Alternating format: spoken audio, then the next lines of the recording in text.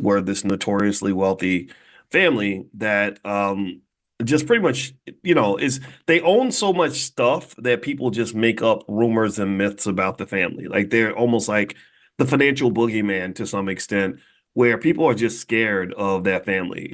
They sort of believe that they control almost everything, which to some extent is probably somewhat true. And I'll kind of give you some insight into that. But I thought it would be a worthy discussion today in terms of really understanding the secrets of just what families like that are doing and what your family can do that can help you to have a level of power that's pretty extraordinary.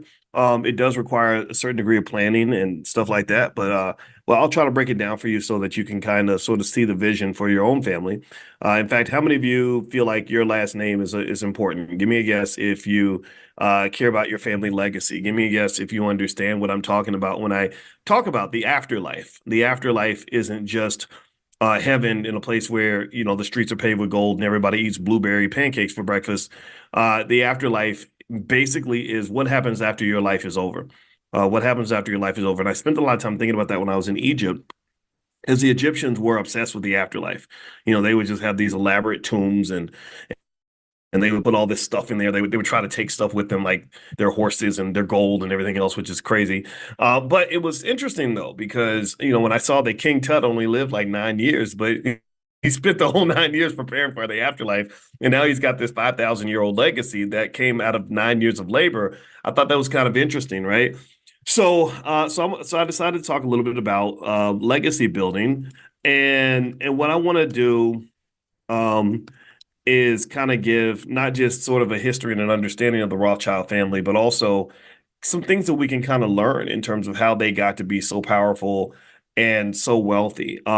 If you want to know how wealthy they were, they were so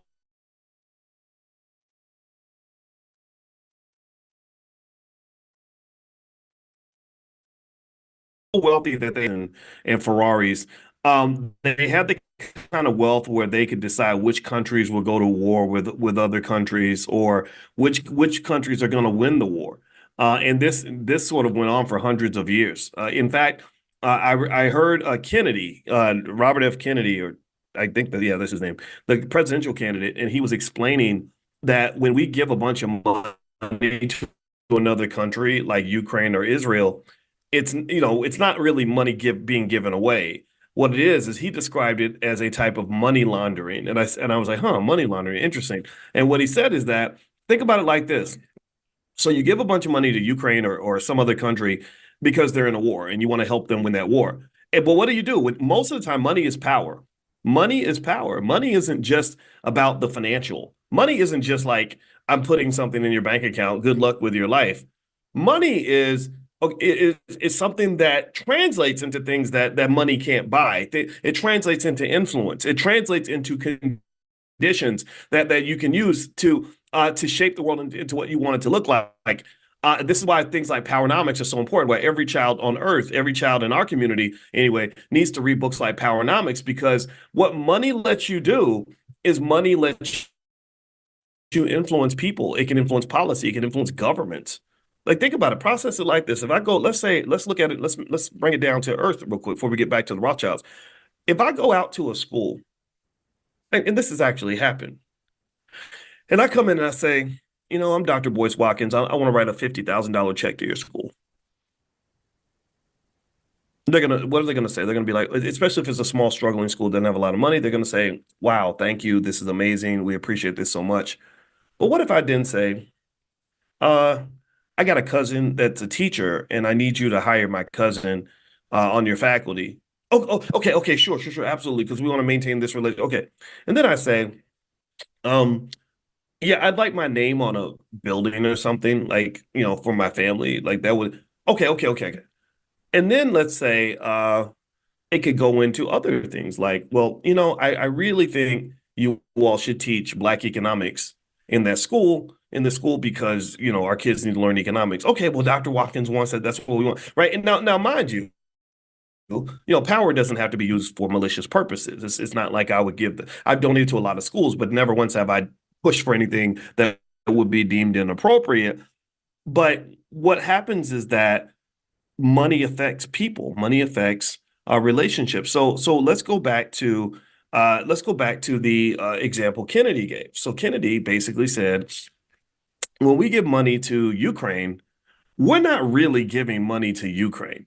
What's happening is they're giving the money and they're making all these stipulations that come with the money. Money usually comes with a set of rules. That's why in the Black Business School from the very beginning we say we're not going to take money from corporations. I don't want to be in bed with a bunch of raunchy, goofy ass celebrities. I also am not taking money from the Democrat or Republican parties because they don't write blank checks that allow you to do whatever you want.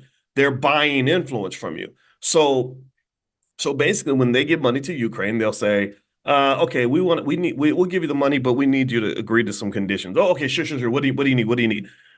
We need you to upgrade your weapon systems to a specific global standard in order for you to move forward here. So that means your old stuff is garbage. You need to buy new stuff. Okay, no problem. Oh, and by the way, when you buy your new stuff, we have these defense contractors in the United States, Northrop Grumman and some other companies that would be more than happy to sell you everything you need, right? You need more missiles? Oh, we got you. You need more bombs? Oh, we got you, right? You need tanks? Oh, we got a company that makes tanks. So you're giving them the money so they can spend it right back with American corporations. Do y'all follow what I'm saying? Do you get what I'm saying? And this Kennedy correctly defines this as a type of money laundering. He said, what you're doing is you're taking taxpayer money and you're funneling that money to corporations that gave money to your campaign. This is why, and I'm sorry, and I know I hurt people's feelings because I don't jump on bandwagons and I'm not into all this Democrat Republican nonsense. I make fun of it. I joke about it. It's like, yeah, oh, Kamala washed greens in the bathtub. Oh, that makes her perfectly fit to be president. Or Trump. Trump. It's funny. The funny thing about Trump is that everybody's known Trump was an asshole for 30 years. Anybody who's ever followed him has known this guy is a blowhard, arrogant guy. Like when I met Kanye West and I was on the phone with Kanye for all those hours, I said, okay, now I understand why you and Trump get along because both of y'all are crazy. Both of y'all need therapy. Both of you think that you're the most important human beings on the planet. And I don't want to be around either one of you. So I make jokes about it. And I know people get offended because somehow they falsely believe in this nonsense. They believe that this stuff is really going to represent their interest. And what they don't understand is that politicians don't work for you. Politicians don't work for you. Politicians work for the people who gave them the money to get elected. They can buy you. They can buy your vote. All they got to do is tell you that they washed their greens in the bathtub or do the electric slide with you, and they got you. They got you. But the corporations say, I'm gonna write this check. They're saying this to Trump, the Silicon Valley saying, Trump, we're going to write you billions of dollars in checks. Elon Musk, it says, I'm going to give you $45 million a month to become president. But when you get in office, I need you to subsidize the EV industry because we're getting our butts kicked by China. BYD's killing us. They're going to put us out of business. We need you to put tariffs on Chinese-made electric vehicles because they're flooding the market and we can't stay in business.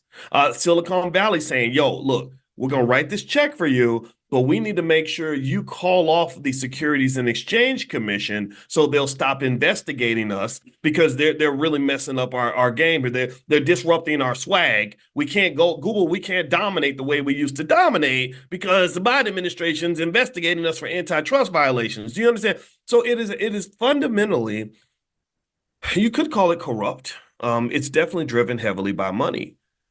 And this is a reason why I think it's kind of a joke. It's like we think that they're working for us, and it's like, no, they're not working for you. They're working for the people who gave them the money. If they don't work for the people who gave them the money, they will not get reelected. There was one sister out of Ohio who spoke up about APAC, and she was like, "We can't just be doing what APAC says, and we need to do what's right." And da da da. You know what they did? They found another black person in that area to run for office.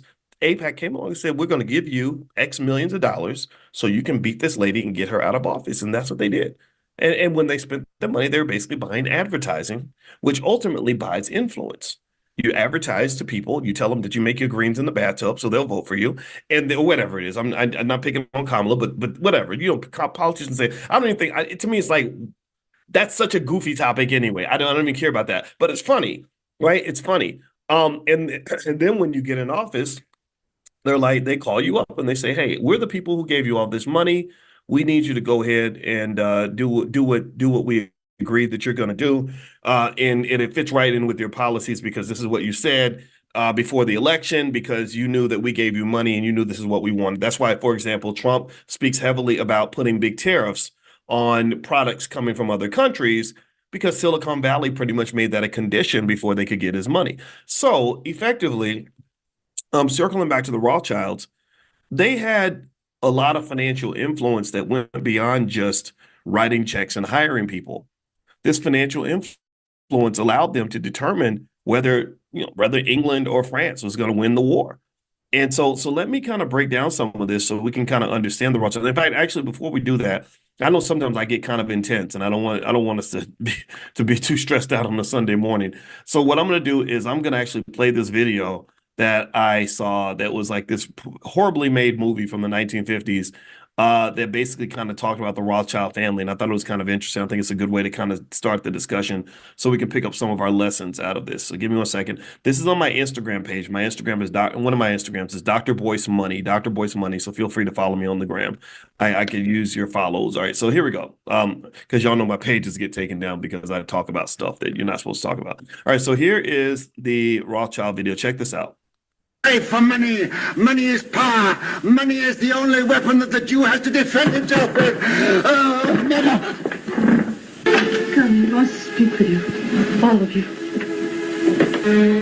Much money is lost through sending gold by coach from one country to another. In times of war, it is seized by the enemy. In times of peace, by thieves. You are 5 brothers. I want you each to start a banking business in a different country. One to go and open a house in Paris, one in Vienna, one in London. Choose the most important centers. In your day, there will be many wars in Europe. And nations that have money to transport will come to the Rothschilds because it will be safe. You must stand by one another. One brother must be allowed to fail while another brother succeeds. Your 5 banking houses may cover Europe, but you will be one firm, one family, the Rothschilds, who work always together. Work and strive for money. Money is power. I'm going to play it one more time. First off, let me know if you all can hear that. Will y'all give me a yes real quick in the chat to let me know you were able to hear that okay? All right. And I'm going to play it again because y'all don't understand.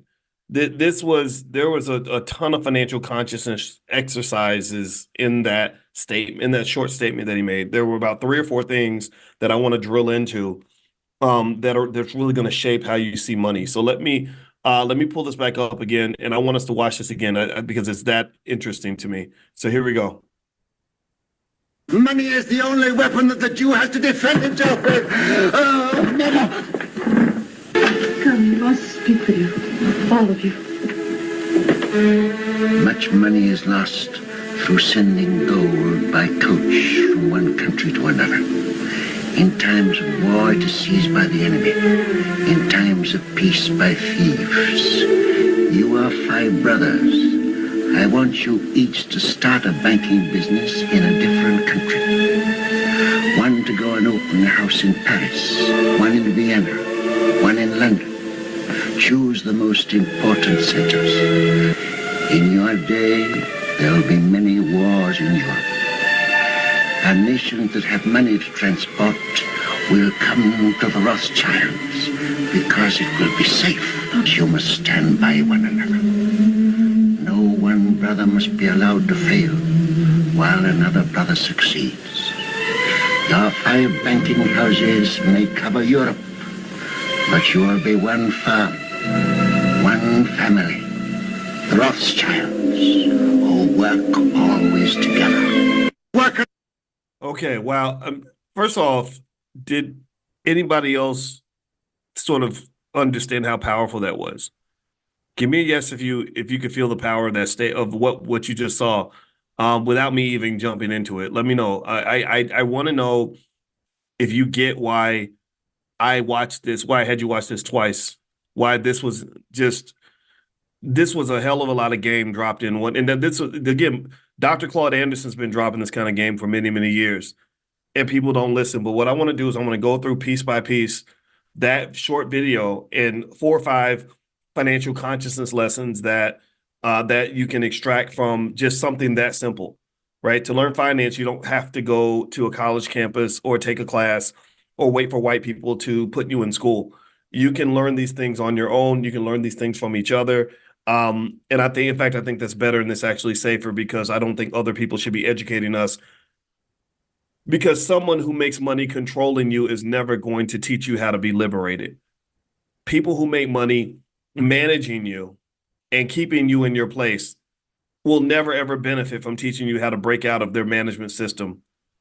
And this really even goes back to what, especially when you talk about Black folks and how many people have worked extremely hard to maintain control of Black people. In fact, I got to go find this. I'm going to put this up on my Instagram later today. There's a brother who found something, a document in 1922, where there was a meeting of the Communist Party representatives, and they literally made a document on how they would control the Black community by basically connecting with the pastors, by creating organizations that would be set to manage Black people, by sort of connecting to us in certain ways. It was so deep that I really want to break that down as well.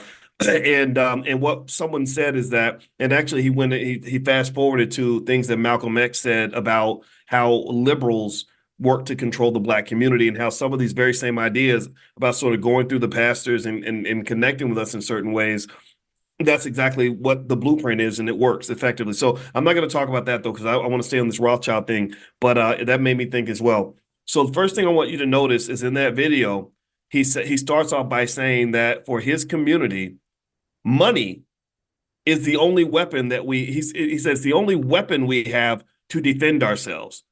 It is the only weapon we have to defend ourselves. So he's talking about two things at once. He's talking about playing offense and playing defense.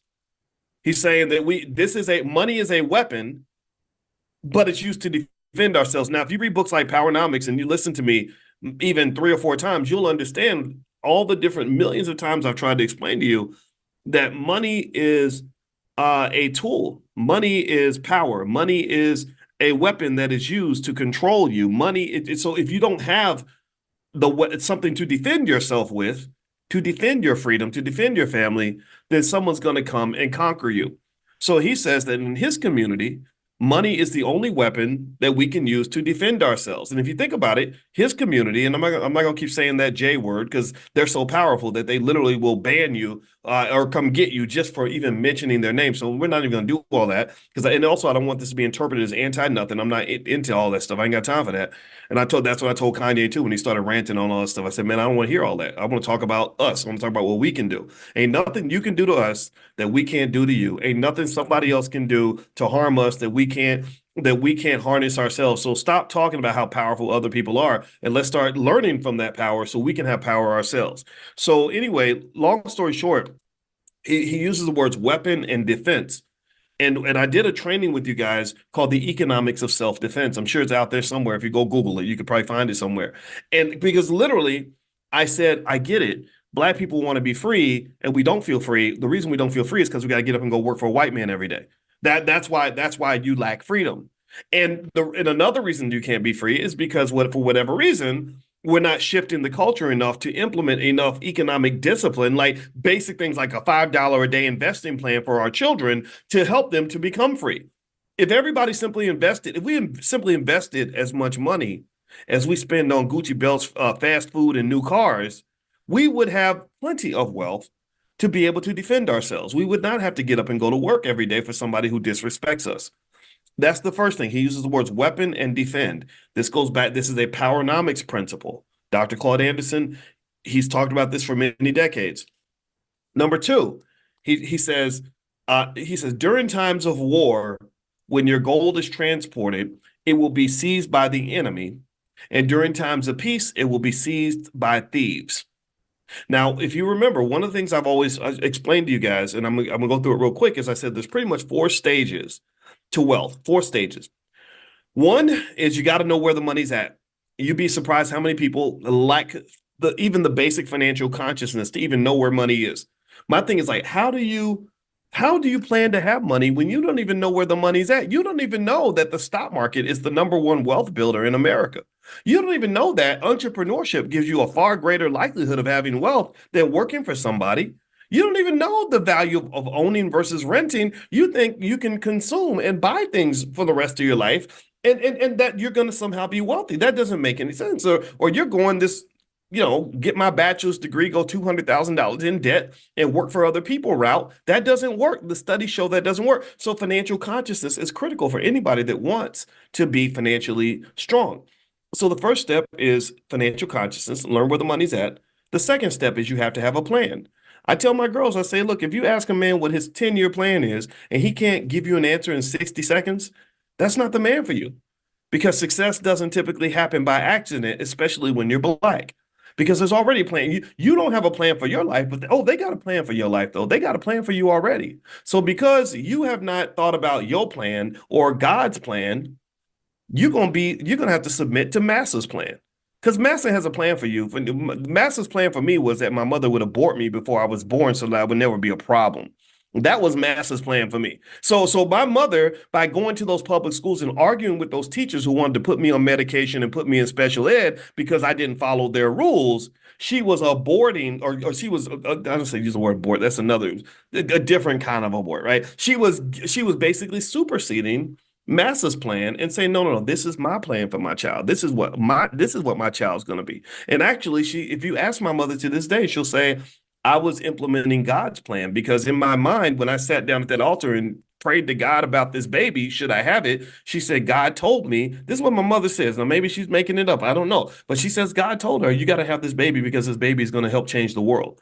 She literally will say that. She said, I did not feel that about in my other children. I love my brother and my sister. They're amazing people. But she literally said that to me. And who knows? Maybe it was a self-fulfilling prophecy. Maybe the fact that she told me that made me say, okay, I got to go do this, right? Which is yet another interesting thing about how the mind works, right? Whatever it is, but that's what my mother told me. So you have to be able to implement your plan and be strong enough and committed enough and fearless enough to make sure that that plan overrides any other plan that's out there because they got a plan for you. They do. So the first thing is financial consciousness. The second step is to have a plan. If you don't have a plan, then you're not going to be successful typically. The third is you got to work the plan. You got to execute. Wealth is nothing but an accumulation process. All wealth is doing the same thing over and over and over again, and then eventually you've done it a whole lot.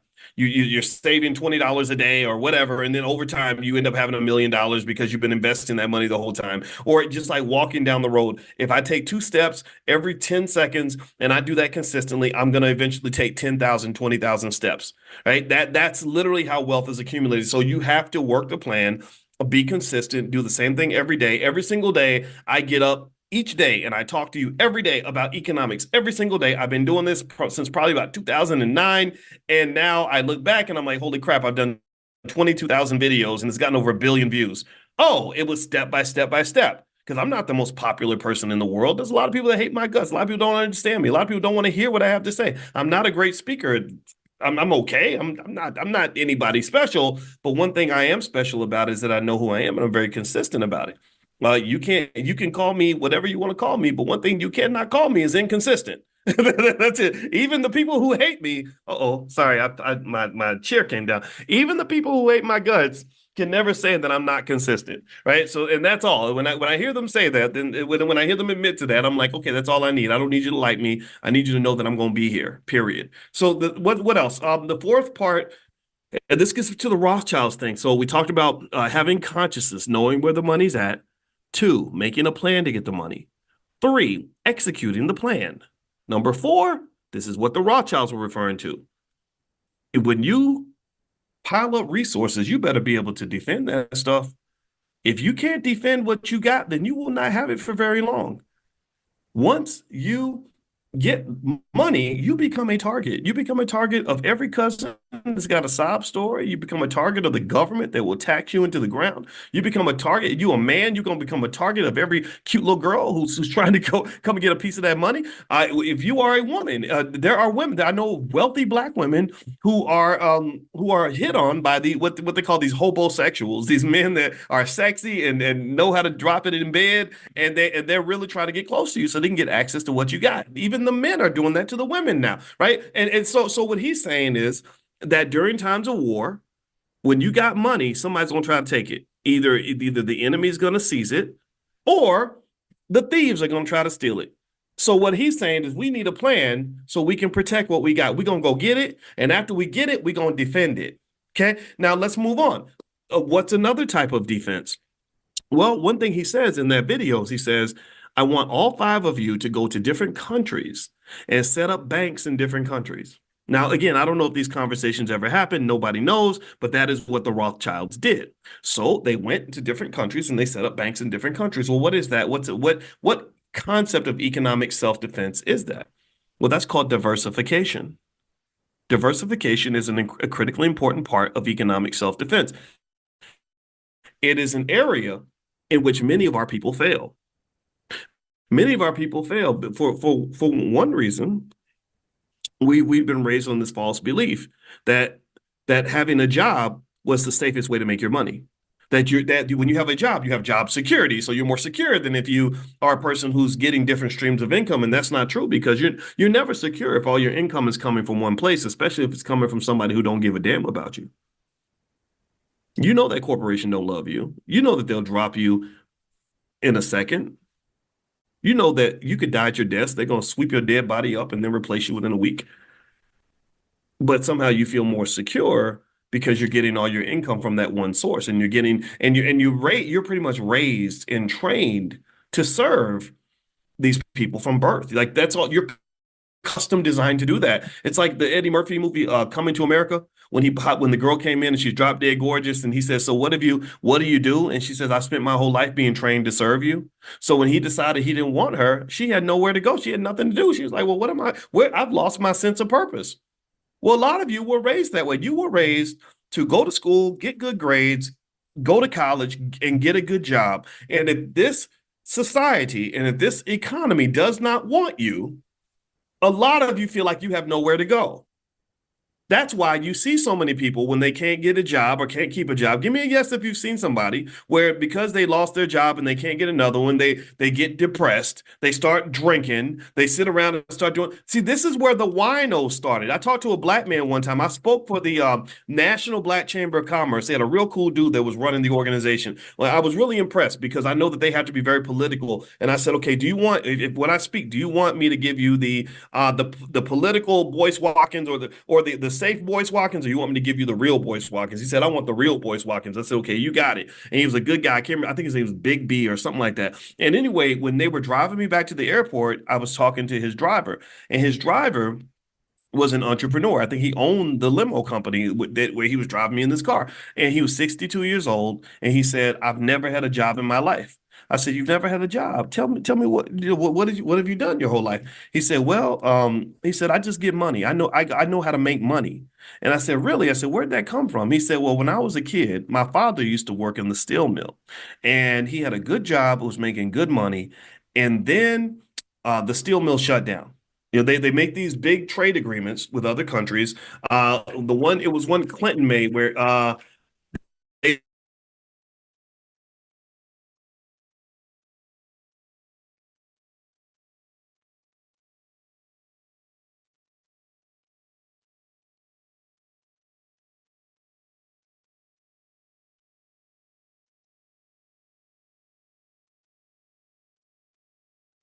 and basically saying, "Uh-oh, somebody said I'm frozen with no sound. Can you guys hear me? Okay, let me know if you can hear me. Oh, this is bad. Okay, let me give me 1 second, guys. Let me see. Am I in here? Can y'all I'm gonna you can hear me. Okay, yeah, this I'm in a hotel and this hotel Wi-Fi.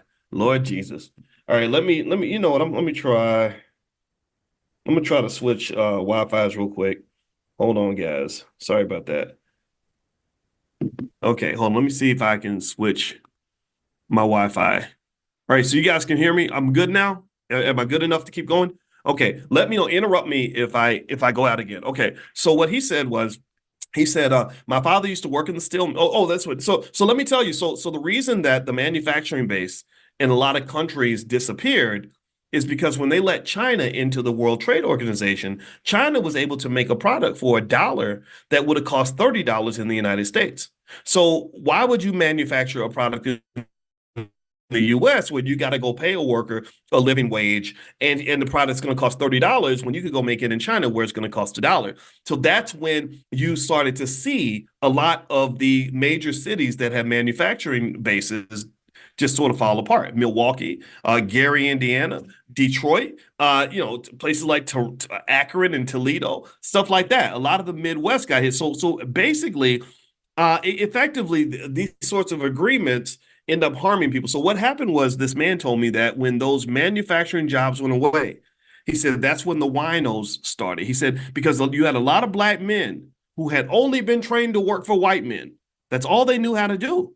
So what they did was they would just sit around and drink all day, sit around, drink and play chess all day. When a man loses his sense of purpose, it's hard for him to maintain his manhood. So a man has to maintain some sort of a sense of purpose that goes beyond just showing up to work for this white guy, or anybody.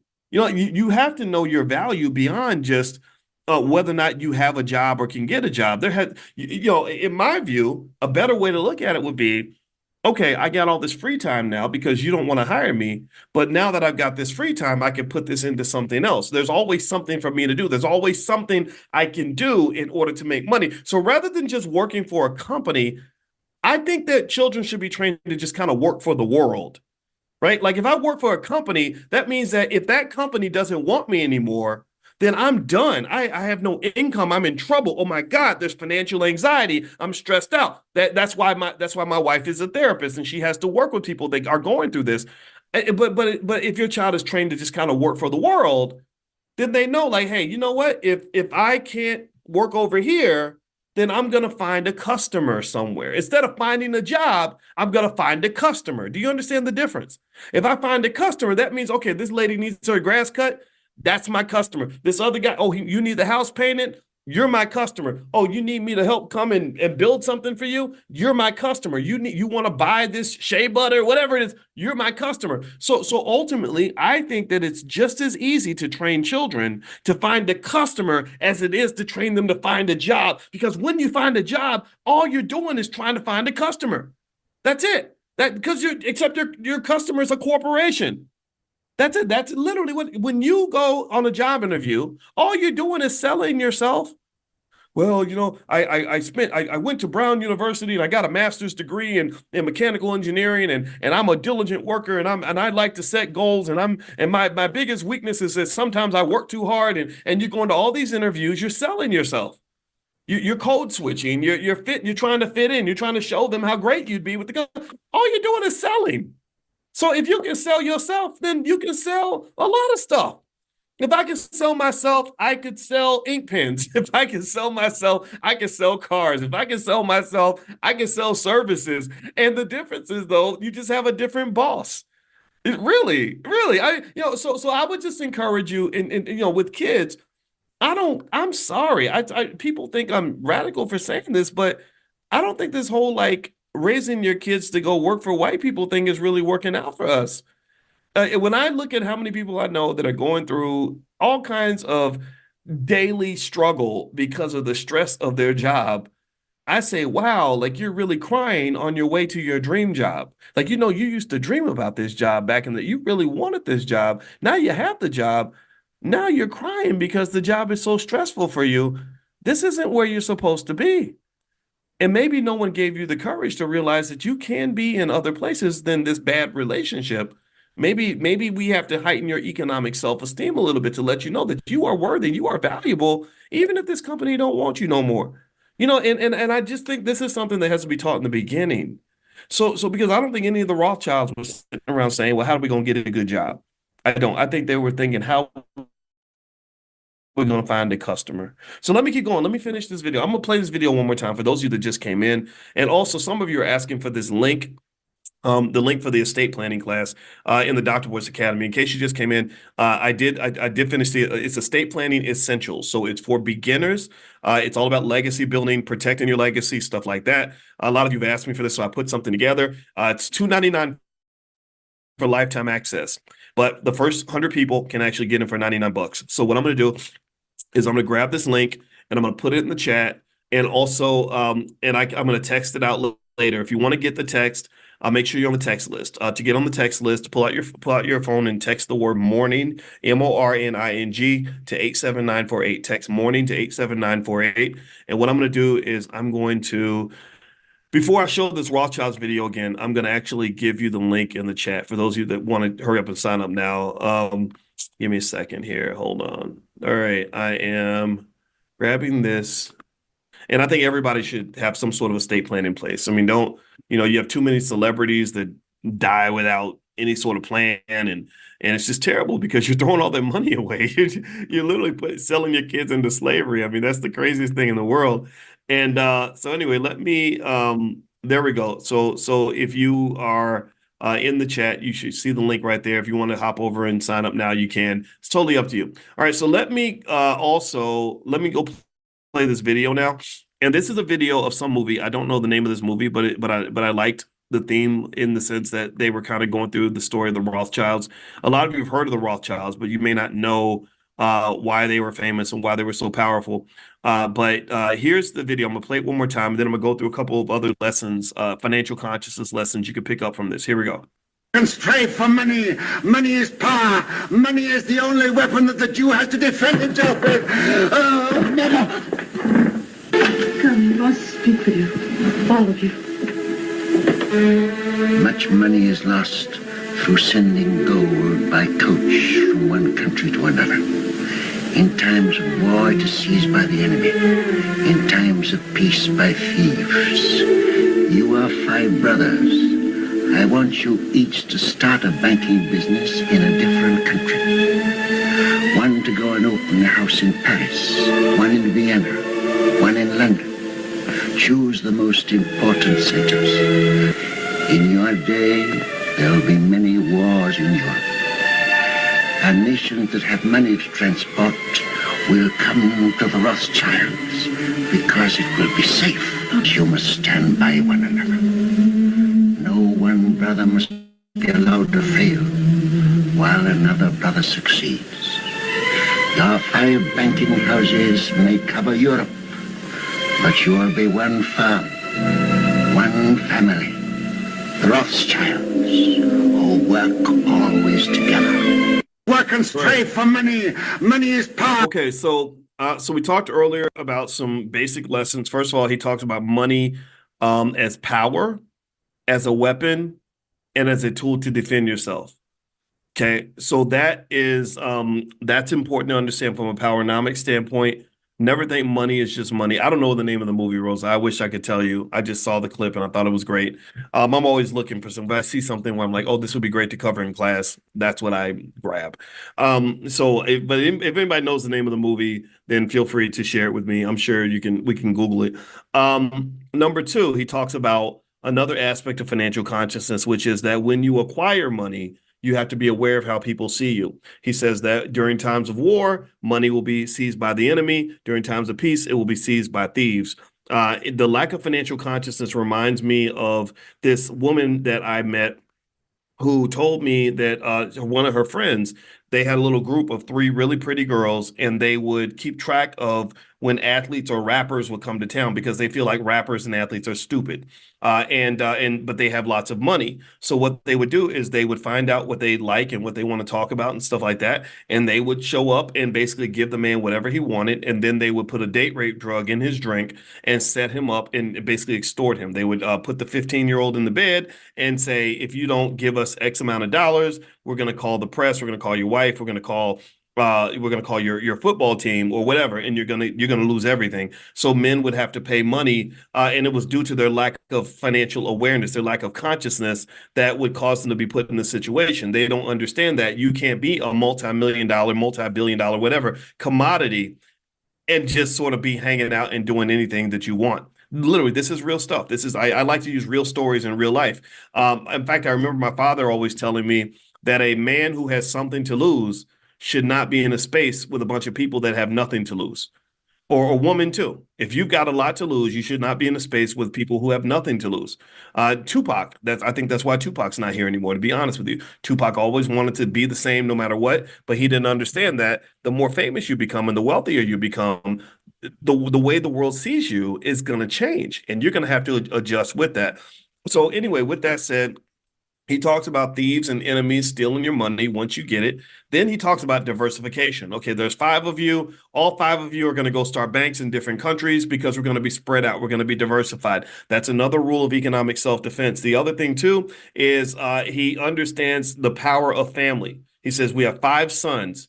And he says at the end, he says there's nothing more important than being a Rothschild. He says that no one, he said, you will stand by one another. No one is allowed to fail. You are one family. That is a powernomics principle. That is understanding that many of you, how many of y'all got kids? Any of y'all got kids? Anybody in here? Any parents in the room? If you are a parent or a grandparent, raise your hand. All the parents, because your job is extremely important, and it's the most important job in society. I don't care what anybody else says. One mistake people make in America is we view children as what they call a luxury item. In economics, they call that a luxury item. A luxury item is something that you do that's pretty much a waste of your money anyway. A luxury item is like buying a Coach purse or a Mercedes Benz. You don't need a Mercedes. You don't need a Coach purse. You do it. Why? Well, because you got extra money. You got a little money to burn. You're feeling yourself. So you go ahead and just make it rain a little bit. That's fine. But children are not a luxury item. See, there was a time where children were viewed as an asset, not in a malicious way, not in an exploitative way, but in a way that said the more babies we have, and if we train these children properly, they become a source of power for the family. We're now gang affiliated. Like, anybody remember when you were little, and you ever know that kid at your school who had like 12 brothers and sisters and then 14 play cousins? Anybody remember a family like that back in school? No one would ever beat up anybody in that family because you knew that if they were loyal to each other, you were going to get your ass kicked. Like, you knew they were all going to show up at your house and kill you. Like you did not mess with the kid who had a bunch of older siblings that were always with them. There was protection there. There was safety there. Well, the grown-up world ain't much different. When you've got people that are with you, that have your back, then you can achieve a whole lot more than if you're trying to operate solo. This is one of the reasons why, since slavery, they have worked so hard to keep us isolated from one another. This is why people like, what was it, Hoover, or the guy that ran the FBI, whatever his name was. This is why they consider Black unity to be the greatest threat to national security in existence. They said, oh my God, if these people all start working together, we're in trouble. We are in trouble. So what I want you to understand is that what this Rothschild father was seeing is that I got five sons. Oh, that's a power move. I'm wealthy now. I just ain't got no money. Right? But I'm very wealthy already. I'm a millionaire. I just ain't got no money. And so what he did was he said, you are five sons, you will set up five banks in five countries, and you will be unified. He also said, you will not allow anyone to fail. None of you can succeed while the other one's failing. That's not going to happen. What he's establishing there is a gang. He's establishing what I refer to as an economic gang, and everybody's gang affiliated. Every gang out here has a code of conduct, and gangs aren't just in the streets. It's not just Crips and Bloods and all that. No, the police department ain't nothing but a gang. The Apple computer ain't nothing but a big economic gang. They all got the same little logo. They all follow the same rules. If you don't follow the rules, then they're going to put you out the gang. The North American Free Trade Agreement, NAFTA, is an economic gang. We got together with Mexico and said, hey, homie, look, I got something, you got something. If we work together and set special rules for each other and codes of conduct, we can have more power. The Asian Pacific Union is an economic gang. The European Union is an economic gang. And the problem that you have as an American, particularly as an African American, is that you're constantly inundated with this very rugged individualism. You're constantly inundated with this false idea that you're supposed to do it all by yourself and that you're supposed to be the man. Or you're supposed to be the woman. You're supposed to be the boss. You're supposed to be the HNIC. I run into it all the time. I run into it all the time. I talked to D1 before he went to InvestFest, and we were talking for a long time. And I said, man, I said, I love rap and I love rappers. I said, but some of these dudes, I cannot talk to them because they are so caught up in trying to be the man, trying to dominate, trying to be King Kong this, and I'm the best, and I'm the baddest, I'm the greatest. And it's a reflection of why the whole black community fails because you're always looking for this one guy to be the superhero instead of building institutions. It's ego. Maybe it's ego, insecurity, weirdness, bad culture, but this whole idea that it's like one person has to always be the boss and the leader and everything, it makes it so hard to collaborate because when I approach other aggressive black males with collaborative energy, sometimes not all of them. I mean, a lot of them get it. A lot of guys get it, but some people, it's like they see that like some like threatening, like it doesn't like they've never seen that before. You know, like either I'm dominating you or you're dominating me, but we can win together. Like, why does it? What's with the scarcity mindset? I think that's a scarcity mindset. To be honest with you, I think it's scarcity because it makes you think that the only way I can be successful is if I push you out of the picture, and that's not how the world works. When you're working together, there's something called synergy, and synergy is where two plus two is not four. Synergy is where two plus two is seven. Synergy is where we're not getting together to chop up one pie. We're getting together because we're going to make the pie bigger, and then when it's done, each of us will have a bigger slice than we had before. It's magic, and I really think that you should really tune into that. I think that this is something that is cultural. Right? It's cultural, and it's something that can be taught. It's something that simply says, look, man, stop thinking. It's a consciousness concept, actually. It's consciousness, right? Think about it. Imagine a football team where you got a bunch of players who are a bunch of individuals who are all concerned with their own stats and whether or not they got the ball versus another team that says, look, I'm not worried about whether I get the ball or not. I'm worried about whether or not the team wins. That second team is going to win far more championships than the first team, and there's going to be a lot more success to go around.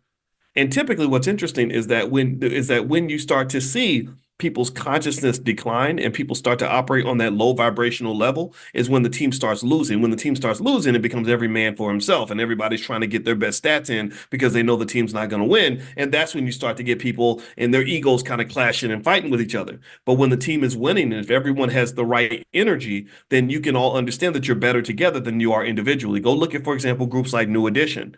In New Edition, when they were young and immature, Bobby Brown wanted to be out swerving his hips and kind of being the superstar. The other guys got jealous of Bobby. Next thing you know, the group breaks up. Ralph goes solo. Johnny goes solo. Bobby goes solo. The other three are just sitting there. They don't know what to do because can't none of them sing. But actually, what's interesting is that Michael Bivins, who I actually did meet him, I liked the guy. He seemed like a leader. He seemed like a guy that would pull people together. He forms Belle Biv DeVoe. Belle Biv DeVoe became more successful than Johnny and Ralph and almost as successful as Bobby, right? And they'd have the least talent, but they had the right energy. They said, well, okay, individually, we suck. We can't sing that well. I'm not gonna say they suck, but y'all know they couldn't really sing as well as Bobby and Ralph and all that. But they became successful because they understood how to work together. They understood synergy. And then now that synergy of New Edition is as great as ever because now they're older guys. They're all over 50. A lot of the egos are gone. And now you see all six of them on stage. Bobby's up there huffing and puffing, looking like he's about to pass out at any moment. But I love watching that because it reminds me of this basic idea that you really can be far more successful when you are willing to submit to something bigger than yourself. People don't like the word submit. You talk about submit, people are like, I ain't submitting. I ain't submitting to nothing. I'm going to do what I want to do. I'm going to be doing. Well, okay, keep your selfish ass over in the corner and keep on losing by yourself. I'm submitting. Every day I submit to my wife. My wife submits to me. Every day I submit to my family. Every day I submit to my goals. Every day I submit to y'all. I'm not better than you. I just want to be a good teammate. Right? I show up every day because I'm like, I want to be a good teammate for you so that you'll be a good teammate for me. So that if I come through for you every day, you're going to come through for me when I need you to come through for me so we can be a great team. I will never, ever meet any of you and pretend like I'm better than you. That's it. I'm just not interested in that. Why do I need all that? if you are mentally healthy, you shouldn't need people to constantly hoist you up like you're so special and you're better than other people. Then you're sitting up there all by yourself. No, I want to be surrounded by great people. I'm a great man. Hell yeah, I'm a great man. I ain't scared of nothing. I know how smart I am. I know how good I am. You can't hold me back. I can't be stopped. But I also want you to have that same energy. I want you to know how great you are because working together, we can be a great team. I am never going to be a great man because I'm better than you. That does not make me better. I want to be great together. What's wrong? I think that is how you win. I really think that's how you win. If we're all great together, then guess what? We become the baddest group of people on the planet. And I believe that intelligent black people, B1 people, are going to be the most extraordinary group of people on the earth. I believe that within the next 20 to 30 years, it's going to take time, but we will be the most economically advanced group of people on the planet. We're going to be doing things that people can only dream of. Our children are going to understand economics at a level that far exceeds anybody else. Do you know I met a kid who was in the Black Business School years ago? I told you I got to bring him up again. Caden, I saw him at InvestFest. Caden was 14. I had not seen Caden since he was 7. But his father, they always check in with me every few years because Caden started off in the Black Business School and everything. And I'm talking to Caden, and I'm gonna tell the story again. I know some of y'all might have heard this, but Caden, literally, I was like, "Is that you, Caden?" And he was talking. He's a real polite kid, and I said, "You're 14. You're about to start high school. That's a big deal. Are you ready?" And he said, "Oh, I already finished high school." And I thought he made a mistake. I was like, wait, no, you didn't. And his father's like, oh yeah, we got high school out of the way. I homeschooled him. We got him through high school. And I said, so where's he going to go to college? And his dad said, well, Caden already makes more money than most college graduates, so he's just going to focus on his business. We went to the White House last week. Like this is what this kid is doing. And here's what I'm saying to you is that I think we can mass produce little Cadens the same way you mass produce cars off an assembly line. I believe that we can have 10 million kids like this. Because let me tell you about Caden. Caden, his dad told me, he said Caden couldn't talk until he was 5. He could not talk till he was 5. There was something going on in terms of a delay or something. I don't know what the issue was, but his dad said so. It's not like he's some, he was born some massive super genius. He's smart now. Don't get me wrong, he's very smart, but he's not any different from a lot of the kids that you have in your own household. It's just his father understood the value of his child. He understood that the gold did not lie at the back of some white man's house. The gold was not in some factory. The gold was not in some corporate office. The gold was buried in his backyard. You understand? His family was the prize. He was the prize. His son was the prize. So he said, instead of investing my energy, think about this. When you invest your energy into something, what you're doing is it's like you're digging. You're digging for oil, or you're drilling for oil, or you're digging for gold, right? So you're going to your job every day, digging for gold. You're going out into the world looking for possibilities. You're like, oh, I wish they would give me an opportunity. But what you don't understand is for a lot of you, just like it was for the Rothschilds, the gold is buried in your backyard. That's where, in my view, that's where you should be digging. So if you're a parent, grandparent, play parent, step parent, mentor, coach, whatever, understand your multi-million-dollar asset is right there around you. But what we do that is so backward, in my opinion, is we will neglect the kids so we can go off and serve massa. Tell me if I'm lying. Tell me if I'm lying. We will literally, our kids grow up like, I forgot my mama's name because mama's working 14 hours a day. And I understand mama's got to go pay the bills sometimes, but Lord Jesus, we don't even understand. Again, because we look at our children as luxury items. We're like, oh, we have these little badass kids. They cost all this money and whatever, and you do the bare minimum, and then you say, well, you drop them off at some public school so that some white guy can like get into their brain, right? And next thing you know, they're coming home and telling you that you're mispronouncing your pronouns, right, or whatever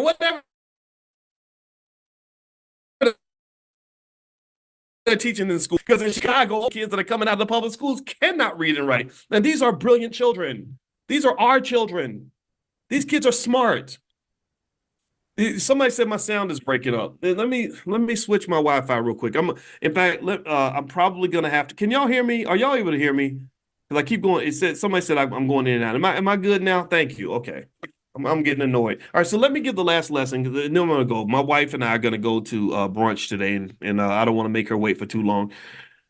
The last thing that he mentions in that Rothschild video, so he tells them, "You're one family. You stick together." And what he's doing is he's creating a defense system by saying, "None of you let the other one fail." This is exactly what I talk about in my book, The Ten Commandments of Black Economic Power. That's exactly what in that book. If you go read that book, you will see that these are the things that I talk about. You have to set up a code of conduct.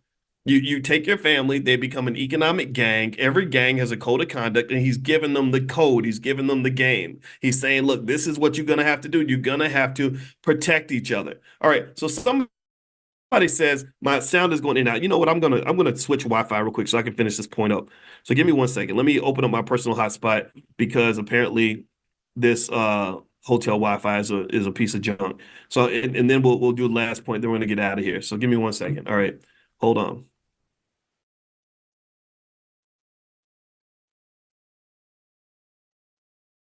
Okay. All right. So I'm back now. Give me a yes if you can hear me. Okay. Give me a quick yes if I'm coming through all right, because I'm on my phone Wi-Fi now. Okay, and if I have to turn off my video, I will. Okay, great. All right, thank you so much, April and Gerald and Kelsey and Renee. I appreciate you. All right, so he sets up a mindset early, right? This is so important. He's telling the children, don't go looking out in the world for what you need. Look toward each other. Instead of turning outward, you turn inward. See, a lot of y'all were raised in households where you were not taught to do that. You were not taught to turn inward to fulfill your economic needs and responsibilities. You were taught to turn outward. Okay, Billy, I got 3 smart kids. You're going to go work for him. You're going to go work for her. You're going to go work for this company. And then next thing you know, all of you are so spread out. You're all applying insane amounts of energy toward things that are not amounting to shit just so you can get enough money so you can barely pay your bills. That's what you're doing. But what the Rothschild father told them was he said, turn inward, look at each other, go to your brother, make sure he's good. And this is exactly how the European Union got formed. This is how Apple Computer got formed. This is how any successful economic entity has that same philosophy. You take your energy and you apply it to the people that matter to you. It's the same energy that leads me to get up every day and to talk to you.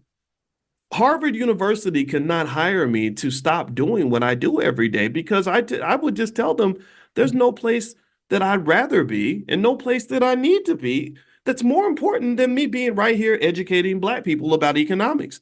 This is the best use of my doctorate, period. So that's another thing that he was given. Because remember, if you don't give the kids the right mindset, they can have all the talent and opportunity in the world and it won't amount to anything.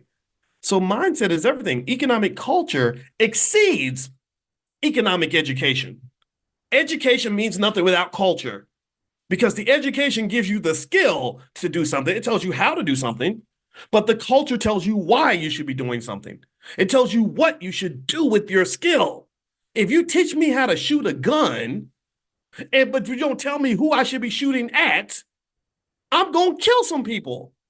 I might pull that gun out and shoot my mother in the face. So you have to train me like, no, you don't shoot your mama, boys. You got to shoot the enemy. Aim right here. This is who you got to tell them the why. We don't give them the why. We give them the what and the how, but we don't give them the why. Why are you doing this? The why is where the fire's at.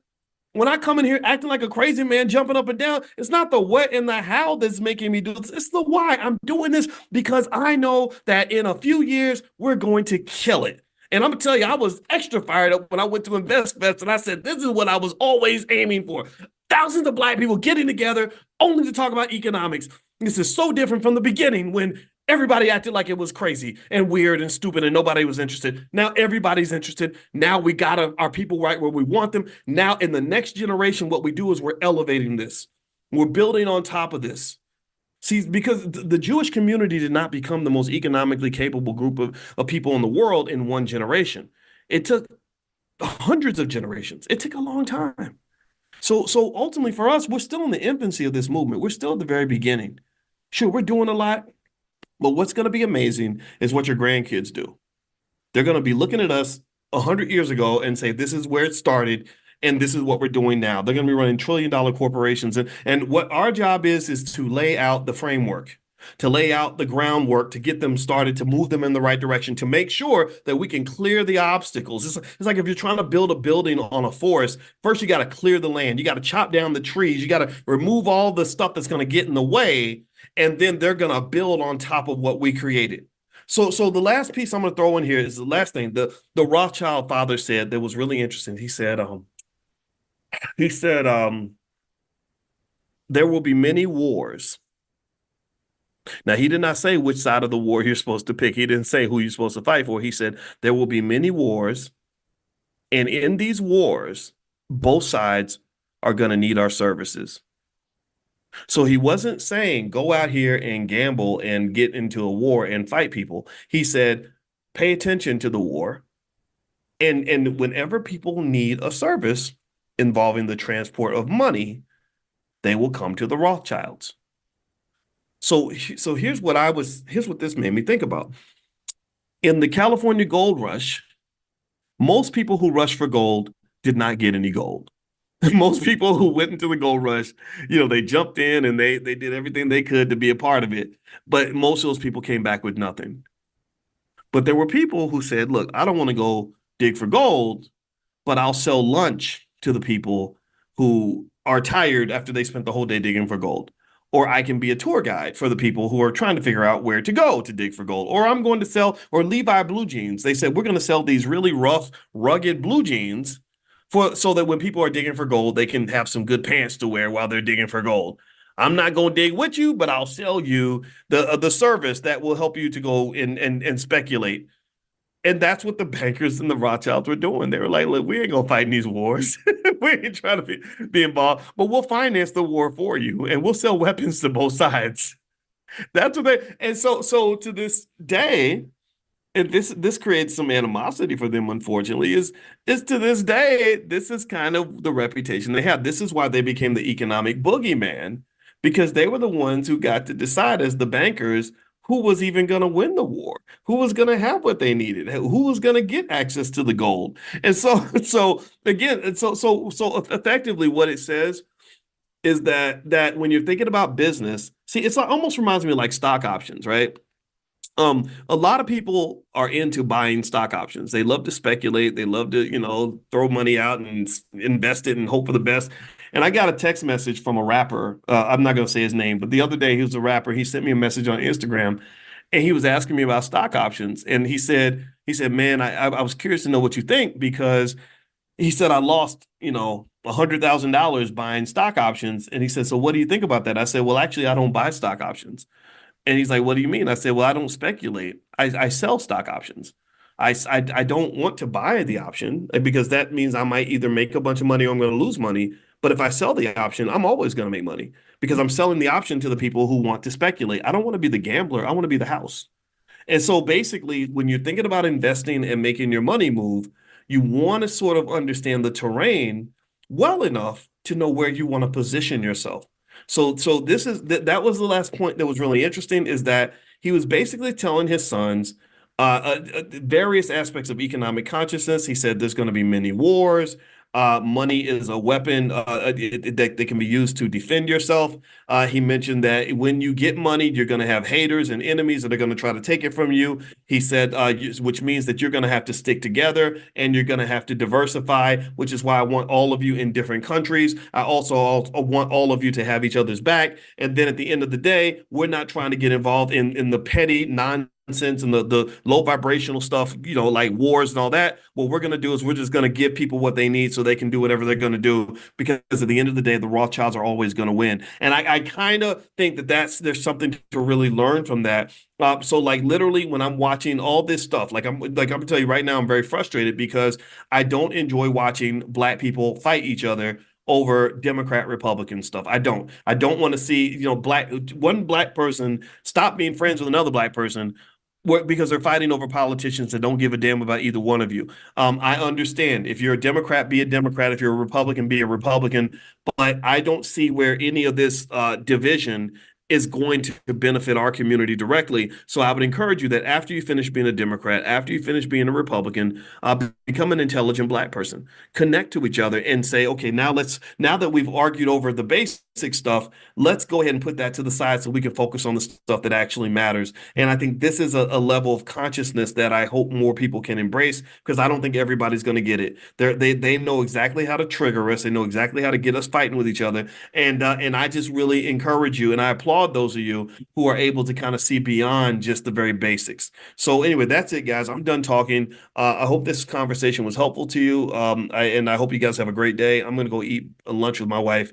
She's been waiting patiently. So I will see you all tomorrow morning. If you want to be on the text list to get notified when we do Money in the Morning, this is 7 days a week, every single morning at 10 a.m. Eastern. Just text the word morning to the number 87948. Text morning to 87948. Also, I will text out a link where you can join the estate planning essentials class. I put that together. The lifetime access fee is $299. For you guys, for the first 100 people to sign up, it's $99. So I cut the price by $200, and it's lifetime access. It's yours for life, and it'll get you started on legacy building and preparing for the next generation. So I'll text that out to you as well later on today. So have a good day, everybody. God bless you, and I'll see you all tomorrow. Engineering. Absolutely. I have a DEng, a doctorate of engineering, that I got in 2013. That's too crazy. That's too crazy. And what was you did teach at an HBCU, or do you still teach there? I'm still teaching at a HBCU. In fact, I just got out of class. Literally, I teach a signal systems and transformations class. So I teach 3 core classes over at Morgan State University in the School of Engineering. And so that's what I do full time. I'm a full-time lecturer over in the School of Engineering at Morgan. Well, shout out to Morgan. I know so many, I happen to know a lot of really smart Black people who teach at Morgan. Isn't that funny? Yeah, Seriously. Dr. Ray Wimbush, he's over there. A lot I of our never scholars. Yeah. I don't know. You have to introduce me to them. The people I know are like random people. They're not, nobody knows who they are. I just happen to know them. But I was like, I feel like keep meeting all these people at Morgan. That means so God is trying to tell me something. He's telling me I need to go visit, hang out. Come up So there. We would love to have you, Doc. You got to come through there. I would love for you to come up there and speak to the class. we gonna do I it. would love it. I would love it. All right. So what do y'all think in the chat? Y'all think I should go? Give me a yes if you think I should go to Morgan, and give me a yes if some of y'all might come up there and support and hang out. Let me know if we roll through more. Should we go and just rock that campus? Come on, pull up. Wake some people up. I like and look in the words of the young folks, pull up. You know, they say pull up, pull up. That's right. We're gonna pull up. I'm gonna pull up like Snoop did in Baby Boy. There we go. So let's start there. You and I, there's so many things I want to talk to you about. First off, Dr. Ma'at does extraordinarily good content, and she is incredibly talented at what she does. We gave her an award at the All Black National Convention. You said you had it. There we go. Right here. Yes. Oh, this is one of the most, one of the happiest moments of my life. It was well deserved, well earned. We didn't even give you nothing. I mean, you earned every bit of that because you're dedicated to our people, and that's something that, as you all know, that can be tough to do because not everybody's on the same page. And Dr. Ma'at, not only are you dedicated to our people, but you are well qualified in STEM. You're doing extraordinary work with our young people in STEM. And I want to start there with a question about something I just saw.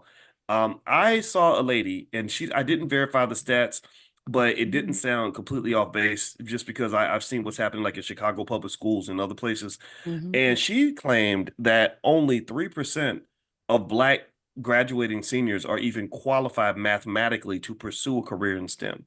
That it's gotten that bad that only 3%, 97% of them couldn't even go into STEM, at least with the skills that they have at that point, because the school system has betrayed them so badly, or something's betrayed them. I don't know if it's the schools. I don't want to blame anybody, but or the teachers. I'm not talking about any of that. I'm just saying that these kids are coming out and they just ain't ready. Have you observed anything like that? What are your thoughts? At Dr. Watkins, that is 1,000% correct.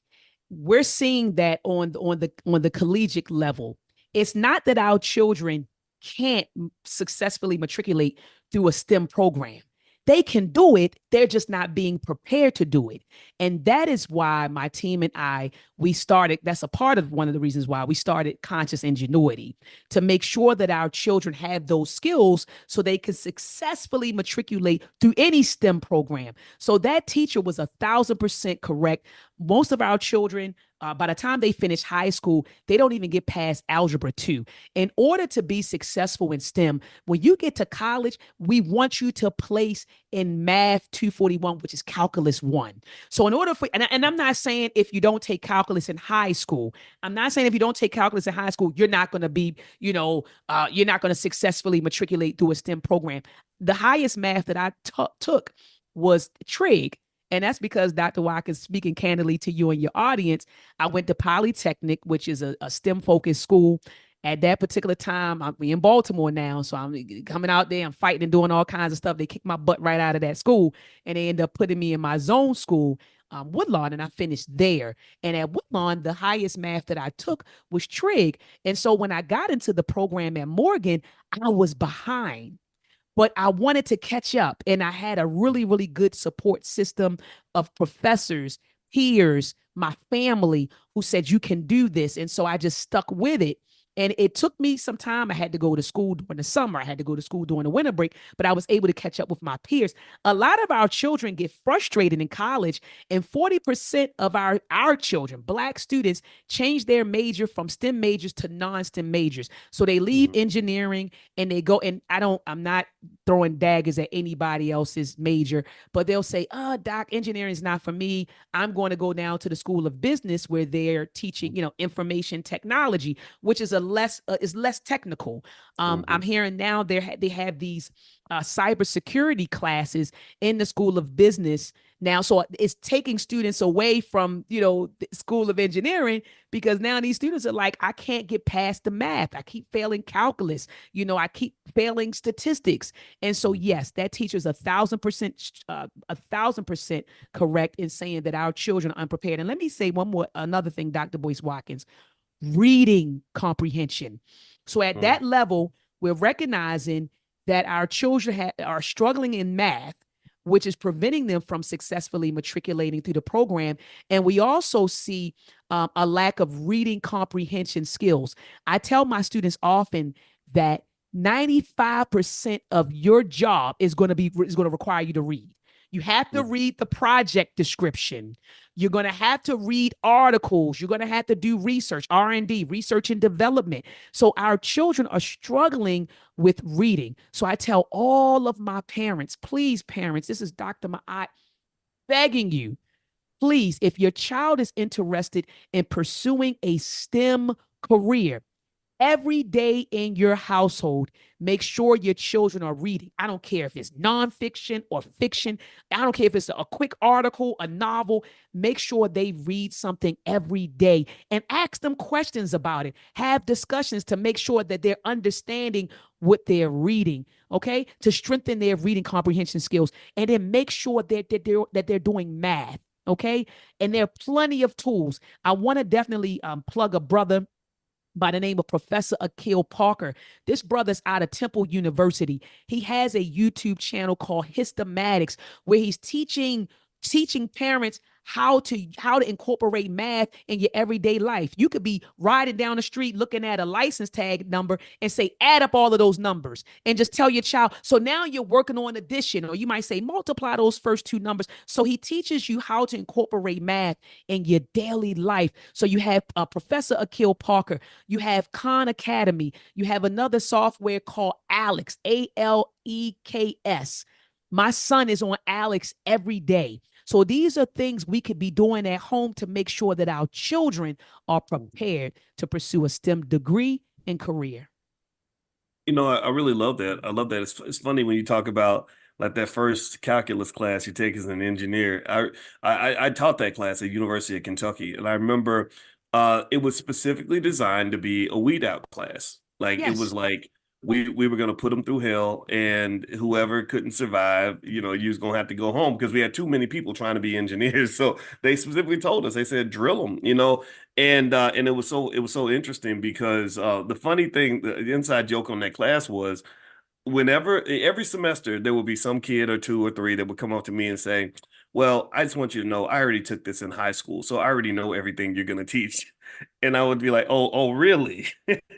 And I'd be thinking, "Oh, okay, so you're the one that's going to fail out because Yes. you're walking in with the wrong attitude." Yes. And so but you are right. And then what would happen, and I was a business major, is I remember it was almost like the business school became kind of almost like this graveyard of broken dreams for all these kids that used to be engineers or used to want to be engineers, right?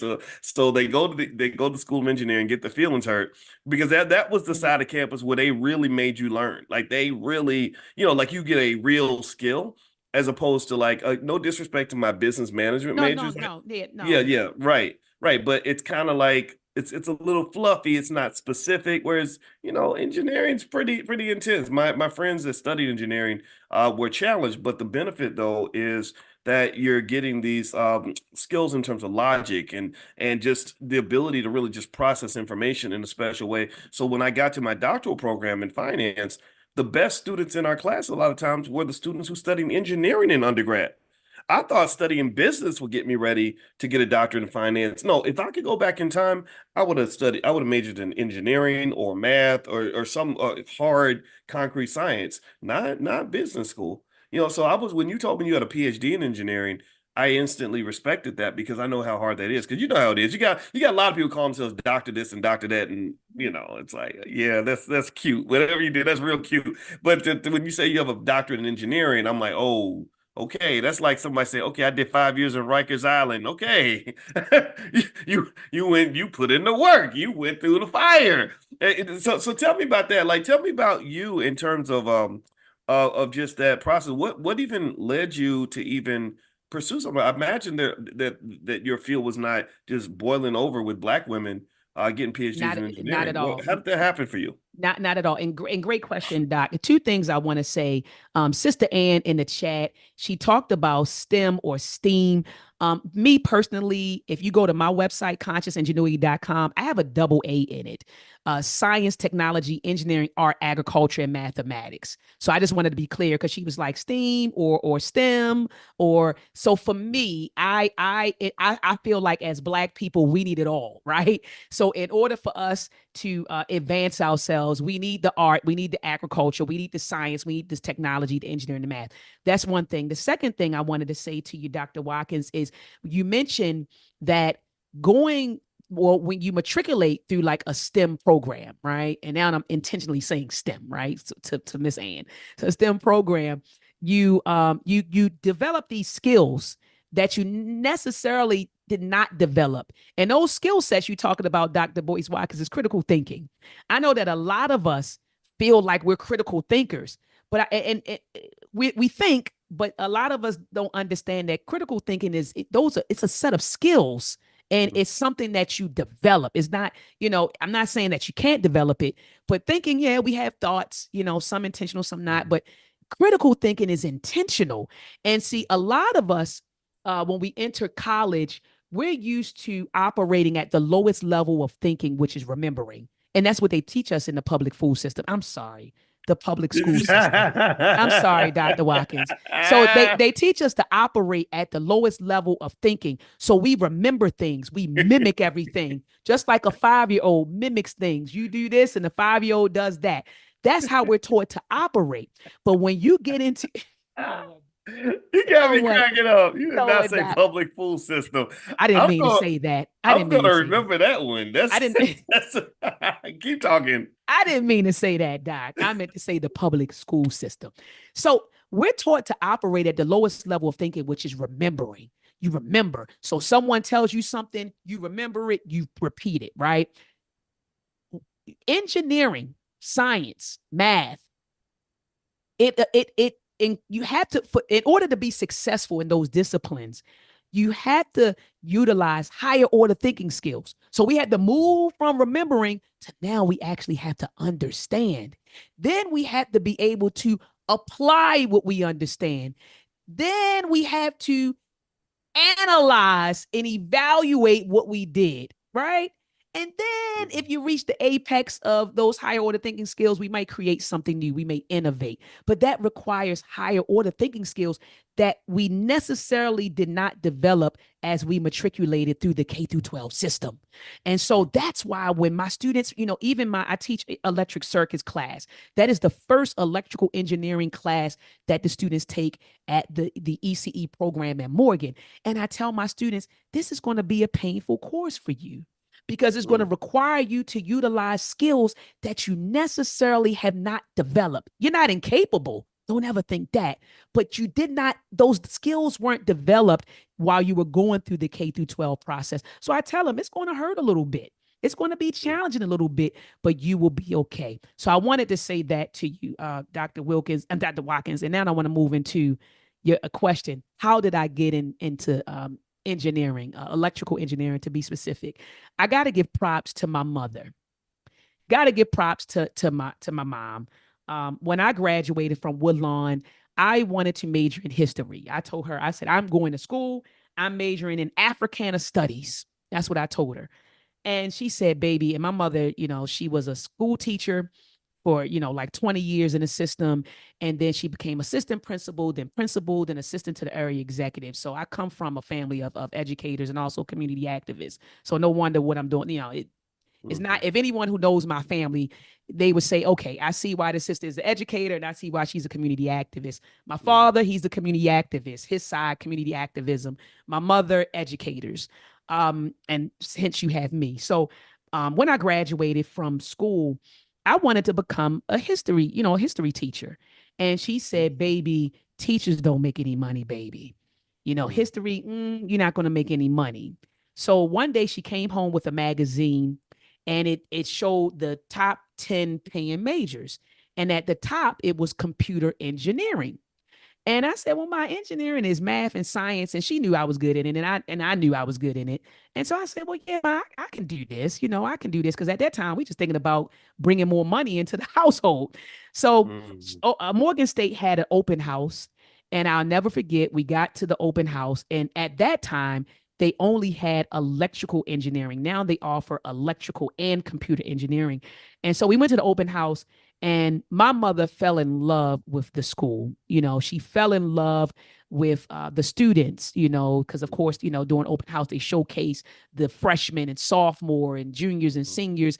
And we walked the building. The building was beautiful. The labs were beautiful. She loved the staff. She loved all the opportunities. And my mother said, baby, you going here. And I said, yes, ma'am. So I get into my major, doc. And about 2 years into my major, I was like, Mom, I'm changing my major. I'm going to math. I'm going over to the math department. I'm out of here. And she Mhm. said, no, you're going to stick with it. You're going to stick with it, Mhm. baby. And I'm glad that I did. Because I developed skills that I necessarily didn't have, those critical thinking skills. And I learned to become a problem solver. And I realized that as an engineer, the skill set that I did acquire, I can apply that to anything that I choose to do. Mhm. It Mhm. doesn't always have to be in the context of technology, right? Or science and engineering and math. Anything. I can apply critical thinking problems. I can apply that to anything I put my mind to. And that's what I realized. And that's what engineering did for me. And so, Mhm. anyway, decided to go back to Morgan, my alma mater, and teach in 2017. And so I started off as adjunct faculty, and then I was offered a full time position to actually teach. And that was one of the best decisions I've ever made. A lot of my friends, they're in industry and they're making like twice the amount of money, three times the amount of money. And they're like, girl, you need to come over here to Northrop Grumman. You need to go over here to Lockheed Martin, or you could be at Boeing, or you could be at HP making 250,000 or 300. I want to be with my people. I Mhm. love teaching our young people. I see what the problems are, and I'd rather be there in problem solving on behalf of our people than to be somewhere in corporate America. Mm. Well, it's that's a great point you make, and great segue into this. Dr. Oye Maat, by the way, that's who is here, and you are would you say a professor of engineering at Morgan State? Absolutely. Is that your official title? Okay, and Absolutely. also, and then also, here's another thing too, Dr. Maat, that I admire, and why I think you can have it all. I think you can have the best of both worlds because you're not just a professor, you're also an entrepreneur. And you're doing all these other amazing, fulfilling things that you probably would have a harder time doing if you were at Northrop Grumman, right? Yes. They're not gonna let you do all this, right? No. So in my view, and in case you want to know, this we meet every morning. This is our financial consciousness training. And Love I'm it. sure you have your own definition of what it means to be conscious. I think consciousness definitely connects to even some of the skills you talk about in terms of critical thinking. I think the more critical thinking skill you have, the more conscious you become. You become aware of things. Absolutely. You understand how things work and all this, right? And we need consciousness to be at an all-time high for our people because there are so many games that are being played with us, so many traps being built for us, so many cages, that are designed to control us. And what I like about you being a critical thinker and being the scholar that you are is that you're very much aware of this. I mean, you've done some really great work lately. You and I are both big fans of the one and only Dr. Claude Anderson, and you Yes. have done some amazing work lately in terms of really highlighting the discussion on reparations and how critical thinking needs to be included in how we even process that. Can you kind of talk about that? Let's start. You start anywhere you want, but I'd love to get your take on where we are in the whole reparations conversation and why we should even be demanding it in the first place. Let's start there. Yeah, so thank you so much, Dr. Watkins. And I couldn't agree with you more when you said that to be conscious definitely um, includes, developing and operating with critical thinking skills. So you and I, our definitions are very, very, very, very, very similar. But thank you for actually inviting me on to talk about reparations or to contribute to the reparations discussion. Doc, that's something that should be at the top of our list of priorities as Black people. Reparations. That should be at the top. And I just want to reiterate that. That should be at the top of our priorities. I was reading the book some years ago. Salute to Nana, Dr. Amos Wilson. I'm a huge fan of his work.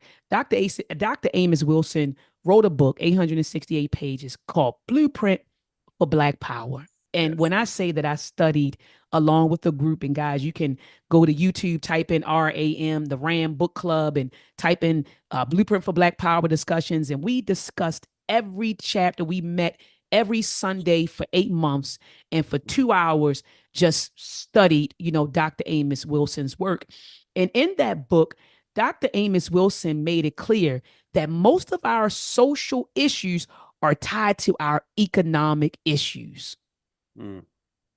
We have to get our finances in order. People talk about, politicians and politics.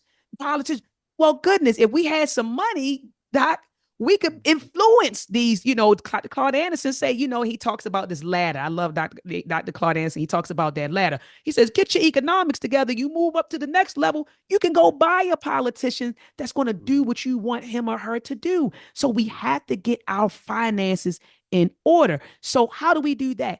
Reparations. And some of you are naysayers, oh, Dr. Mott, we ain't going to do that. That's a pipe dream. No, it's not a pipe dream. People have sued for reparations and have gotten it. Okay. People have done it.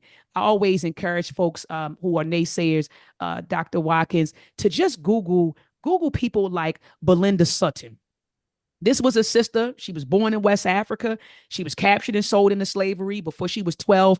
And she was enslaved by a family in Massachusetts called the Royal Family.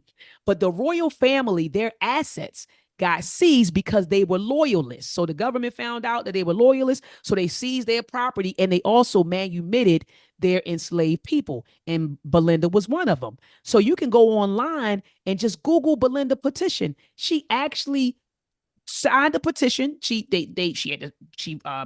petitioned the government for what we would consider now reparations, and she did it multiple times. And so this woman is really, this is the first known case of a free person obtaining financial reparations for slavery. You also have another sister, Kylie House. She started an entire movement. She helped to found an entire movement called the National Ex-Slave Mutual Relief Bounty and Pension Association. And she was able to get over 300,000 members who actually paid dues. And so this was the first mass reparations movement that was led by us in this country. Now they did get her for mail fraud and they imprisoned the Dr. Watkins, but people sued, I just want people to know that it's doable, that we can do it, because you have a lot of folks, Doc, who don't feel, they have that self-defeating mentality. Oh, we're not going to do it. We can do it. And then you had other groups of people, who got reparations. There was other groups of people. You had the Japanese, the Native Americans. You had the survivors of police abuses in Chicago, victims of forced sterilization, the Black residents of Rosewood in Florida, they got reparations. So it's possible we can get it. So to answer your question, Doc, because your initial question, you said, what are reparations? And, just defining it, what is it? And why should we get it? Why should we get it? And the definition that I take is from Dr. Darity, Dr. Sandy Darity in his book. Yeah. Oh man, I got his book on my shelf, Doc. And I was trying to get my Never little I books never met together. him, but I've admired his work for a long Oh, time. what was the name of the book? I feel so bad. Oh, From Here to Equality. From Mm. Here to Equality, reparations for Black Americans in the 21st century. And I hope I didn't butcher it. Family, throw it in the chat. Google Dr. William Darity's book. Throw the correct title in the chat if Dr. Ma'at butchered it. But I feel like it's From Here to Equality, reparations for Black Americans in the 21st century. And he talks about how reparations is redress, is repair from the atrocities that occurred. Dr. Watkins, that's what it is. And it was a lot of things that happened. It's not just slavery. I know a lot of people like, oh, it's slavery. It's not just slavery. It's slavery and everything that came at it. It's slavery. And as Dr. Claude Anderson says, it's semi-slavery. Jim Crow was semi-slavery. It was slavery. Then you had systemic racism. You had policies that were passed that created this enormous racial wealth gap. So Dr. Darity says, man, reparations should close the racial wealth gap. So whatever number, and I'm not talking about in the thousands, Dr. Watkins, because some people want to call a reparations program, Dr. Ma'at, in California, they're giving people $1,000. That's a reparations program. That's not a reparations program. Oh, Dr. Ma'at, they're giving some citizens over here $500. That's no, a reparations program should be designed to close the racial wealth gap that exists between Blacks and whites. That is an effective reparations program. It has to close the racial wealth gap that exists between us and them. And we're talking trillions of dollars, Dr. Watkins, not thousands, hundred thousands, not millions, billions, but trillions of dollars. Seems like you want to jump in there, Doc. No, I mean, let me jump in on that point. My conclusion on this, Dr. Mott, is that that's a big part of the reason that our reparations case is seen so differently by the world, not just because I'm just convinced that the world just does not like Black people. We we love everybody else. We give them our money, give them our votes, and don't ask for nothing because we try to be accepted so badly. But I don't think they like us very much. But on top of that, if you compare the amount of money that they owe us, if you compare it to what they gave the Japanese, or even compare it to what they gave the Holocaust survivors, it's of in many orders of magnitude higher. It's an amount of money that would be about a third of the national debt. I think that the national debt's 37 trillion, and we really are owed about 14 trillion. That's the estimate that I've seen, and so I think that that's part of it too. Is that the amount is just so massive that they're like, what the hell are we gonna do with this? What are we gonna do with this? And but that doesn't mean we don't have the conversation. We don't keep pushing the issue. And Absolutely. one of the things that's interesting, I'd like to get your take on this, is I think critical thinking skills from people like yourself and others is important in this discussion because they're gonna come up with some BS. When they finally submit, they because you see in California, the folks out there in California ain't playing. They are No, not. Shout out to the Black people in California. They are getting in these absolutely. politicians' faces. They are telling them we're gonna take your vote. And actually, this week, Dr. Cornel West is going to be on here on Monday, I believe. I Beautiful. just his wife texted me. I think it's Monday, and so the movement's kind of happening. And I think that to your point, I'd like to get your thoughts on this. Mhm. Critical thinking skill is important because we have to really sort of be clear about what we really want. You know, I think really people like yourself have to be involved in the conversation. People like a Dr. Claude Anderson, I'd be happy to contribute. Sandy Absolutely. Darity and others, and you know what but they're not going to do that. Well, if it or they finally start having that conversation, they go say, "Okay, Al Sharpton, what do you think we should do for Black people?" And that's not appropriate. Can I get your thoughts on some of that? Absolutely. And right now we're hearing all kinds of proposals. I know that Kamala's pitching her opportunity economy. I'm not clear on what Donald Trump is proposing, but I I think know he had that the there. platinum plan. Oh, so he's still doing it. He's promoting the platinum I plan, don't know if Doc. he's still promoting the platinum plan, but I imagine that comes with a free grill if you want to get a new grill like Dame Dash or something, you know. But Yeah, so absolutely. So they're coming with these plans, and I'm such Doc, I'm telling you, you're reading my mind. Everyone in your class who this is a finance class, please get the color of money, Black banks in the racial wealth gap. And I know when I go like this, because of the screen, it looks like the words are in reverse, right? But it's called the color of money, Black banks in the racial wealth gap. Because a lot of the stuff that they're proposing, Dr. Watkins, they've been doing this stuff since the 1800s. A lot of the stuff, oh, we'll give you a community bank. Oh, we've been down that road before mm, with community banks. We've been there. So a lot of the stuff that they're proposing, we've been there, done that, and it end up, we end up not becoming the beneficiaries. Everybody else benefits but us. And that's what's happening. So you have to apply critical thinking to these policies that they are proposing because they're really slick, Dr. Watkins, with the language. So mm. they'll say, well, we know that, and I'm not going to say any names because I know you said you didn't want to make this a politically charged discussion, but they'll Well, say things like, oh, well, Freedmen's Bank, even though, it was, created, for free, formerly enslaved people, we want to open it up to everybody. And they'll start talking about yeah. minorities. And before you know it, everybody's benefiting from something that was created for us. And see, Mhm, that's when critical thinking comes into place. We got to be able to carefully analyze these policies and how they are going to impact us directly. And when you mhm, start reading the fine line, you say, this is not a good, it sounds good on the surface. And I don't want to get mhm, into other policy, $25,000 down payment. It looks good on the surface, but when you start reading between the lines, and again, that's your critical thinking kicking in, you say, okay, mhm, this is not really a good policy. This is not a policy that's going to impact Black people the way they think. This is really going to impact middle class, not the working poor, but the middle class or upper middle class, or it's really going to impact, other minorities, right? The mhm, immigrants that are coming over, the migrants that are coming over, not non-Black people. And so you start seeing that when you critically think, when you critically analyze these policies that they are proposing, Doc. mm. Well, Dr. Oyamad, I'm gonna keep saying your name because I want everybody who's coming in late to know who I'm talking to. Um, so that's a good point, Dr. Mott. And one point that you made that I thought was interesting is you talked about how the whole conversation on reparations has been racialized. Yes. What do you mean by that? It is now become a Black thing. When people think about reparations, they have racialized reparations. They think that it's a Black thing. If you talk to see a lot of people talk about how we have been miseducated. They have miseducated us, and we start talking about the miseducation of the Negro. I mean, miseducation of the Negro, right? By Dr. Mm, Carter G. Woodson. They have miseducated us, but we have to understand that white folks they're just as miseducated as we are.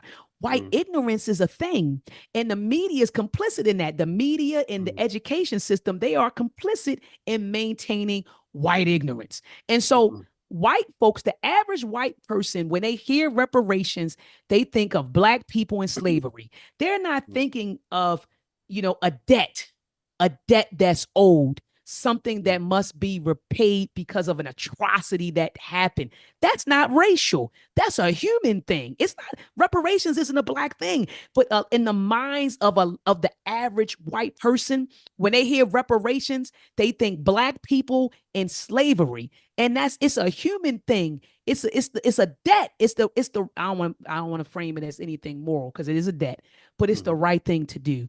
And it's a debt that's owed that must be repaid. It must be paid. And so that's what I meant when I said, Doc, they've had racialized reparations. So to the point where in the minds of white folks, they think it's a black thing and it's a slavery thing. No, it's a debt and it's a redress, it's a repair thing. That's what it is. And so that's what I meant by that. And I wanted to say something that I did not mention earlier when I was talking about why we're old. I mentioned slavery, I mentioned Jim Crow, I mentioned systemic racism. And because of all of those things, we in the Black community, um, we lack transformative assets and Mhm. we also lack parental welfare. This was a book that really helped me understand what is going on, the condition of us, why we are what we are. It's called The Hidden Cost of Being an African American, How Wealth Perpetuates Inequality. This book is a Mhm. must read. And what it helped me to understand is that literally because of the color of our skin, because we are Black Americans, when we're born, we're born with a cost. It's a cost associated with being a Black American. That means that more than Mhm. likely in your family, you don't have transformative assets and you probably don't have parental welfare. Now, let me define real quick, Dr. Watkins, what I mean by transformative assets and Mhm. parental welfare. It says right here, says to get a better analytic handle on this phenomenon, he said, I will use the concept of transformative assets, inherited wealth lifting a family beyond their own achievements. I'm going to say that again. It's wealth lifting a family beyond their own achievements. See, a lot of white folks, and in this book, I saw it, a lot of white folks, that in terms of income, they make what we're making or less. But the difference between us and them is that they have transformative assets. So they might be living in great grandma's house or great granddaddy's house that's paid off. So guess what? They don't have a mortgage. They're just paying land taxes and utilities. When it's time for their children to go to college or their children to buy a house, they can just grab the equity out of grandma and grandpa's house. Mhm. Mhm. Average Black family does not have transformative assets that we can use to do things like that. And then Mhm. also parental welfare. Let me define real quick what parental welfare is and give thanks to my mother. I got a lot of that parental welfare growing up. You know, my mother, she struggled, she did, but she was, here it is. I think it's page 61. Hold on, Doc. I want to get the right definition for parental welfare. Yeah, parental welfare. It says, well, they call it parental wealth. So it says the name of the chapter says parental welfare, but it says parental wealth. The parental wealth measure captures the capacity of parents to give their children a head start on life. So being Mhm. able to buy your child a car, give them a decent savings account, some stocks. And you talk about that a lot on your platform, Dr. Watkins. And I've been Mhm. listening to you over a decade. That's why my son Jalen to this day has stocks. He's on Robinhood. He has over Nice. 250 shares of stocks and he's 14 years old. And I Nice. did that because of listening to you. That is parental wealth. Okay. Okay. The measure, it says, is a measure that captures the capacity of parents to give their children a head start on life. A lot of us did not have that. My mother did not have that. My grandmother was born in 1933. And during that time period, Black women could do two things: domestic work or be school teachers, right? And so Mhm. my grandmother was a domestic worker. She dropped out of school in the fifth or sixth grade. She worked on what she called the tobacco farms in Sumter County, South Carolina. That's where my maternal lineage is from, Sumter County, South Carolina. So she worked on what we say the tobacco farms. And so she had to do that, and she did not graduate from high school. She ended up relocating. She was among that great migration that took place between 1915 and 1970, those Blacks that left out of the South and they went to different places. And she was among, I think, the second wave of the great migration. She ended up in Baltimore and she used to clean the homes, my mother said, of Jewish people. She would scrub their homes for work. And then she ended up getting a job working in the laundry department at Shepherd Prayer Hospital. So my grandmother she could not give her 7 children parental wealth, but what she did was make sure that all 7 of them graduated from high school. And then my mother went on to become a teacher. And one day, she actually taught her mother how to read and write. So my grandmother could not give her the parental wealth, but she gave her the guidance, the wisdom, and the knowledge to get ahead. And in turn, my mother was able to give me some parental wealth, which is why, and my father, which is why I'm sitting here today. But that's what happened with us, Dr. Boyce Watkins. So in our families, we lack a lot of us, the average Black family, lack transformative wealth, transformative assets. And we also lack parental wealth, a parent being able to give their children 20, 30, 40, 50,000 for a down payment. And I always say this, and I'm going to land my plane. The baby boomers, give thanks. This is the largest wealth transfer ever. The baby boomers were the first generation. They got their homes. A lot of them, their homes are paid off. They got pensions. They're retiring. They said that this is the largest wealth transfer in American history. So if you're not tied to a boomer that has these things, then what will become of you in years to come? I'm going to land my plane. I love it. I love it. I hope y'all understand why I was so happy to bring Dr. Maat in here. Give her flowers because that's such valuable information. And you're right, that wealth transfer is happening now. The boomers, it's actually starting as a wealth transfer from men to women because men we don't take care of ourselves and we end up croaking and then we give our money to our wives. And then it's going to be a transfer from the boomers to Gen X. That's our generation. Right. And it's in the trillions, the absolute trillions. So women, I think, will have probably more economic power than they've ever had in history, which I ain't nothing wrong with that. And then also, whenever there's a wealth transfer, whenever money's moving around, there's opportunity there, there's possibility there. And one thing that's interesting, Dr. Maat, when you talk about things like reparations, is sometimes I'll be walking. One time I was walking through Denver.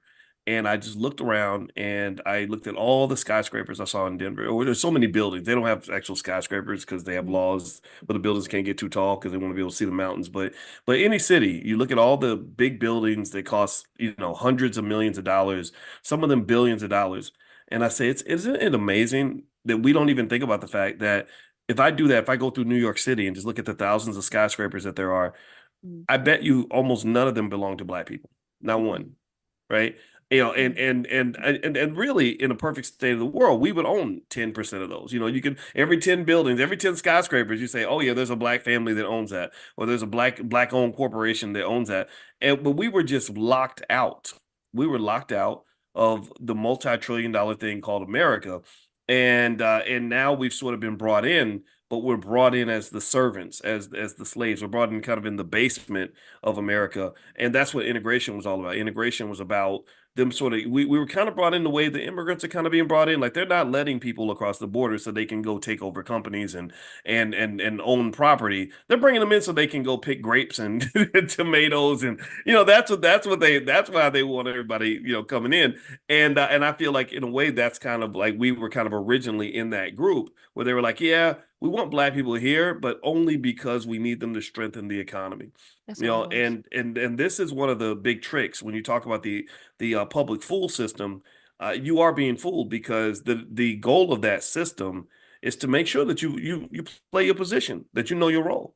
When I mentioned earlier that the world doesn't like Black people very much, I don't think they always dislike us. I think they like us as long as we know our place. Absolutely. Right. If you're a Black man and you showing up as an athlete, a comedian, or some toxic rapper that's rapping about murdering Black people, oh, they're gonna love you. They'll give you lots of money and tell you how great you are.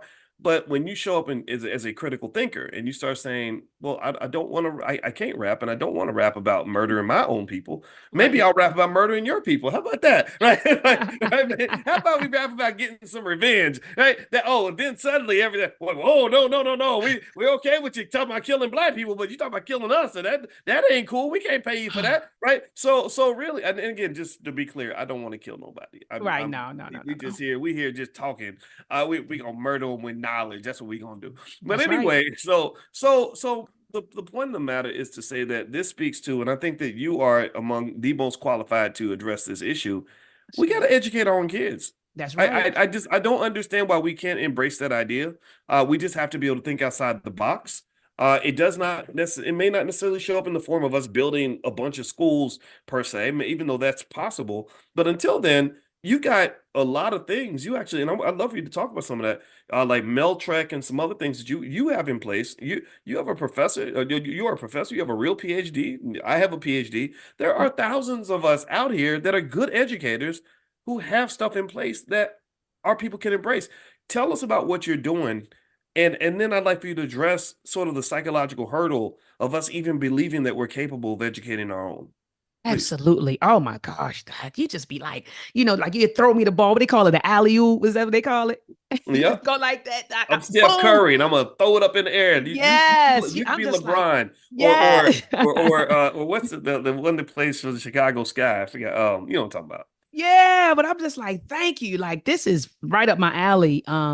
Yeah, educate. We have to educate our babies. Right now, 83% of teachers in the public school domain are white. What is that saying? That's saying that the responsibility and of the development of the mind of black children are in the hands of middle class white women. I want you to think about that, Dr. Watkins. 83% of school teachers are white middle aged women. What does that mean? That means that the future consciousness of us, black people, is literally in the hands of white women. And you all should read the book, They Were Her Property by Dr. Stephanie Rogers. Oh boy. Anyway, in the hands of white women. And so we had to take ownership of developing the consciousness of our children. That's their education. Education, see, a lot of us think it's just something that you get, it's the passport to a great future. It's just something you get. Man, when you educate someone, you're socializing this individual.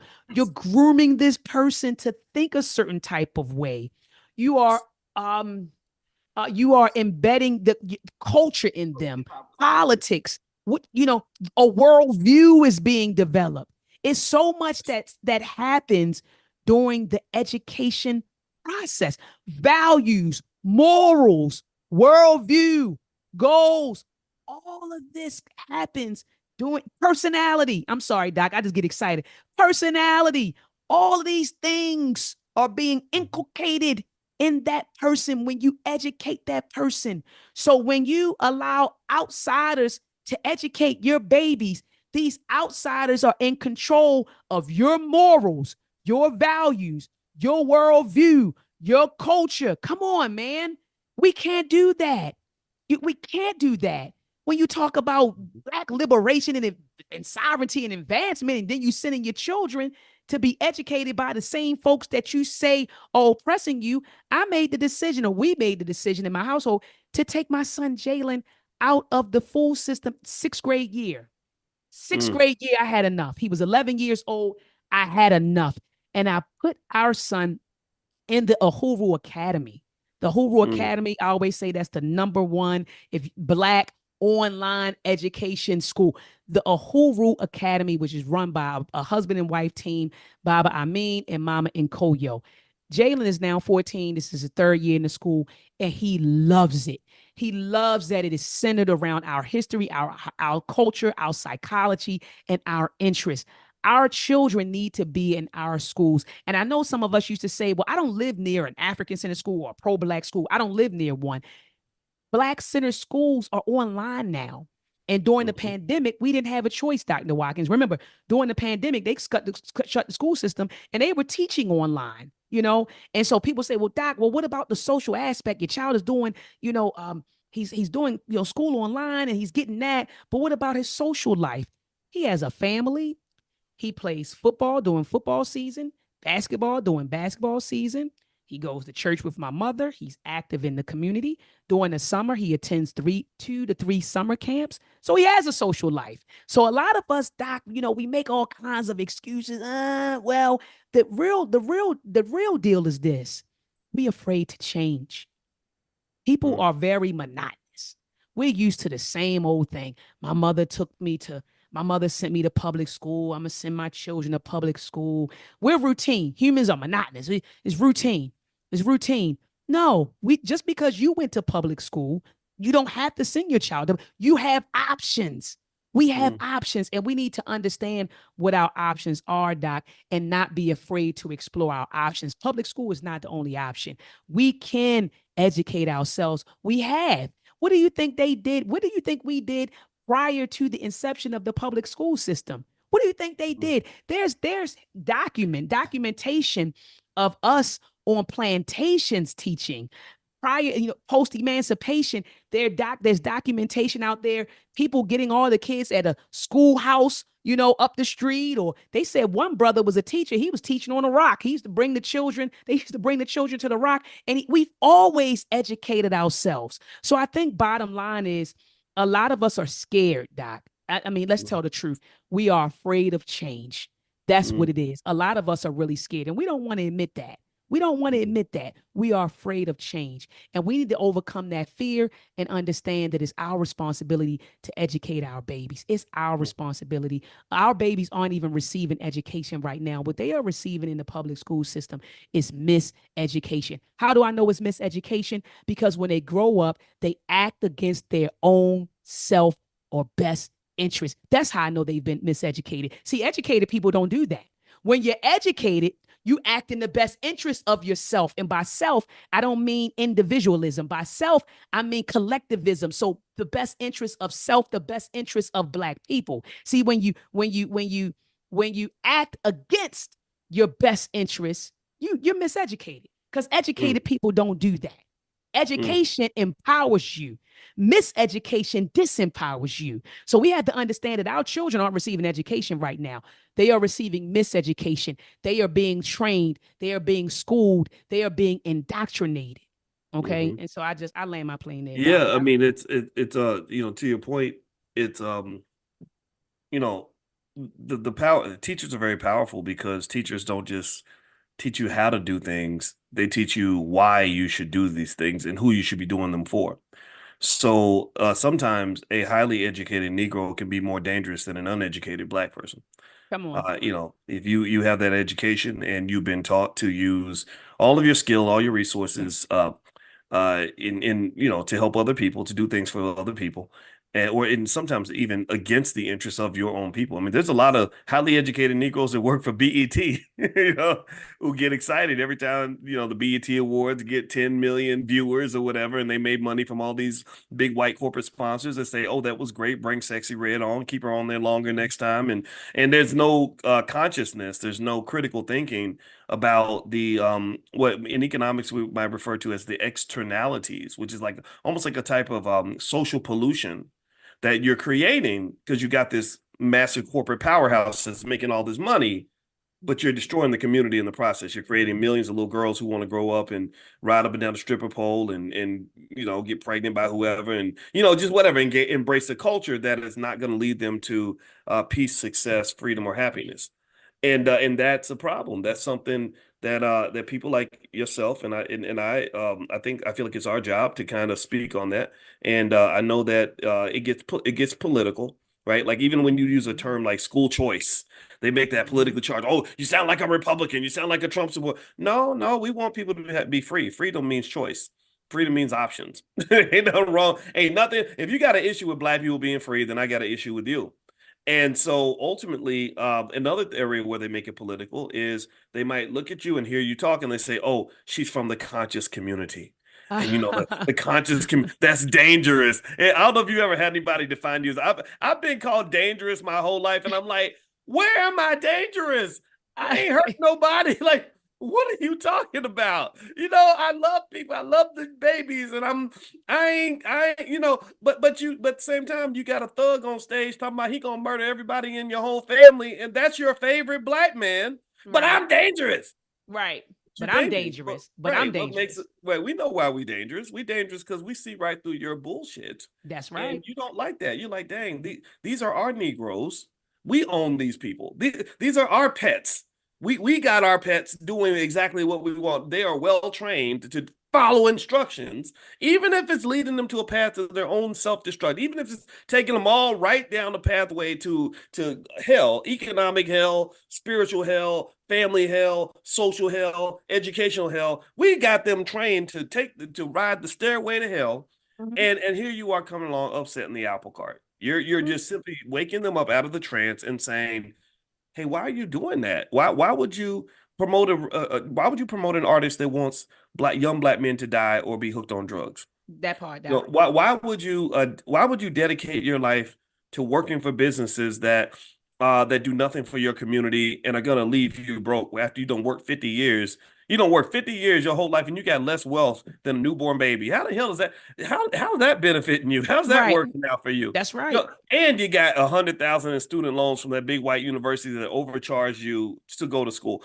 So my thing is, it's a war. It really is a war. Yes, it is. And I'll say that I love the fact that I got some fellow soldiers out here like yourself, and everybody in this Absolutely. room is Absolutely. is, is in this battle, and all of you. I know that it takes a special kind of person to participate in conversations like this, because let's just be clear, this is seen as radical. And I'll tell you something. It is. It really is. Well, I'll tell you something, Doctor. When I was on the faculty of Syracuse, I remember that was when I met Dr. Claude Anderson in 2006. Hmm. And I remember our first conversation, I think I said it was at the Black Family Conference in Louisville, Kentucky, my hometown. And I remember just kind of talking to him, and I said, yeah, well, you know how it is when you start being pro-black, they call you radical and everything else. And he said, ain't nothing wrong with being radical. He said, you're supposed to be radical. He said, that's good. That's a compliment.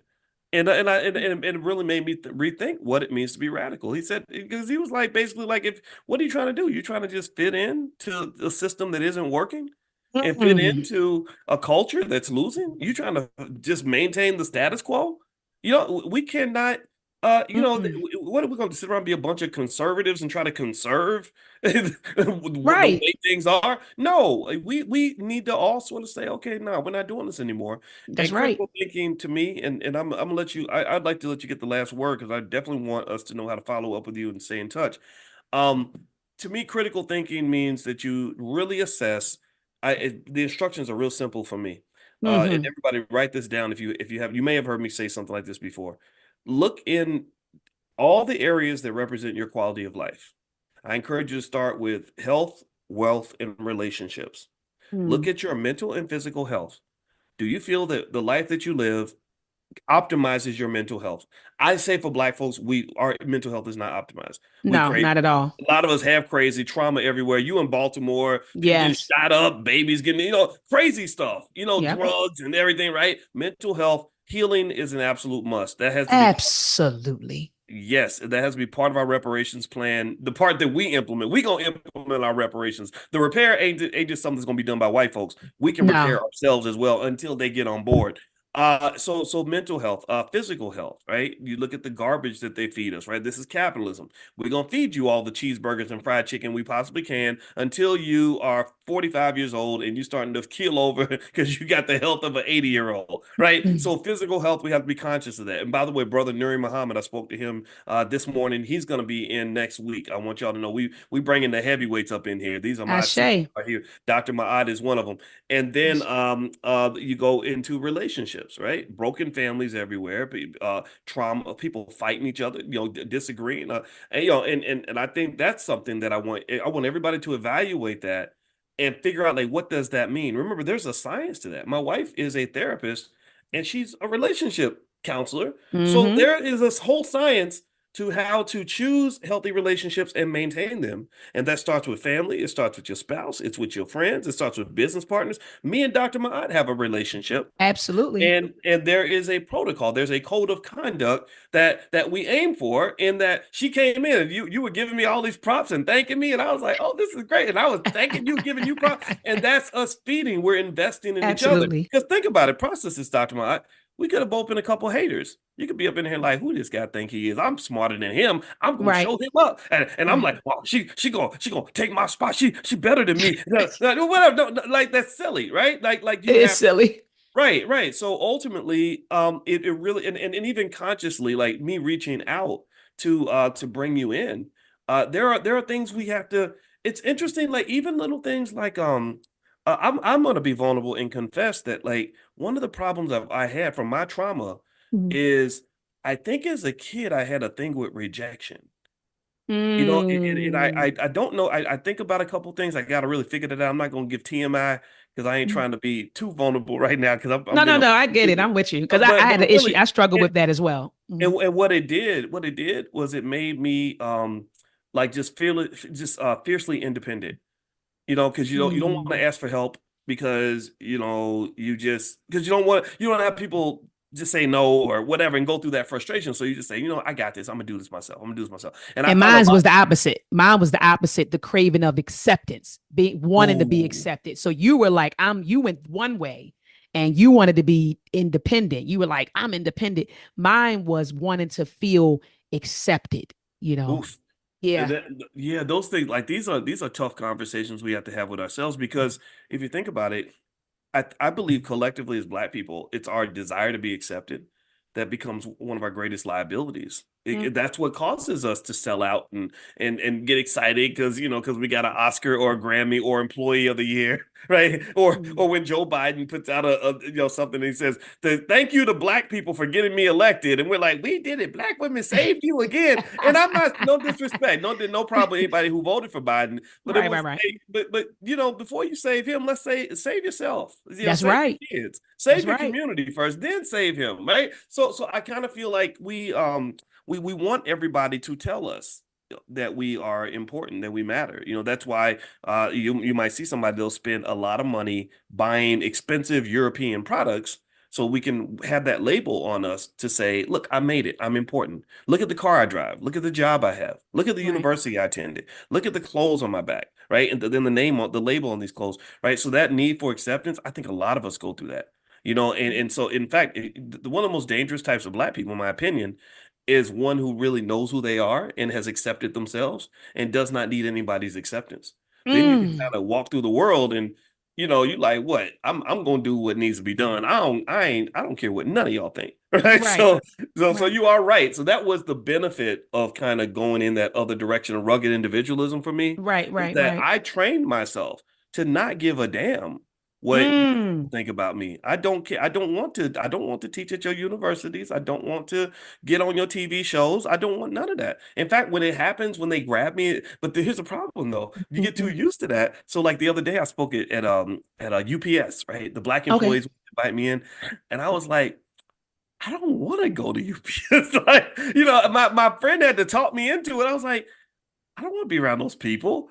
But that's the lack of balance though. That's the downside of that extreme. And what I really would like is just to be balanced, where you're not carrying there's so much baggage that comes with being Black sometimes, Absolutely. and the last area I'll throw in there, and then I like Dr. Maat to take us out is in terms of measuring your quality of life. We talk about health, wealth, and relationships. So we talked about health and relationships, and y'all know what it is when it comes to wealth. We got you.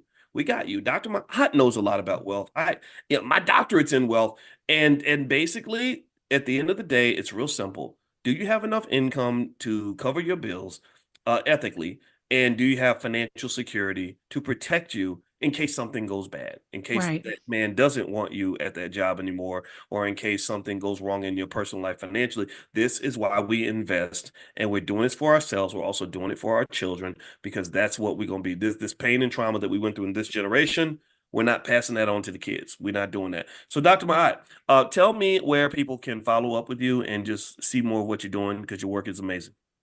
Before I do that, Doc, I want to give you your flowers Doc, I'm telling you, you are a brilliant and amazing brother. I've Wow. learned Thank you. so much from listening. I've been listening to you over a decade now. And let me tell you real Wow. quick, just being candid about something. You were promoting Bitcoin years ago. This was years ago. But you were promoting it. I think it was like barely like $3,000. And I kept hearing you talk about it. He was like, I'm telling you, just get a share. And I was like, man, I don't really got the money. I called my auntie up.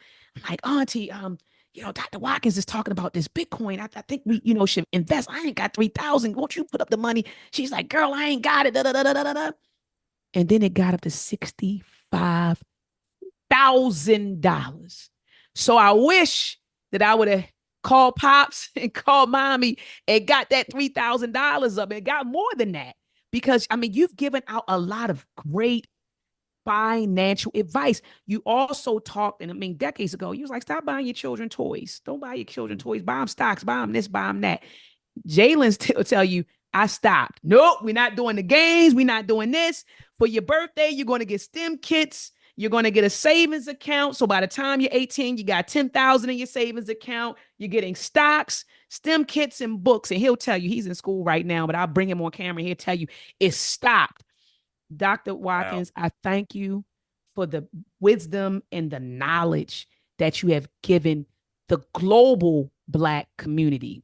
This stuff, the stuff that you're doing is global. Wow. You got brothers and sisters listening to you around the world. And I just want to say publicly, I thank you for who you are and what you mean to us. You know what I mean? You mean a lot Wow. to us. And you've been stomping for Black wealth.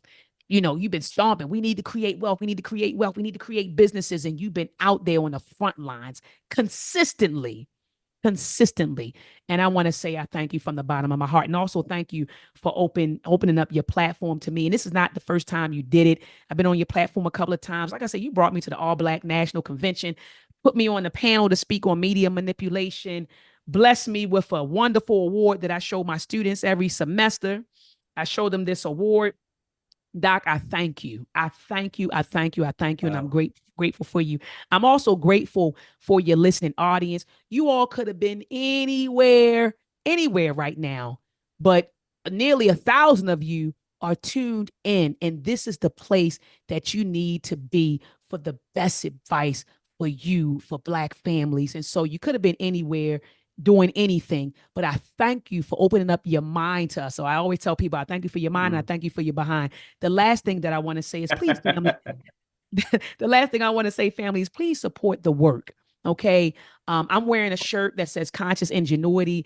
This is a pro-Black, Black-centered STEAM program that was designed to make sure that our children are prepared to successfully matriculate through these programs when they get to college, through a STEM program, even STEAM programs, just preparing them. So make sure that you get your child enrolled in Conscious Ingenuity. You can go to consciousingenuity.com. And Doc, I know you have the link, so you'll put them in the video.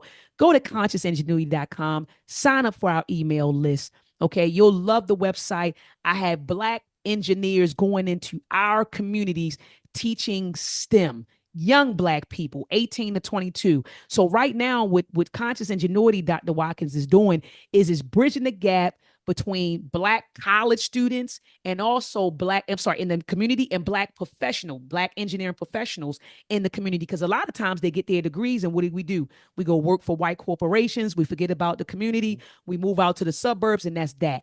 Right now, we're bridging that gap. I have students who are working at Northrop Grumman, students who are down. I have one student, he's getting trained in Mexico, but they're in industry. And you know what? They teach for Dr. Ma'at. Even to this day, they teach and they go into the community. So we're bridging the gap to make sure that our children are prepared. So support Conscious Ingenuity. Also, family, support the Meltrek program. Please go to Meltrek 365. Support the Meltrek program. We actually just dropped our third film, Meltrek Exploring the Ma'afa Part 1, The Arrival of the Portuguese. Meltrek is a series that is teaching Black history from a Black perspective. And it's an animated children's series that's doing that. So we're targeting the babies, making sure we teach what we call corrective history. Lastly, family, make sure that you get your son enrolled in the Asafo training camp, and your daughter enrolled in the Agoji training camp. These are camps that focus on critical thinking, the development of critical thinking skills, and also character and leadership skills. So make sure you get your baby enrolled in what I call all of these youth empowerment programs. With that said, thank you so much, Dr. Watkins, for having me. Peace. And I always say Black excellence, peace and Black excellence. Yes. Yes. Well, by the way, everybody, I put some links in the chat for you all to take a look at. And also we will bring this back so that everybody can get a chance to take a look at this. And also, what is your Instagram, Dr. Mott? It's Did, Dr.Maat underscore. So Dr.Maat underscore. That is my yeah, IG. And also, family, check me out on my YouTube channel, Dr. Maat. All you got to do is go to the search engine, type in Dr. Maat, and it'll pop up. So make sure you check out my YouTube channel. all right. And you'll see her name on the screen. So give me a quick yes if you're going to go and follow or support something. Let's be conscious and let's be clear. Just give me a yes. Again, you could buy something if you want to, but if you can't, at least you can pay attention. If you can't pay money, just pay attention. Because and the reason it's important, the reason I'm consciously asking you all to put that yes in the chat is because it's not easy to get the attention of our people if you're not into like foolishness and silly stuff and Right. destructive stuff, right? And so again, I had no problem with the rappers that have 20 million followers that they're where they talk about their baby's mamas and who they shot yesterday or whatever it is that they might Right. talk about. That's fine, they can do what they're going to do, but I really think that we got to bring our scholars to the table. You have thinkers in your community that are really doing great work, that are deeply committed, and Dr. Maat's one of them. And I would say thank you, Dr. Maat, for coming in and hanging out with us. It Thank was you it was so a much, pleasure Doc. having you here, I and we will appreciate do you. this again. And everybody have a great day. And I don't know about y'all, but I'm feeling good and black and strong. Same here, And Doc. Same yes, here. yes. And also tonight, Constance Carter. You all have met Constance Carter. That's another person that we partner with who's extraordinary in real estate, stuff like that. She's doing another free event tonight at 8 p.m. for those that are interested in multifamily property, stuff like that. So I'll text that out to you as well. So have a good day, everybody. And don't forget, if you want to get on the text list, if you are not on there yet, text the word morning, MORNING, to 87948. Text morning to 87948 so that you can remain connected. We'll bring you into the private Zoom and we can do this. We do this every single day, 7 days a Wow. week, 10 a.m. Eastern.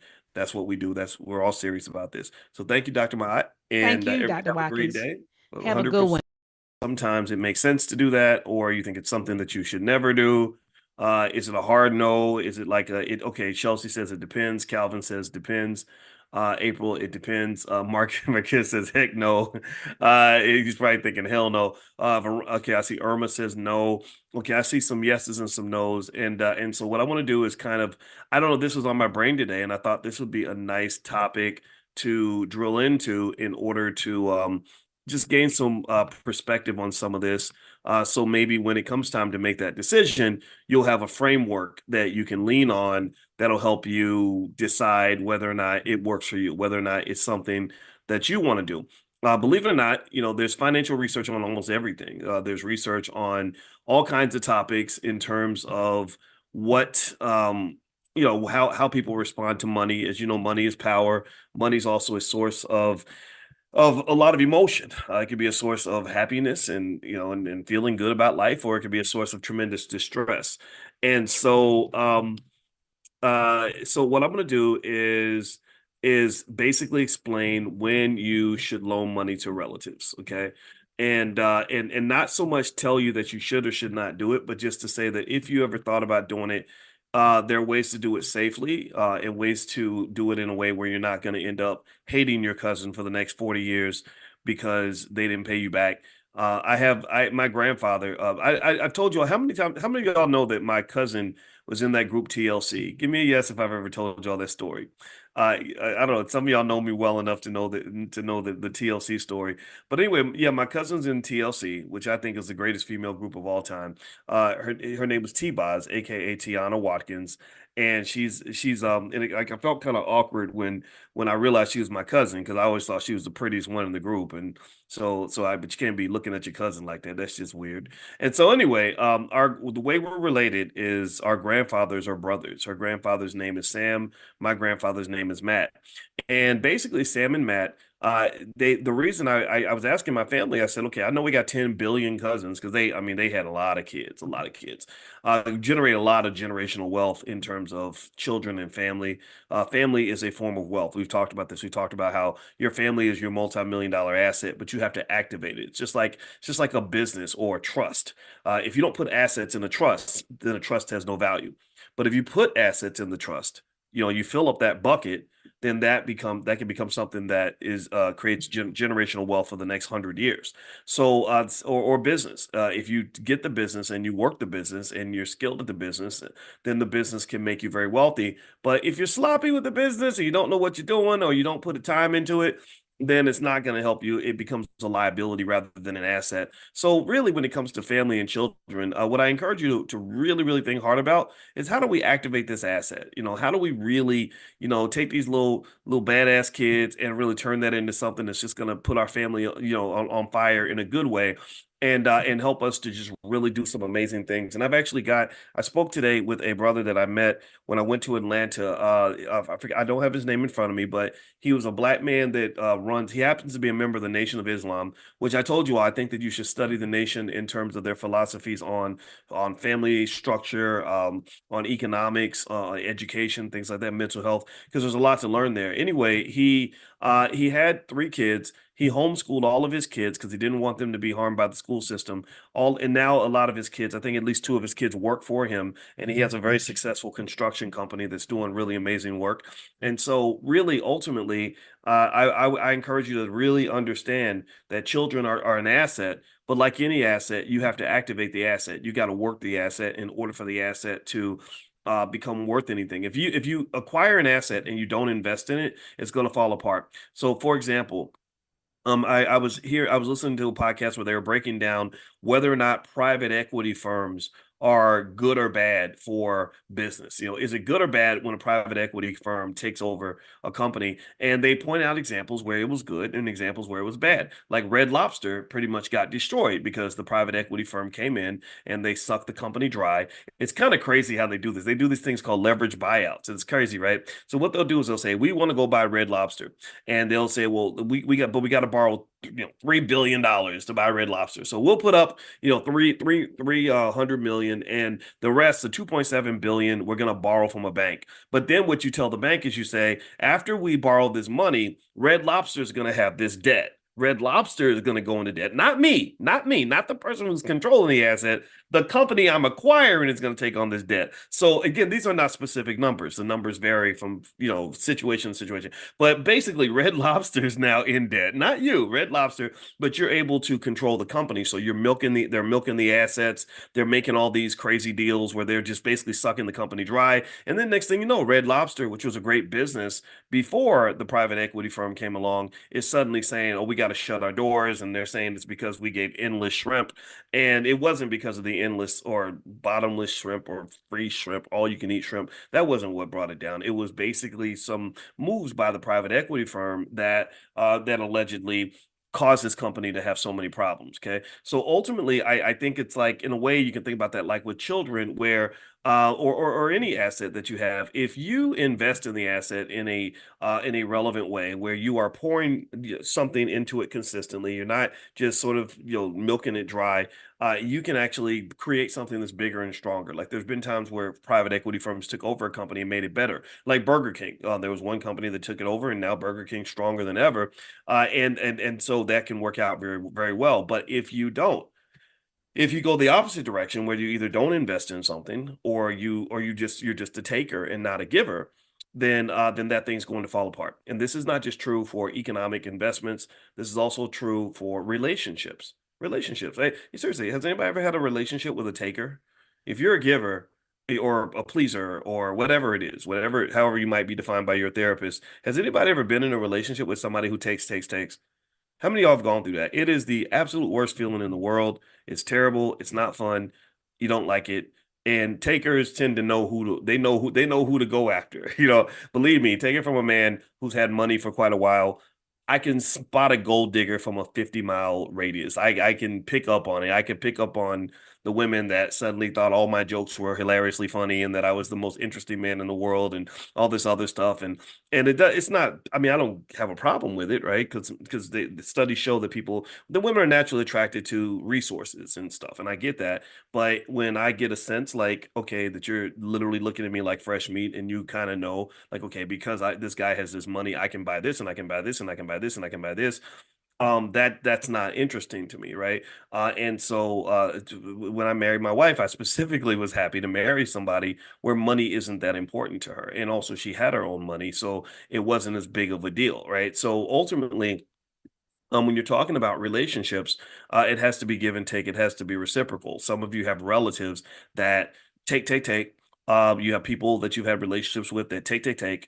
And those sorts of interactions don't tend to work. They're not sustainable because you can't take from something forever without replenishing what you take.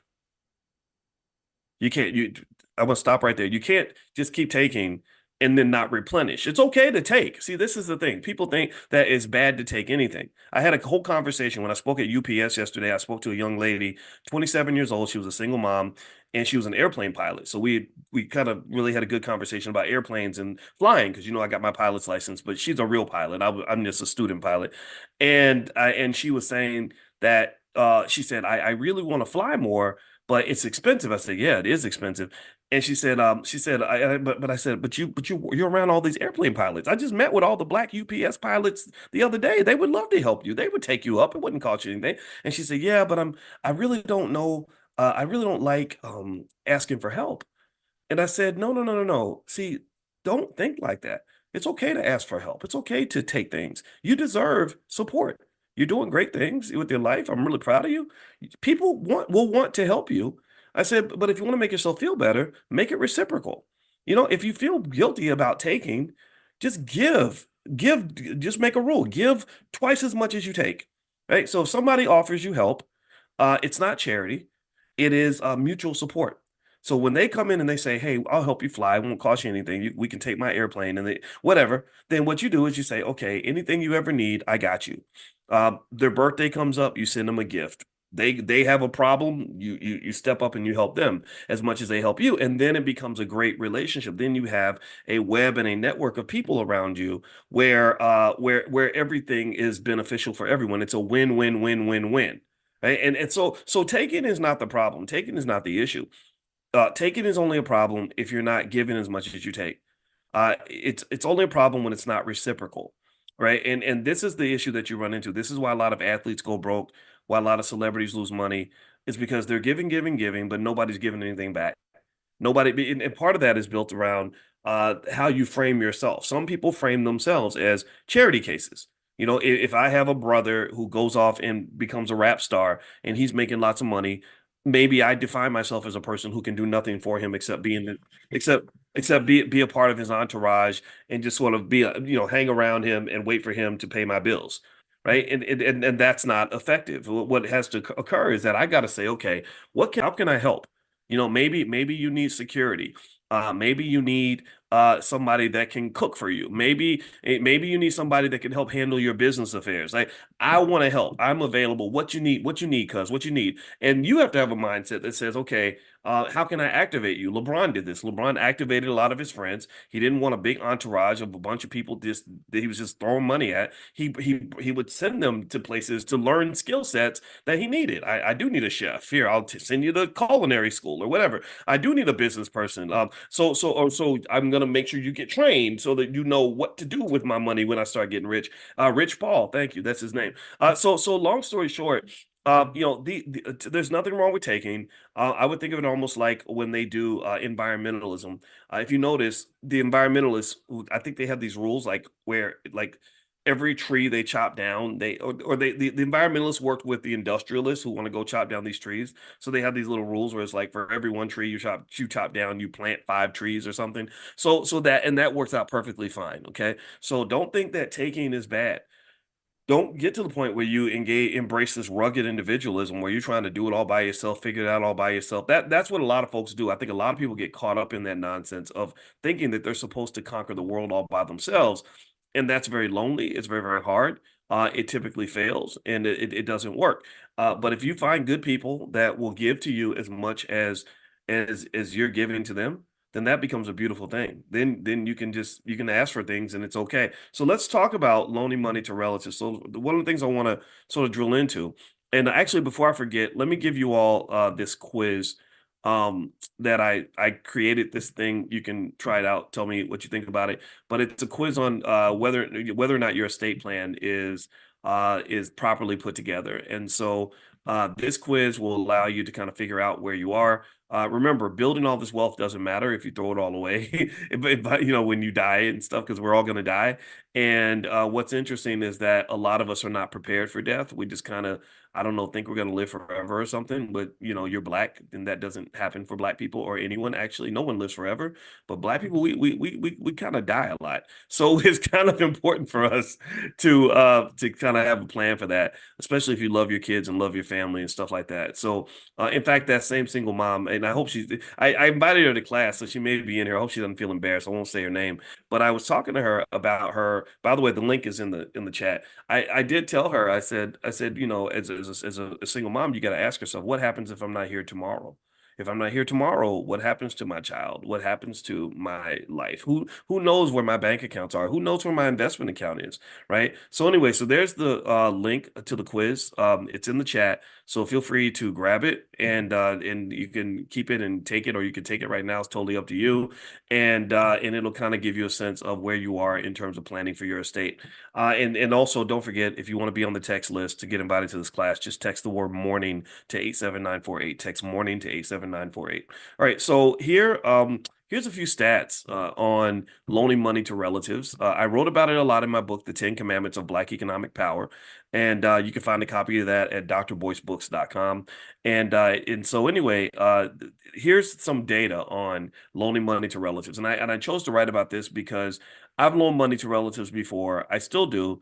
And sometimes it hurts your feelings. It really does. Sometimes it's like, damn it, like who built these people that think they can borrow lots of money from you and just never pay it back? Like who created these childlike individuals? I call it childlike. It's a form of what I refer to as economic immaturity, because you don't understand. You're not grown enough to understand that that person who loaned you that money, they need their money. Like, what makes you think that you can take from other people and they're going to be okay? Like, who defined you to be the 30-year-old kid in the family? You're in your 20s, you're in your 30s. It's okay to ask for help. But when you ask for help and then you don't do what you say you're going to do, you don't pay back the money that's owed, somebody has to pay that price. In economics, we have a term that says or a phrase that says there's no such thing as a free lunch. And that means somebody's paying for that. So the idea that you think that you can take and not give anything, and that somehow it's going to magically get covered for or taken or sort of fixed by somebody else pretty much means that you have what I refer to as a form of economic immaturity. Because economic immaturity is where you're thinking like a child. Children do that. Children are like, I'll make a mess. Somebody gonna pick it up. Children think like, oh well, I need new toys. Somebody's gonna buy it. Not me. Not me. I mean, I just a little kid. And you get these like 35-year-old versions of little kids. Like, I just a little kid. I gonna borrow money. I just gotta pay. I can't pay it back. I don't have no money. Right. So when you don't solve the problem, you're handing the problem to somebody else. And part of what creates challenges in a lot of our families is that, again, you got these grown ass kids, 45 years old. Hey, yeah, I can't, I'm just struggling, cuz I can't come up with nothing. No, that's not appropriate. Because if everybody thought the way you think, then everything would fall apart. Everything will fall to shit. It really goes deeper than that. Even goes, to the point of somebody making a baby and just being like, oh, well, my baby's mamas, they got it covered. They holding it down. They're holding it down because your weak ass can't hold nothing down. Like, that's what they're doing. They're holding it down so you can go play like a child. And they're the ones who figured out how to go pick up the baby from school, how to take care of the baby when they sick, how to go buy an extra pair of diapers or a set of diapers that the baby needs. I mean, it's crazy to me. And it's not just men, right? It's everybody, right? So it's not just gender specific, but it's a mindset. It's a mindset that says, I am not without accountability. I can add no value to anyone else's life. And if I do have the ability to do something good for the world, I'm going to do it for me. Right? I'm going to do something that's going to give me pleasure or allow. I'm going to go buy me a new pair of Jordans, knowing that I owe my cousin $400 that they really needed when they loaned that money to me. That is a mindset. That is psychological. That is 100% in your brain, because there are other people who think in the completely opposite direction. There are people who say, "Gosh, I know you really need your money. I borrowed it from you. I'm going to get it to you as soon as I can. Even if I can't pay it right away, I'm going to do everything I can to try to make this right. I'm going to be accountable to you because I understand my role in the ecosystem. I understand my position on the basketball team. If I don't get the rebound, if I throw the ball out of bounds, or if I can't hit the open shot, then the team is going to lose. You understand? Because remember, your family is your team. Your family's your team. And a lot of your teams are losing because your players don't understand their position. They're not playing their position. They're not playing their role. You're passing the ball and they're asleep on the bench. Or you're waiting for them to play defense with you. You're playing defense all by yourself because they at the club getting high or something, right? So ultimately, this all is a mindset, and this is something that is detrimental. It costs the Black community trillions of dollars. There's so many different reasons that this horrific ecosystem does come into existence, because it's one of these things where you can't sort of isolate the blame. You can't say, well, it's because of these men or it's because of these women, because remember, a lot of these men were raised by women. So you can't say it's just the men, and you can't say it's just the women, because a lot of the women are abandoned by the men, right? And so and I believe that men, we have a certain type of power, and we do set a standard. So if we don't set the standard the right way and show up in the best way we possibly can, then guess what? Everything falls apart. This is where I become the old school Southern black man. I'm not politically correct. I don't give a shit about being politically correct. I believe that the man is the tent pole of the tent. I believe that the father, the man, you got this thing in your body called testosterone. You've got these big muscles and all this, and these other things that give you special skill sets nobody else has. And I believe that you set the standard. You are the tent pole of the tent. So if the tent pole falls down, the whole collapses on everybody. If the tent pole is flimsy, then the tent cannot withstand the storm. If the tent pole is short and tiny, then the tent's not going to be very high. So one of the things that I talk to our son about all the time is I say, look, man, you're the tent pole. You're the leader. You set the standard. You're 6 foot. He's 6'9", by the way. So he's not my biological son. I am not capable of creating a child that's 6'9". His father's a wonderful man, but I spend a lot of time with him in the house. I'm his bonus dad, and I love that role. I'm honored to play that role. And I just remember talking to him and saying, look, man, you're 6'9". You're very smart. You're a natural leader, and people sort of follow suit based on what standard you set. So in my view, when you see women around you that need help, you're supposed to step up. You have to be reliable. You have to be sturdy.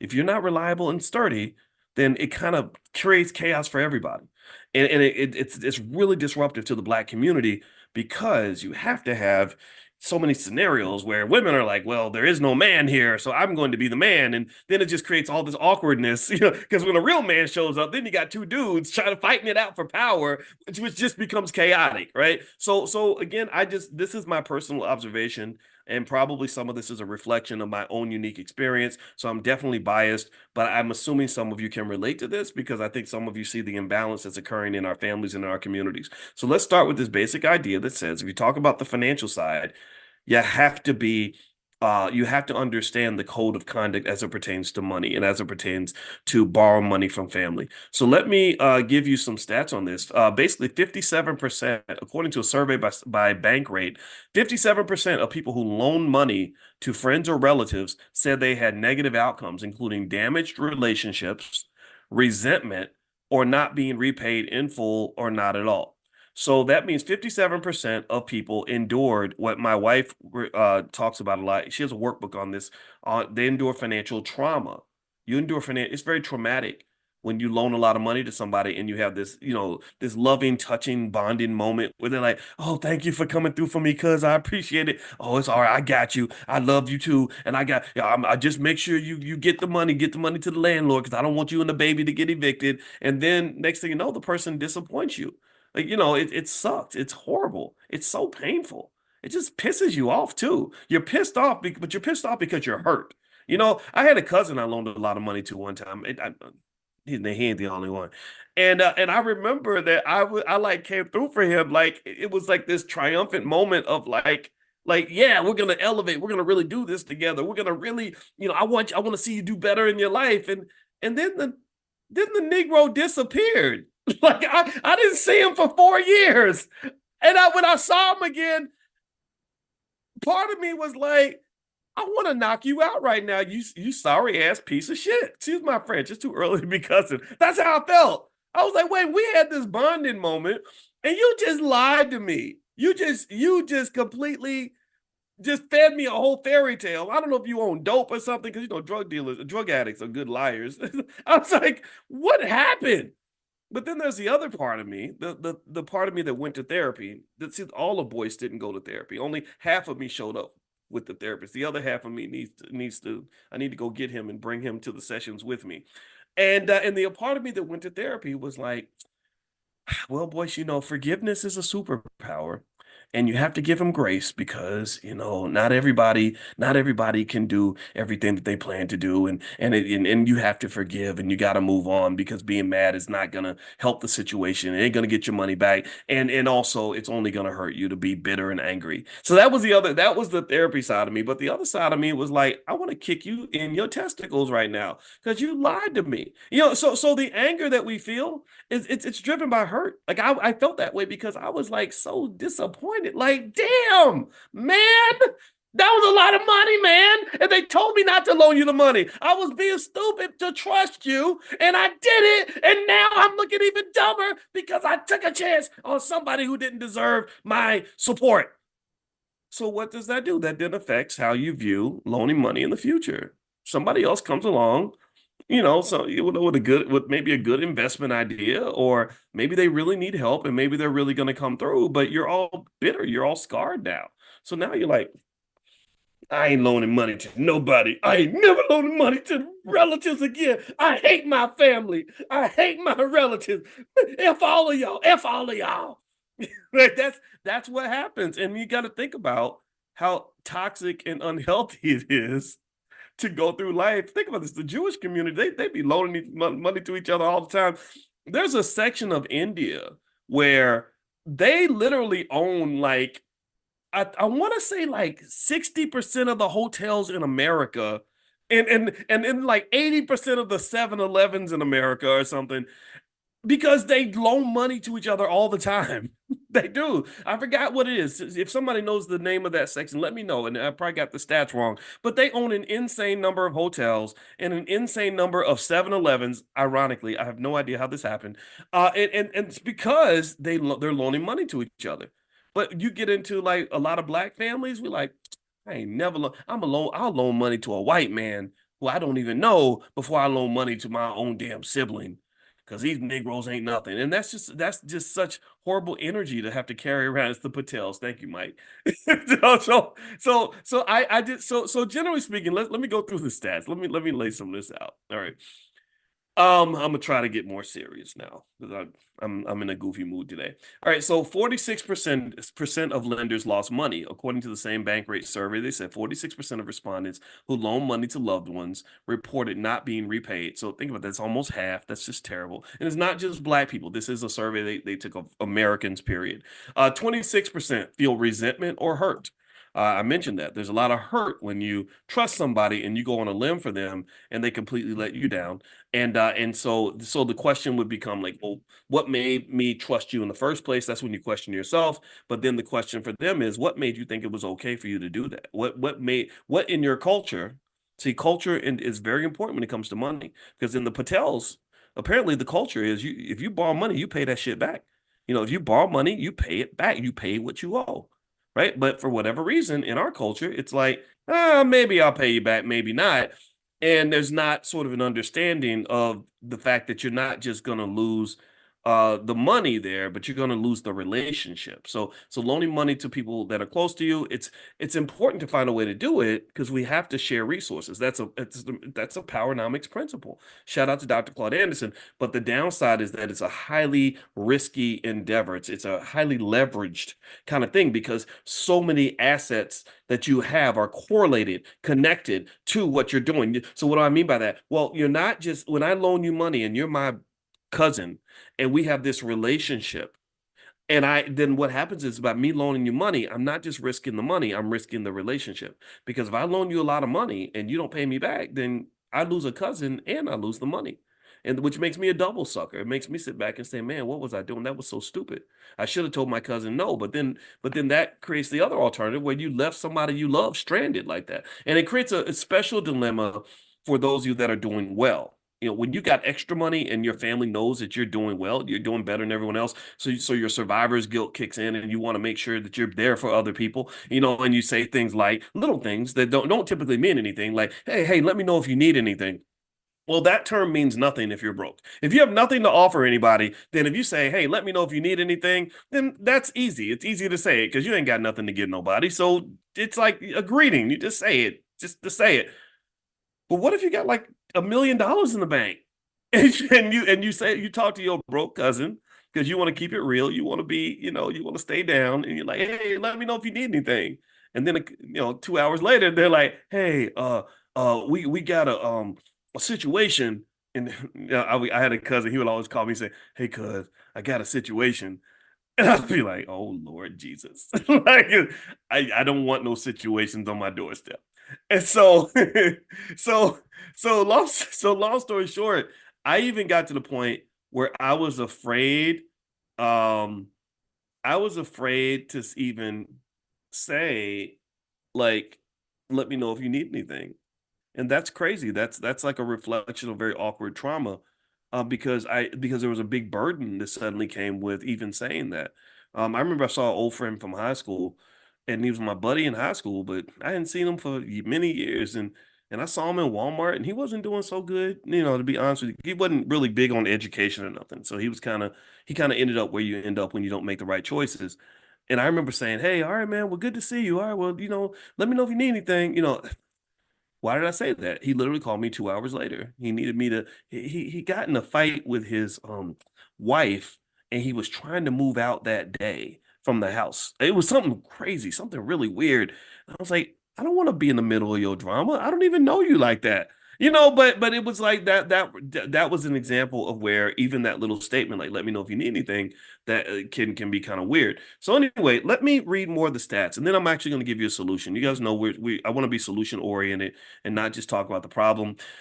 So another thing is that family loans often lead to unspoken expectations. Research from the Pew Charitable Trust in 2019 highlighted that people often struggle with unspoken expectations when they loan money to relatives. The absence of formal contracts or repayment terms tends to exacerbate misunderstandings. So that means that if you don't have something written down, maybe a contract or at least something written on paper, then you can have misunderstandings. Misunderstandings are literally the trigger for a lot of broken relationships. But then also sometimes people loan you money and they expect more than just the money. Right. So all money isn't good money. This is a general principle that you have to be really thoughtful about who you take your money from, because when they give you money, many cases there's something else that they expect. So for example, that's why with the All Black National Convention, we don't take any money from corporations. We don't take any money from the government. We don't take any money from the Democrat or Republican parties, because I know money well enough to know that you're not going to write a big fat check without having some sort of expectation that comes with that check. Like, oh, hey, Dr. Boyce, we want to put this person on the panel, or we'd like for this politician to come speak at your event. No, I don't want to hear all that. And I'm not going to be on stage, thanking Walmart for Black liberation. That's not something I'm interested in doing. So it's like, you know what? I'll pass on that money. We'll get the money some other way. Same thing is also true when I was Michael Bloomberg gave hundreds of millions of dollars to a lot of HBCUs, and I was very concerned about that. I was happy because it's great, a lot of young black kids get to go to school and become doctors and lawyers and everything else. But also, Bloomberg is a strategic person. He moves in a certain way. He's very, very political. So you don't even have to tell me. It doesn't even have to be revealed to me that there are going to be certain expectations that come with this money. I know that if the guy who wrote you a $50 million check calls the president of that university, he can pretty much get whatever he wants, right? If he says, I think this person should be your commencement speaker, then that person's going to be the speaker. If he says, I need you to not bring these ideas in or not do XYZ, or I heard Farrakhan was coming to your campus and I'm very concerned because he's anti-Semitic and whatever they want to say about him, right? So these sorts of things are very real, and it's very important to understand that when you get money from someone, I think it's really critical to kind of just figure out like what comes with this. And if you don't have that conversation, then you can have a lot of confusion, a lot of misunderstanding. So lack of repayment is very common. A lot of emotional tension is connected to loaning money to relatives, and also formal agreements can really help to kind of clear the process. Now, let me give you a few rules that you can apply when it comes to loaning money to relatives, so that if you decide to embrace a poweronomic strategy and group economics within your family, you will have a pathway to kind of do it in a way that's not harmful to you or that minimizes the damage. Okay. And actually, before I do that, I want to remind everybody tonight we're doing a stock options training in the Prime program. If you're interested in options and you want to get an invitation, it's not free, but it's worth the investment. Feel free to text the word options to the number 87948, and you can join us in the Prime program. A lot of you are members of Prime, and you can feel free to say something in the chat about your experience so others will know. But feel free to text the word options to the number 87948. All right, so so here are a few recommendations for how to kind of deal with loaning money to relatives. First of all, you have to have clarity. You have to have clarity. In financial theory, there's a whole set of thousands of research papers written about something that I've talked to you guys about before called moral hazard. Moral hazard. And pretty much one way to define moral hazard is it pretty much says that once somebody has your money, they can pretty much kick you in the butt. Once somebody has the power that you've given to them, they can screw you if they want to. And so an example of moral hazard would be once this actually happened where a lot of banks made loan money to a lot of Central American governments. And once the governments had their money, they pretty much were like, well, screw you. Like, we'll pay you when we feel like paying you. Right. And so they had to negotiate, and they got just pennies on the dollar on all the money they loaned because these people that had their money were pretty much laying out the terms. And a lot of you have gone through this. Have you ever had somebody where you loan money to and they're really, really polite before they get your money, but what happens after they get your money? What happens? What happens a lot of times after they have your money and you're trying to get your money back?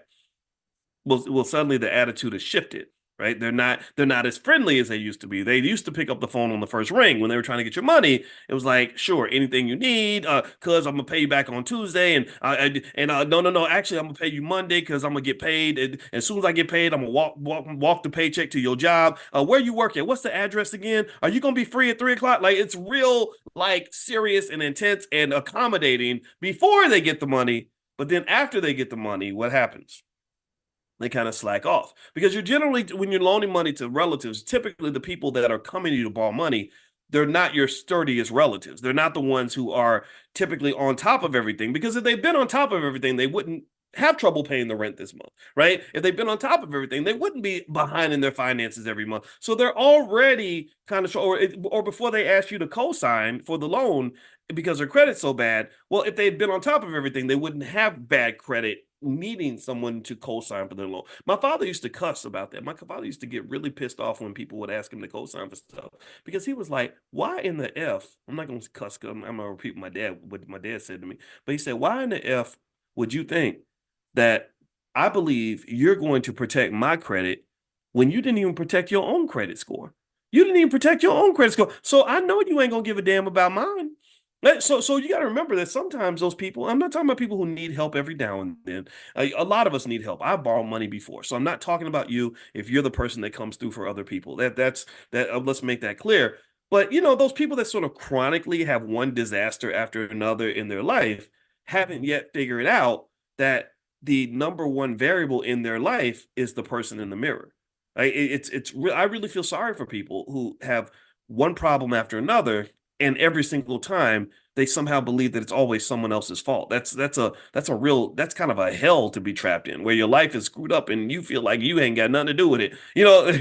I got 4 kids and I ain't had nothing to do with it, but you did. You made the kids. Like, those are yours. You were there when the sex happened, right? Were you conscious and you were there, right? Nobody did anything inappropriate, right? So basically, generally speaking, the moral hazard issue, let's go back to that, pretty much says that once you let go of that money, you're letting go of power, because money is power.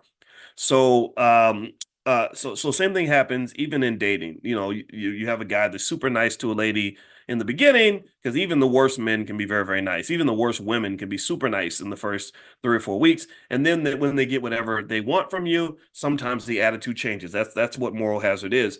Well, the solution to moral hazard is something they call optimal contracting. And what optimal contracting means is, it means that you want to set everything up properly before the problems arise. Before you give away the power, you make sure that you put safeguards in place to ensure that they cannot screw you. That's why banks ask for collateral, right? That's why, if you're trying to get married or something and you're afraid of what might go wrong in a divorce, well, that's what prenups are for. My wife and I got a prenup, but it wasn't because I thought she was a crazy gold digger, and it wasn't because she thought I was going to take what she had. It's because she's like, I got what I got, you got what you got. Let's just go ahead and make an agreement now, so that we're not trying to figure it out when we're angry at each other in the event that we did choose to get a divorce, right? It's very hard to go back and make that contract with someone you hate. It's easier to make the deal with somebody that you love, right? So while the love is flowing, you go ahead and say, okay, well, you know what? Can we go ahead and just get something on paper? That way we can preserve our relationship and make sure everything's clear. So one of the rules of loaning money to relatives is you got to set clear terms. You got to be super clear about exactly who's going to do what, and what each party is going to do and by when. That's really important. Two, loaning, that a lot of people believe you should never loan more money than you can afford to lose. I don't care how bad the situation is. I don't care what promises are made or how sure you are you're going to get paid back. Loaning more money than you can afford to lose typically is a losing strategy. If you consider the fact that half of all the people who loan money to relatives don't get their money back, you're taking a huge financial risk by loaning money that you actually need. And that's just not a healthy thing to do in general. So generally, I've seen people where they understand, like, look, the relationship is more important than the money. I want to not hate you as my cousin, so I'm only going to loan you an amount of money that I can afford to give away. In fact, some people do it just in advance. They say, "Look, don't. It ain't a loan. Here, just take this, because just." Or sometimes what I might do is put a condition on it. I might say, "Here, I'm not gonna loan you the whole 3,000 that you want, but I'll give you $400, and the agreement is that you cannot ask me for money again for 2 years or something, right? Or a year or whatever." And that would be my way of saying, okay, now when you come back to me and I tell you hell no, or I say, hey, don't forget what we agreed on, then we're not going to have a further conversation. I don't want to have. And I think that's okay, because here's the thing. I like being generous. I think being generous is more natural to the human spirit. I don't like being an asshole. I don't like being stingy. That's not fun. It's stressful. It's like, and think about this. You can ruin the relationship also by being the person who says no to everybody. There are lots of people out here. There are lots of people that are successful or maybe celebrities who cut off their whole family because they're like, I'm tired of people asking me for stuff and da da da. And that's not a healthy energy either. That's a sure, you're protecting you, you're taking care of you, ain't nothing wrong with that. But the world is bigger than just you. You're part of a group. You are part of a team. And I do believe that it's okay to conclude that the star of the team has an obligation to the team as well. Like Michael Jordan can't just say, "Well, screw everybody else. It's all about me," when he was trying to win championships with the Chicago Bulls because he needed his teammates. Michael Jordan could not win championships by himself. He tried for 7 or 8 years, and he realized, "Dang, I need more." So he needed a Scottie Pippen. He needed somebody getting the rebounds. He needed a Dennis Rodman. He needed those other people, in order to fill in that void, because he never would have won a championship if he tried to do it all by himself. So ultimately, I would say to you that finding the balance is probably the healthiest approach, as opposed to going to one extreme or the other. The extremes would be where you're loaning money to a bunch of people that are screwing you financially. The other extreme would be where you become such a traumatized miser that you completely cut off everybody and just say no to anybody, even the people that have really been there for you in ways that are far more important than money. Like, I'm never going to say no to my parents. I'm never going to say no to my siblings. I don't say no to my children unless it's like a matter of discipline, right? With kids, it's a little different. With kids, you got to kind of make sure they don't get too dependent on things. But balance is the key. And I think every decision can be made independently. And by putting optimal contracting in place and safeguards in place, you can make these investments knowing there's a reasonable amount of risk. I mean, there's no such thing generally. Well, there's rarely such a thing as a risk-free investment. There are technically investments that will be considered risk-free, but for the most part, most investing is gonna have some risk, and some of that risk you cannot eliminate, and so just sort of understanding that this risk is going to occur and these ups and downs can happen is also part of being a healthy human being. It doesn't mean you go through life where nothing bad ever happens to you. It's like, for example, if you never want to ever be in a car crash, then stay home for the rest of your life. Never get in a car. But that's not a healthy life. That's an extremist life, right? So what happens is maybe you get in the car and you drive safely, you put on your seatbelt, and you minimize the risk, but there's still risk out there, right? So in accepting that as a part of life. So also, a lot of experts believe you should discuss the consequences. Like, look, if you don't pay me back, I'm gonna let you know like what's gonna happen. My grandmother, rest her soul, she's right behind me, by the way. That's our Panther. Our Panther's name is Felicia in the Black Business School. My grandmother, her rule was straight up. It was real simple. It was like, if you don't pay back the money I loan you, then I will never loan you money again. And she had people in the family that would come to her to borrow money, and she would say, "You didn't pay me back in 1972, so don't ask me for nothing. Don't ask me for money ever again." And that was her rule. Whatever your rule is, pick a rule, stick to it. Also, a lot of people believe you could consider alternatives to loaning money. Money is not a final solution to every problem. Money may be part of the issue, but sometimes it's deeper than just the money. There's a way I can help you without necessarily giving you money. Or maybe I use that opportunity. So now that I've got your attention and you want money from me, I'm also going to give you some advice on certain things, or maybe some connections, or share some alternatives that may not involve me giving you a whole bunch of money.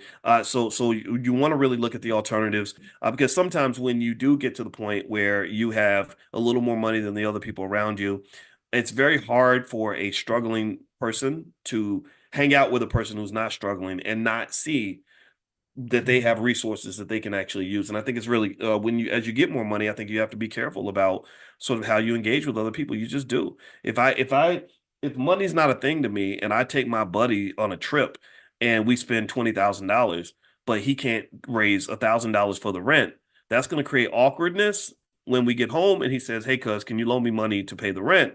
And he knows I got the money. I can't lie. I can't say, "Well, no, nah, man, I'm broke. I don't have the money."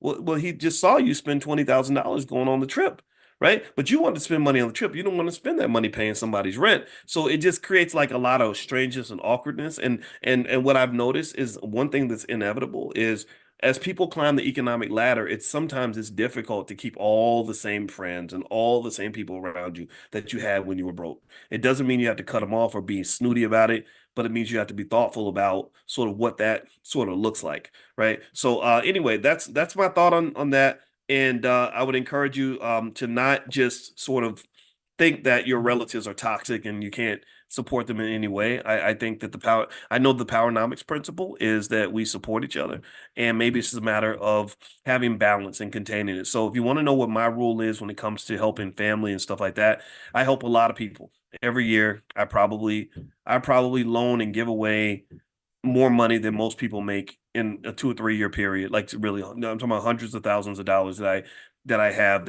that's allocated to helping other people. Um, I don't regret it, but what I do is I draw boundaries. I draw boundaries because I have to protect me. And I have to be a little selfish because if I am this golden goose that's helping all these people, well, if the goose dies, then nobody gets helped anymore. So really by preserving me and my energy and protecting Boyce, I'm protecting other people at the same time. And my rule is I will never ever just love other people as more than I love me, more than I love myself. It doesn't mean I'm going to put myself above others. I don't do that. But at the same time, I matter too. You matter, right? So I think having those boundaries can really help because when you keep the boundaries, then you can show up appropriately when there are people that want to lean on you for whatever reason. So when relatives call me and stuff like that, if I don't have the energy to deal with whatever problem you're trying to dump on my desk, I'm just not gonna do it.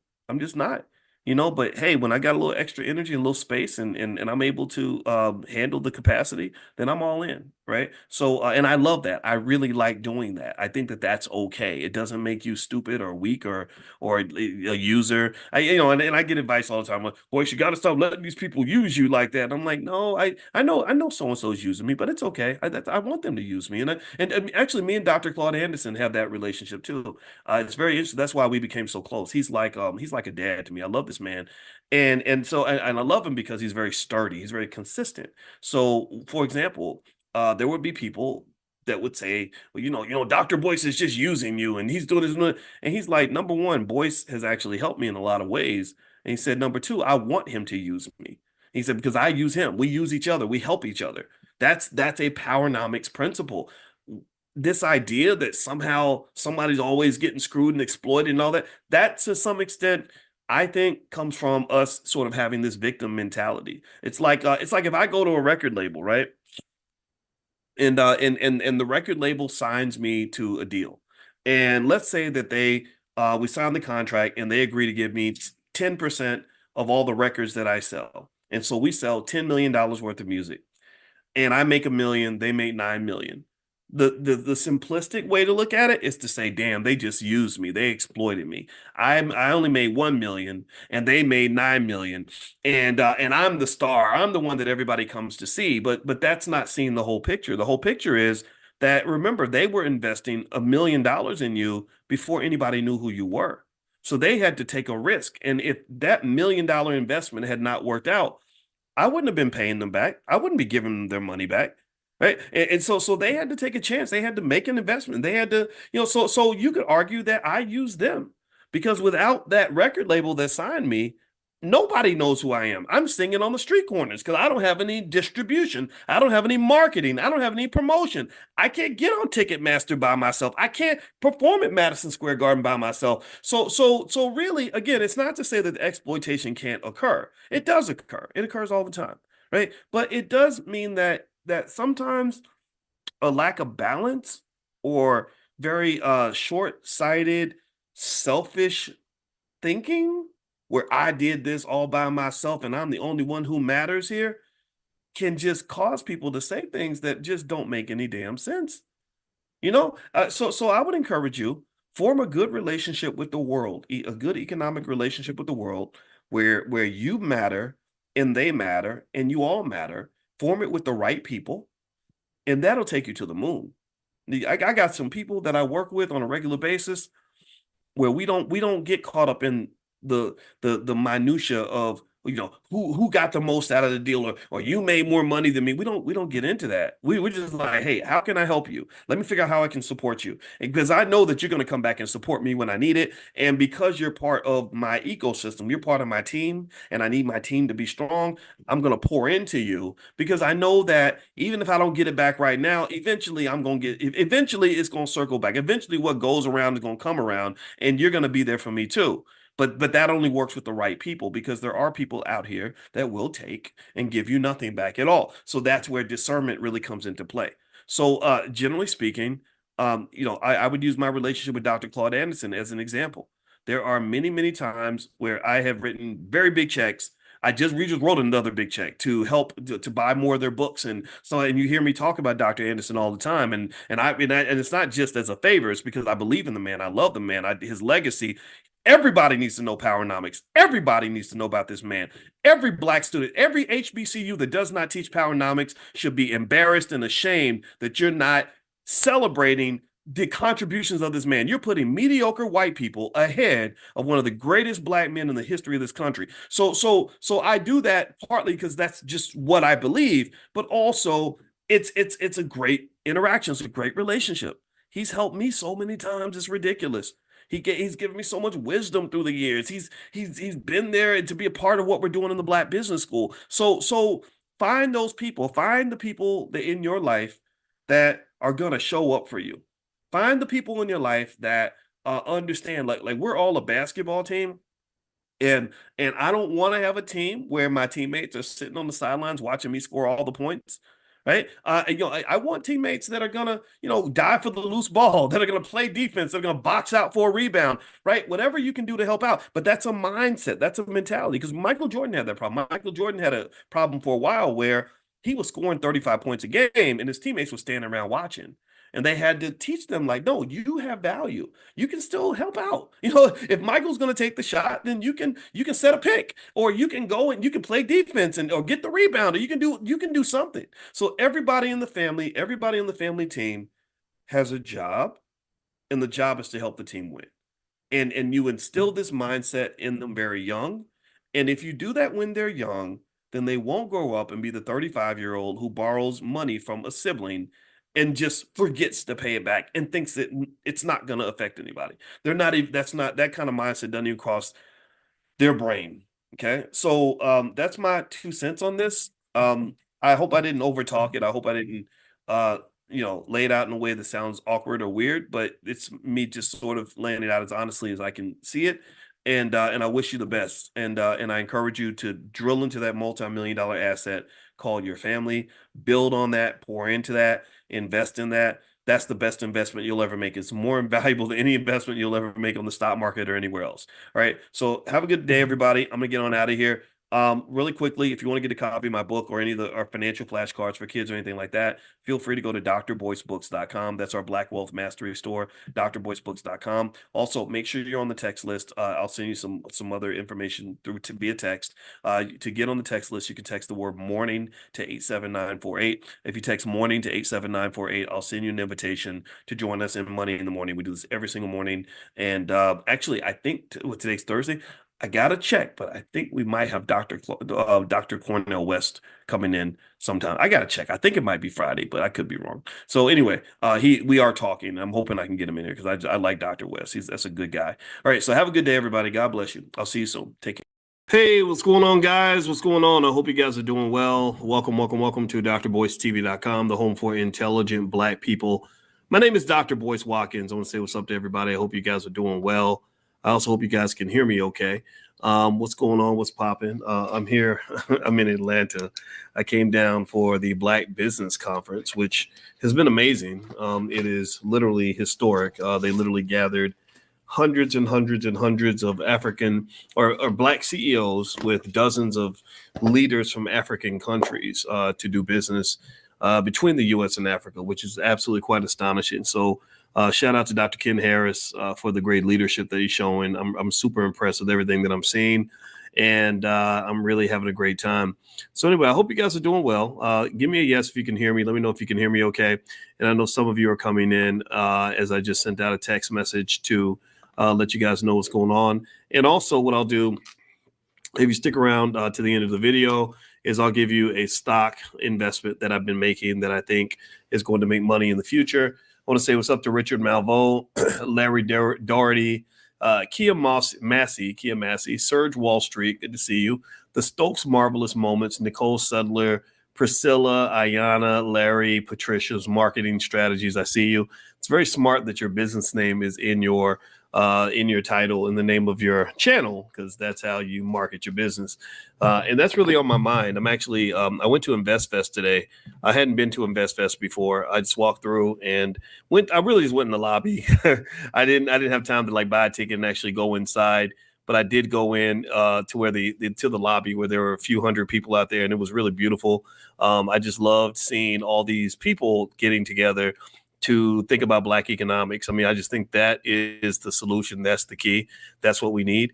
And I'm gonna tell you, I met so many people, and I didn't know if I don't go anywhere expecting anyone to care who I am or whatever, but I got a lot of love. I got stopped. I couldn't walk 10 feet without being stopped by somebody who was telling me about the impact that my work had on them.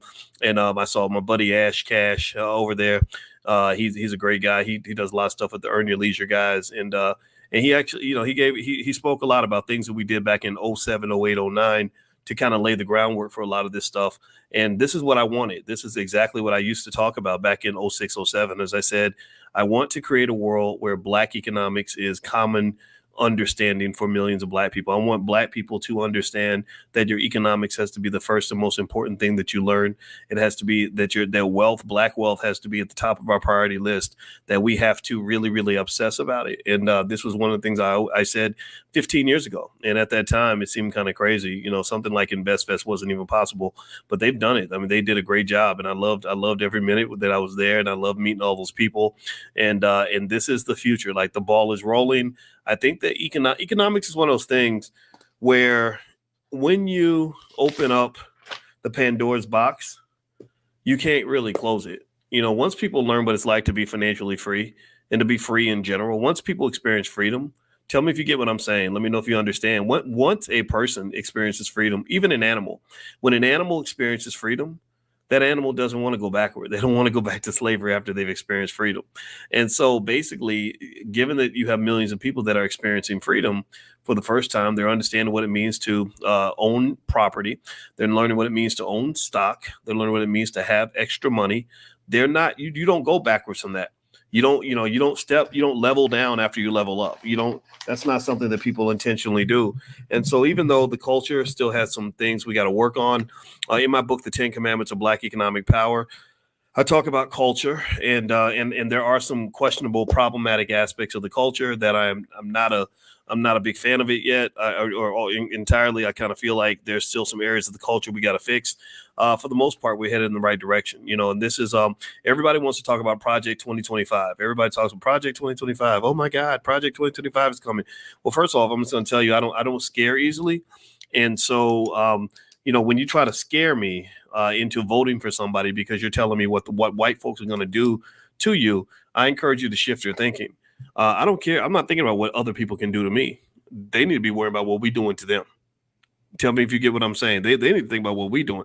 Before they had Project 2025, I had Project 2070. That is a real thing. In 2013, I was literally, I did a tour and I was promoting Project 2070. And Project 2070 was, I said, by the year 2070, B1 people, intelligent Black people who are forward thinking, are going to be the most financially intelligent, most financially literate, the most financially on fleek, the most financially capable people on the freaking planet. That's what we're going to be. And I'm going to push every single day. I've gotten over 1 billion views on different videos I've done. I've done probably 25, 30,000 videos training and talking about economics. We do Money in the Morning financial consciousness training every morning at 10 a.m., 7 days a week. And we've been doing this kind of thing for years. I said, if I have my way, we're going to be top of the line, and so when I go to InvestFest and I go to the National Black Business Conference and I just see everything just kind of manifesting, I say, okay, this is what I'm looking for. I could have died 2 years ago and the ball wouldn't have stopped rolling. I feel like it's okay. Like, I've done my part. I passed my baton and I'm still running. I ain't old. I ain't dead yet, but still, I don't care. I don't care who's carrying the damn thing, but we got to carry the thing. We got white folks been telling us what to do. The other people, racist people, been controlling us. They use economics to control you. They use your economics to harm you. They use economics to make you less than what you're supposed to be. They have us run around like monkeys and slaves and buffoons and idiots, when really we're supposed to be better than that. So ultimately, that's how I felt. If you want to know what was going through my mind as I was walking through InvestFest, that was it. As I was talking to every single person, I talked to probably about 40 people. Different people just came up. I didn't approach anybody. People just kind of would see me and say hi and to come talk to me. And I was honored by it all. That was cool. And I think I may head back tomorrow. My buddy D1 is speaking at the convention, which I think is great. They really need to have people like D1 on stage because Black culture, unfortunately, hip hop culture is powerful and influential, but it needs kind of a disinfectant. Tell me if you know what I mean. Like your hip hop culture kind of needs a disinfectant because you got some stinky ass cesspool like fucked up behavior going on that's been happening for a long time. You know, if you remember, Diddy used to go to Invest Fest, and for years, everybody knew for decades what Diddy was up to. Just nobody talked about it. You know, you've got other people in there that are this close to federal charges and all kinds of accusations and stuff that could derail everything. And I'm not gonna say any names because I don't want to jinx anybody, but y'all can probably guess what I'm thinking about. And it's because hip hop has been turned into a cesspool of very toxic, unhealthy culture. For many, many years, for the past 20, 25 years, we have been celebrating literally what has become basically the self-destruction of the Black male in America. We have let people run these record labels and teach us how to disrespect the shit out of our women, to degrade ourselves, to be as ignorant as possible, to brag about getting high and getting drunk. Everything's got to be a nightclub. Everything's got to be a club scene, a party scene. Everything's got to be party, party, party. And if you're always partying, nobody respects you. If you always looking for the fun, then you know nobody's going to take you seriously. Nobody calls the Black community when they want to solve a serious problem. They call you when they want to have a party or when they want to play a basketball game or when they need a rapper or they need a comedian. Because they see you as a joke. That's what they see. So really, this is one of the things that goes through my mind is that I get it. You know, I think it's fine. You meet people where they are. Maybe you got to have a party to get them all together. Maybe you got to pretend like it's the club and bring, you know, their favorite rappers and all that stuff. And that's fine. I'm totally fine with that. But at some point, you got to graduate. At some point, you got to elevate. At some point, you have to what's the word? Evolve. You must evolve. And in this space, unfortunately, you have just a lot of weird immaturity kind of happening. That's strange. Like you don't have a lot of businessmen. You got these little boys, you know, trying to like imitate these goofball entertainers, you know. And I'm like, dude, this is not cool. This is not appropriate. This is not a representation of who we are. And then the women are starting to degrade themselves. You know, the women, there was a young sister I met, her name was Catchy, and she was 30 years old. And she was just this super smart young lady who she's African-American, but she also has a Nigerian background. And she came to the Black Business Conference and she bumped into me when I was getting some coffee. And she said, I heard you were going to be here. So I came here to look for you. And I was like, oh, you came looking for me? Hey, Howard, nice to meet you. And she told me her story. And she told me that she told me how she reads all Dr. Claude Anderson's books and she believes in powernomics and group economics. And you know her problem is? Check this out. You know what her problem is as a 30-year-old woman? Is that most other 30-year-olds are not serious about group economics, that most other 30-year-olds are not serious about things like, you know, true family planning. Most other 30-year-olds are not serious about preparing for the future. She said that it's really, really hard. She said she's a DJ too. In addition to being very, very smart, she's also a DJ. And she said, they kept asking me to play Sexy Red over and over. And I said, I know Sexy Red. I know Hands on Your Knees, Let Your Coochie Breathe. I don't know if y'all know Sexy Red's music. It's just terrible. It's very sad. It's kind of degrading. It's weird. But I pay attention to all that. I follow the culture very closely because I like to understand it. I don't like to talk about things I don't understand. And basically, this is the problem that a lot of young people have. Your culture has been so tainted that when you have a 24, 25-year-old who says, you know, I don't want to be in the club all night. I want to go study. People make fun of him. Or when you have a 24, 25-year-old who doesn't care about the flashy stuff, they care about substance. Well, then the women say I don't want to date him because he ain't got no nice car. Right. Or you have a 24, 25-year-old who says, I want to plan for the future. I want to build something. I want to do something good. I want to be intelligent. Then people think that that's nerdy or square. And what they don't understand is that it's the square people that are running the world. It's the so-called nerds that have billions of dollars in Silicon Valley. It's the people that you make fun of, the ones you think are corny, that are actually winning, and the cool people are the ones that are losing. So what has happened in the Black community to some extent is that, and you have to be careful about this, is that they've turned your whole community into a big goddamn fucking high school. Excuse my French. I'm trying not to cuss anymore. It's Saturday night, so I hope that's okay. I hope y'all can forgive me. But they've turned your whole culture into a big high school. So you have 35-year-olds, you know, who are still doing stuff that teenagers used to do. And I just personally think that this is something that we have to address. I think it's something that if we don't address this, if we don't force ourselves to grow up, if we don't start saying to some of the rappers that are out here acting like clowns at 35, 40 years old, if we don't say to them like, hey, bro, look, you're not behaving like a leader. You're not behaving like a husband, father. You're not behaving like a black man. You're behaving like a little boy, a little girl, a little punk, a little idiot. You're being the class clown. Why? Why is it? Well, because they're paying you money to do this. And you think that the fact that they're paying you money to be a puppet and a clown somehow makes it okay. Like, that's the thing about money. Money's very powerful, and we don't have enough financial consciousness conversations about how all money ain't good money. All money ain't good money.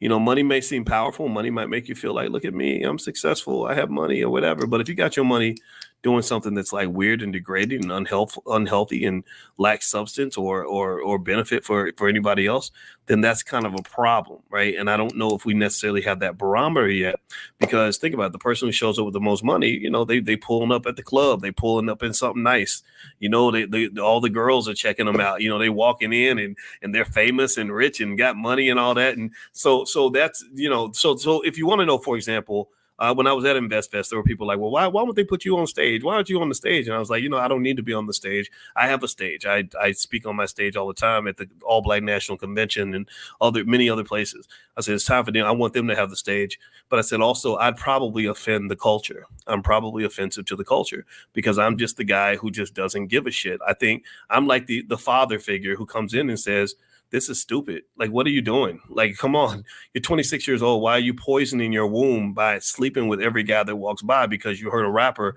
tell you that this city girl lifestyle is good? You're going to get 35 and you're going to regret not having children. You're poisoning your body this way. You're drinking a lot. Your babies are getting fetal alcohol syndrome because people don't know that the fetal alcohol syndrome is an epidemic in the Black community. How many of y'all know that? My wife brought this up and Cardi B got pissed. Cardi B sent my wife a notice. She sent her a message on her Instagram.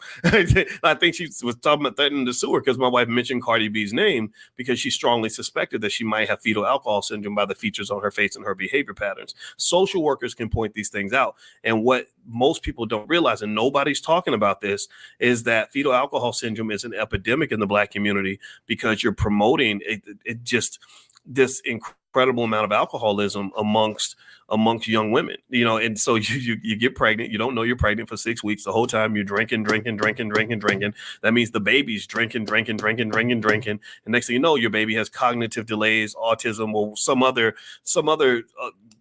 issue that directly comes from the fetal alcohol syndrome. I'm not making fun of anybody. I'm not judging anybody. I'm not telling anybody what to do. I'm just telling you that really one of the things you have to understand is that the way they poison us is so subtle that we miss it. We don't really see all the different ways that we are poisoned as a community. We don't see all the different ways all the insidious ways that they seek to kill off our potential, to stop us from being our absolute best. We don't understand that. I talked to some young Black men, and one of the brothers, he was telling me about his business. He's 30 years old, 35, 32. And he was from Ohio. I don't remember his name, but I talked to him. I think it might have been Nate.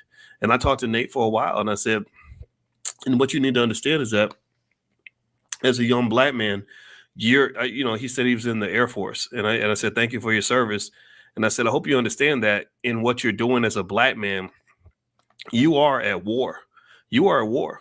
And also as the father, as the head of your household, you are basically a military commander. You're going to have to fight and defend the safety and security of your family. You're gonna have to fight a culture war with your children. There are people out there that want to poison your kids. There are people out there that want to destroy you. Make sure your son don't grow into nothing. They want to ruin your family. They want to break all that down. I said, so you have to get as many skills as you can get in addition to the ability to make money. Getting the money is the first part, right? Because the money is your financial independence. That's what keeps them from turning you into a slave.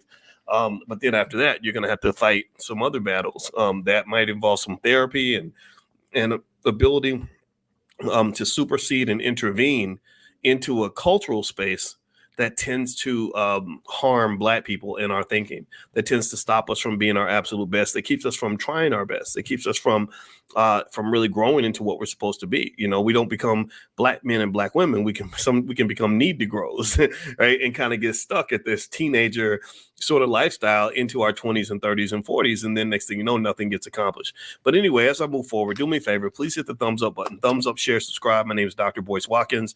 You're watching drboycetv.com, the home for intelligent Black people. If you want to see any special offers that we have in the Black Business School, we have 157,000 students around the world, and we teach economics every single day. Feel free to go to drboyceoffers.com. You can join my mastermind if you'd like. If you have to apply for that. But also I have something called Money in a Minute, where every single day you get a stock options lesson sent to you via text, so you can learn it slowly at your own pace. We also have things there involving life insurance, stuff like that at drboyceoffers.com.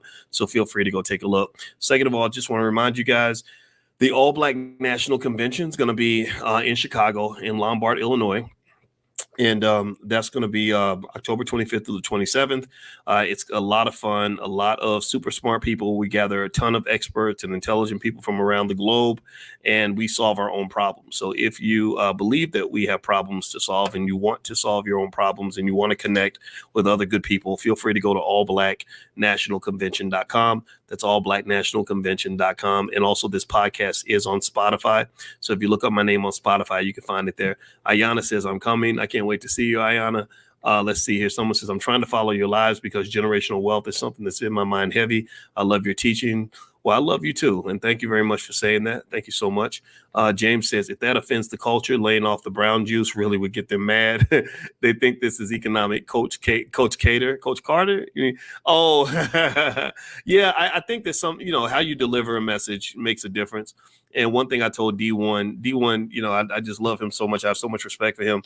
As I said, you're a little bit better at being diplomatic than I am. If something's bullshit, I'm the guy that calls it bullshit. I can't sit here and pretend like dumb shit is real shit or dumb shit is good shit. I'm the guy who kind of says, like, what are you doing? Like, you're killing yourself. You're destroying your children. You're destroying your family. You're throwing your wealth out the window. We got to fix this, right? So maybe that's a little too much for people. Maybe that's a little too harsh. I grew up with a father who basically gave it to me straight. And for some people, that doesn't work. They don't like that, or they think that you're not cool. But I'm not here to be cool. That's not my job. My job is to hopefully be correct or to be beneficial on some level. So even if you hate me and you do it because you hate my guts, that's okay. I've achieved my goal. You with Neil deGrasse Tyson, Michael Eric Dyson, Dr. Claude Anderson will make a good group.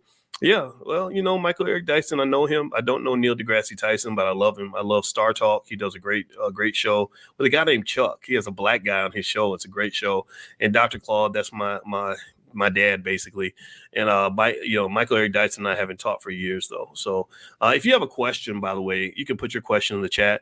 I want to share something while I look for your questions in the chat, and I'll answer as many questions as possible.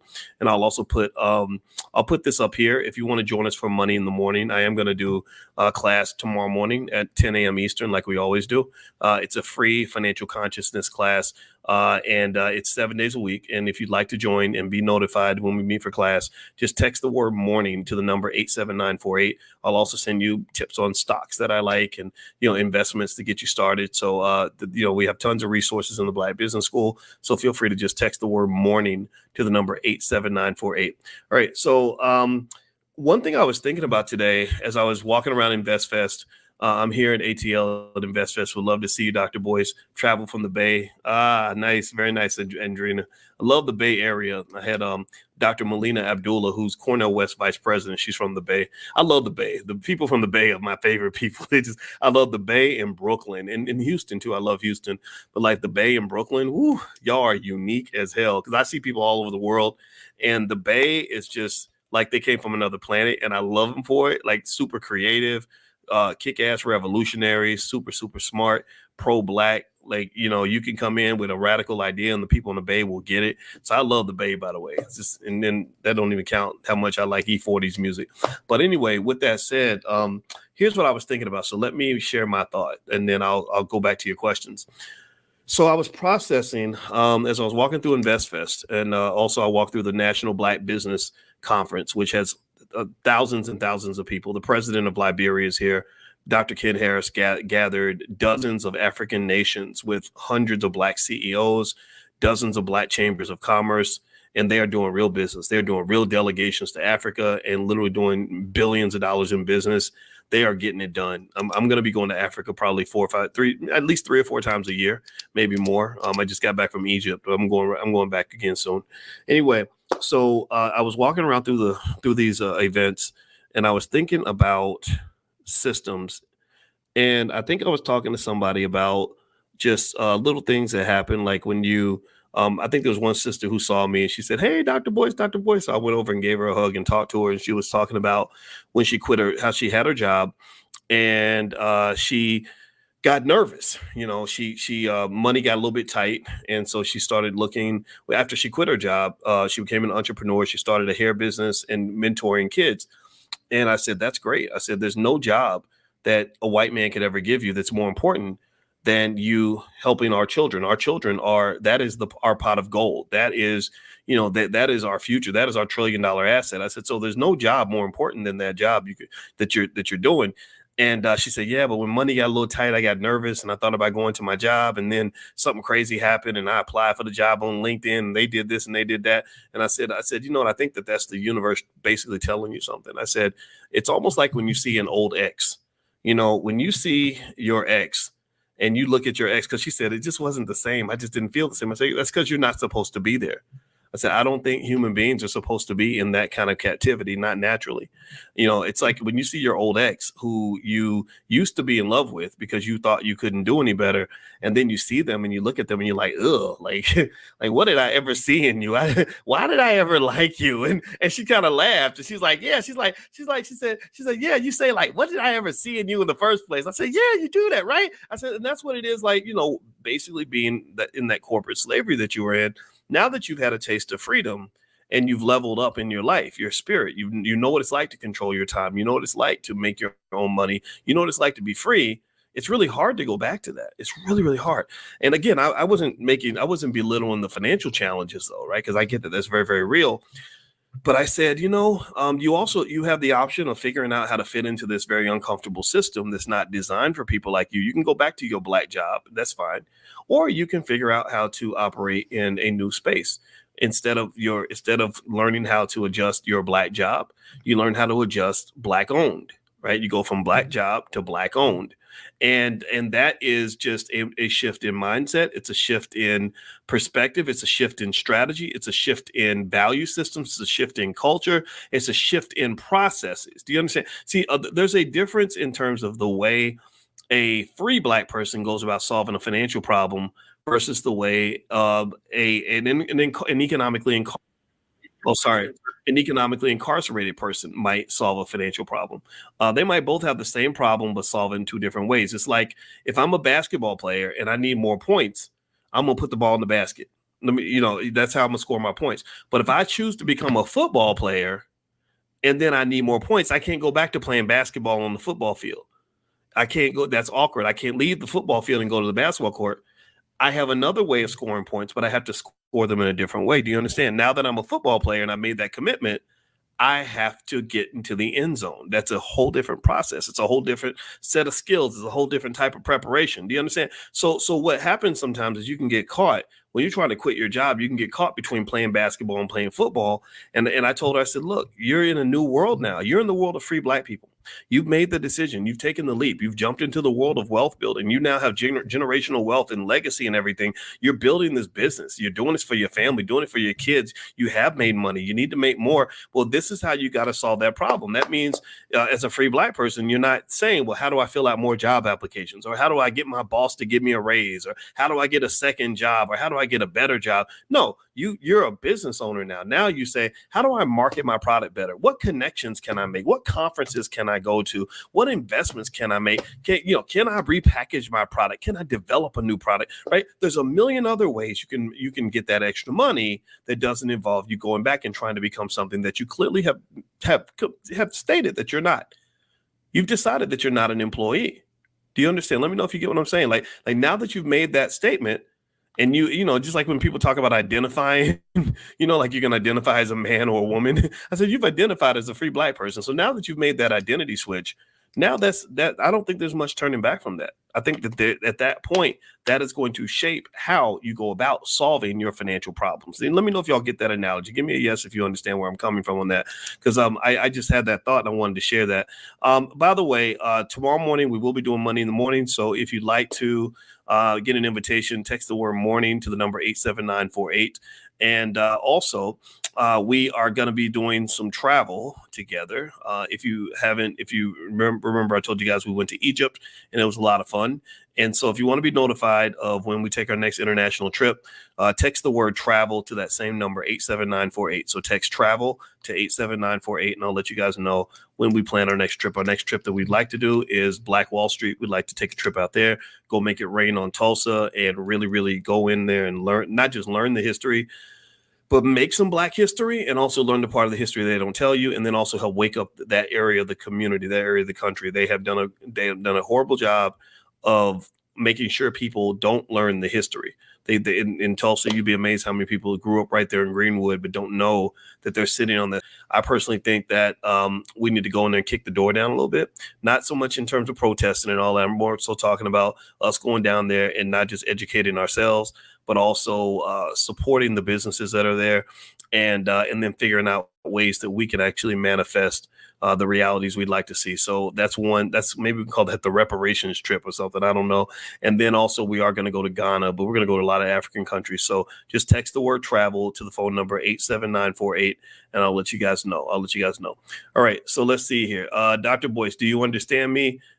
Kind of. Sometimes, most times you talk in circles. Yeah, that's what I do, because I do stream of consciousness. Just chalk it up to the fact that I'm a weirdo. That's what I am. So yeah, so if I get a little bit too weird, it's okay. You can turn it off. I don't blame you at all. All right. So the other thing I was going to share, one other thought that I had too, that I wanted to mention. So I was walking through. I walked through the Black Business Conference, and then I walked over. We took a little Uber, and went over to the InvestFest space, and we're there for a while. I'll probably go in there for a few more minutes with D1 too.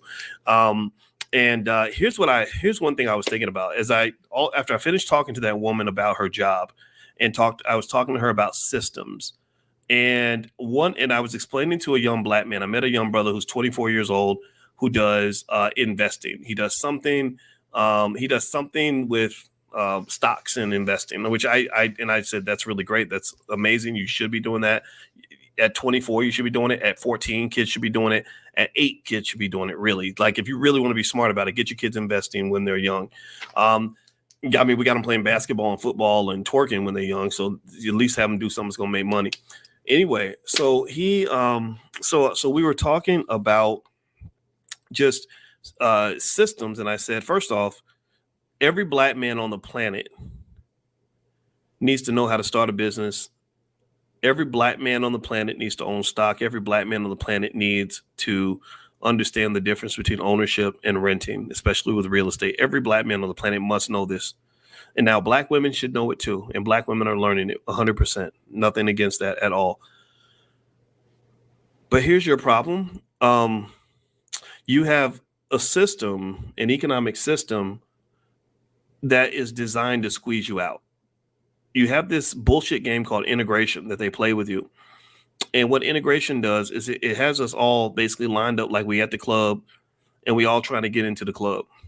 We all trying to, and the bouncer's letting in the pretty girls, but he's not letting the men in. So the economic system is a system that is designed, just like the political system, is designed to divide you by doling out and allocating resources in a specific way, where one group is being given more than another, and that's being done very intentionally. And do you understand that? So let me explain it a little bit better. So if you talk about the economics, what's really been happening is that there are opportunities and jobs that Black women are given access to that Black men are never considered for. For example, my wife, it works at a university that hired her, her beautiful light-skinned self. And she knows for a fact that they have not hired a single African-American male anywhere on the entire faculty. They certainly wouldn't hire somebody like me. And this is not just there. This is a microcosm of the entire economy. Every single study shows this.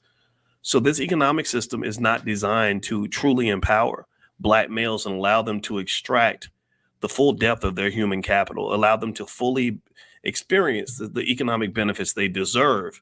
So what has occurred as a result of that is that you have this imbalance that's been created. It's been created by the dungeon masters. The dungeon masters, you're in a cage and you're cage fighting, and the people that control the cage have designed the cage in a certain way. They designed it where there's going to be divide and conquer. They designed it so that you'll fight each other over the resource, just like Democrat, Republican. I told a brother today, I met a brother who's a lobbyist in Congress. I was at the National Black Business Conference. It was a brother that was a lobbyist in Congress. And I told him, look, I told myself, one vow I made to myself is I will never fight another Black person over Democrat, Republican bullcrap.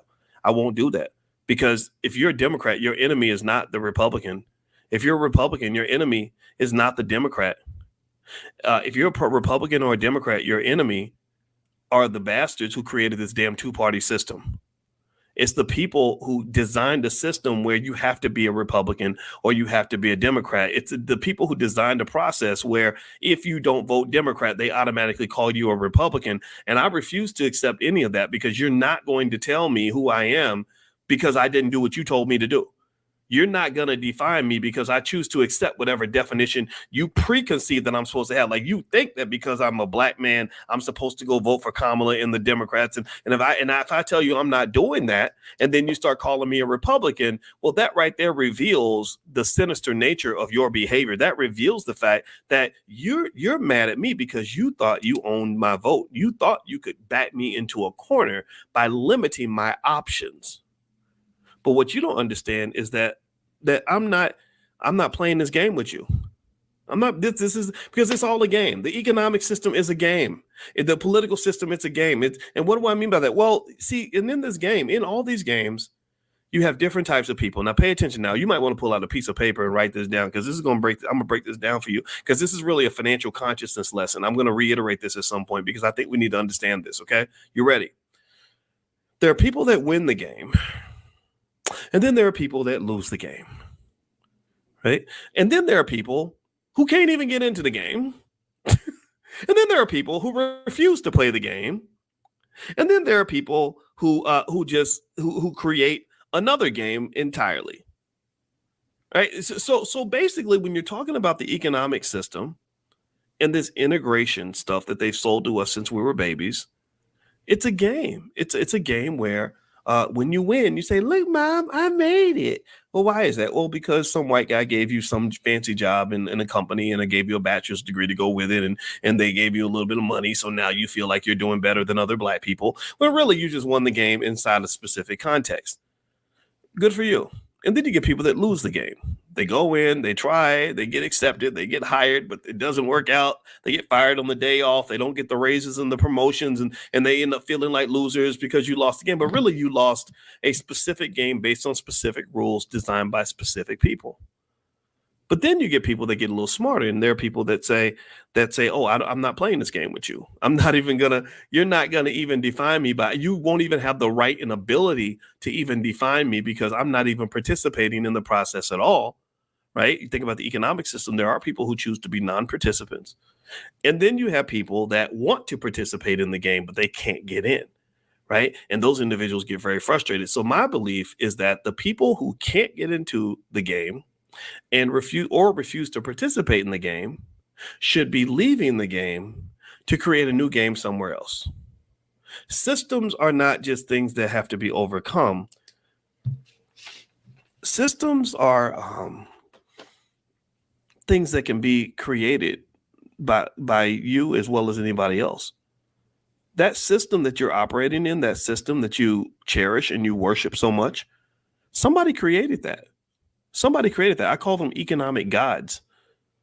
Somebody created this whole whatever measuring stick you use to decide that you're doing well, financially. Maybe you got some Gucci on your ass. Maybe you have a bachelor's degree from Brown University. Maybe you finished your degree somewhere, or you got your medical degree. Maybe you became an attorney at a leading law firm. Like, whatever those measurements, and now you drive a Mercedes and make $300,000 a year. Like, all these measuring sticks basically come from a game.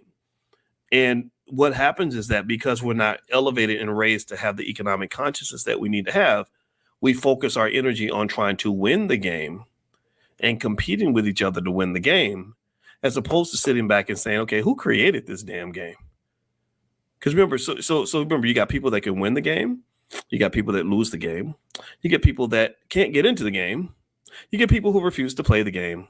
Then you have the people who created the game, and then you have people who leave the game and create a new game.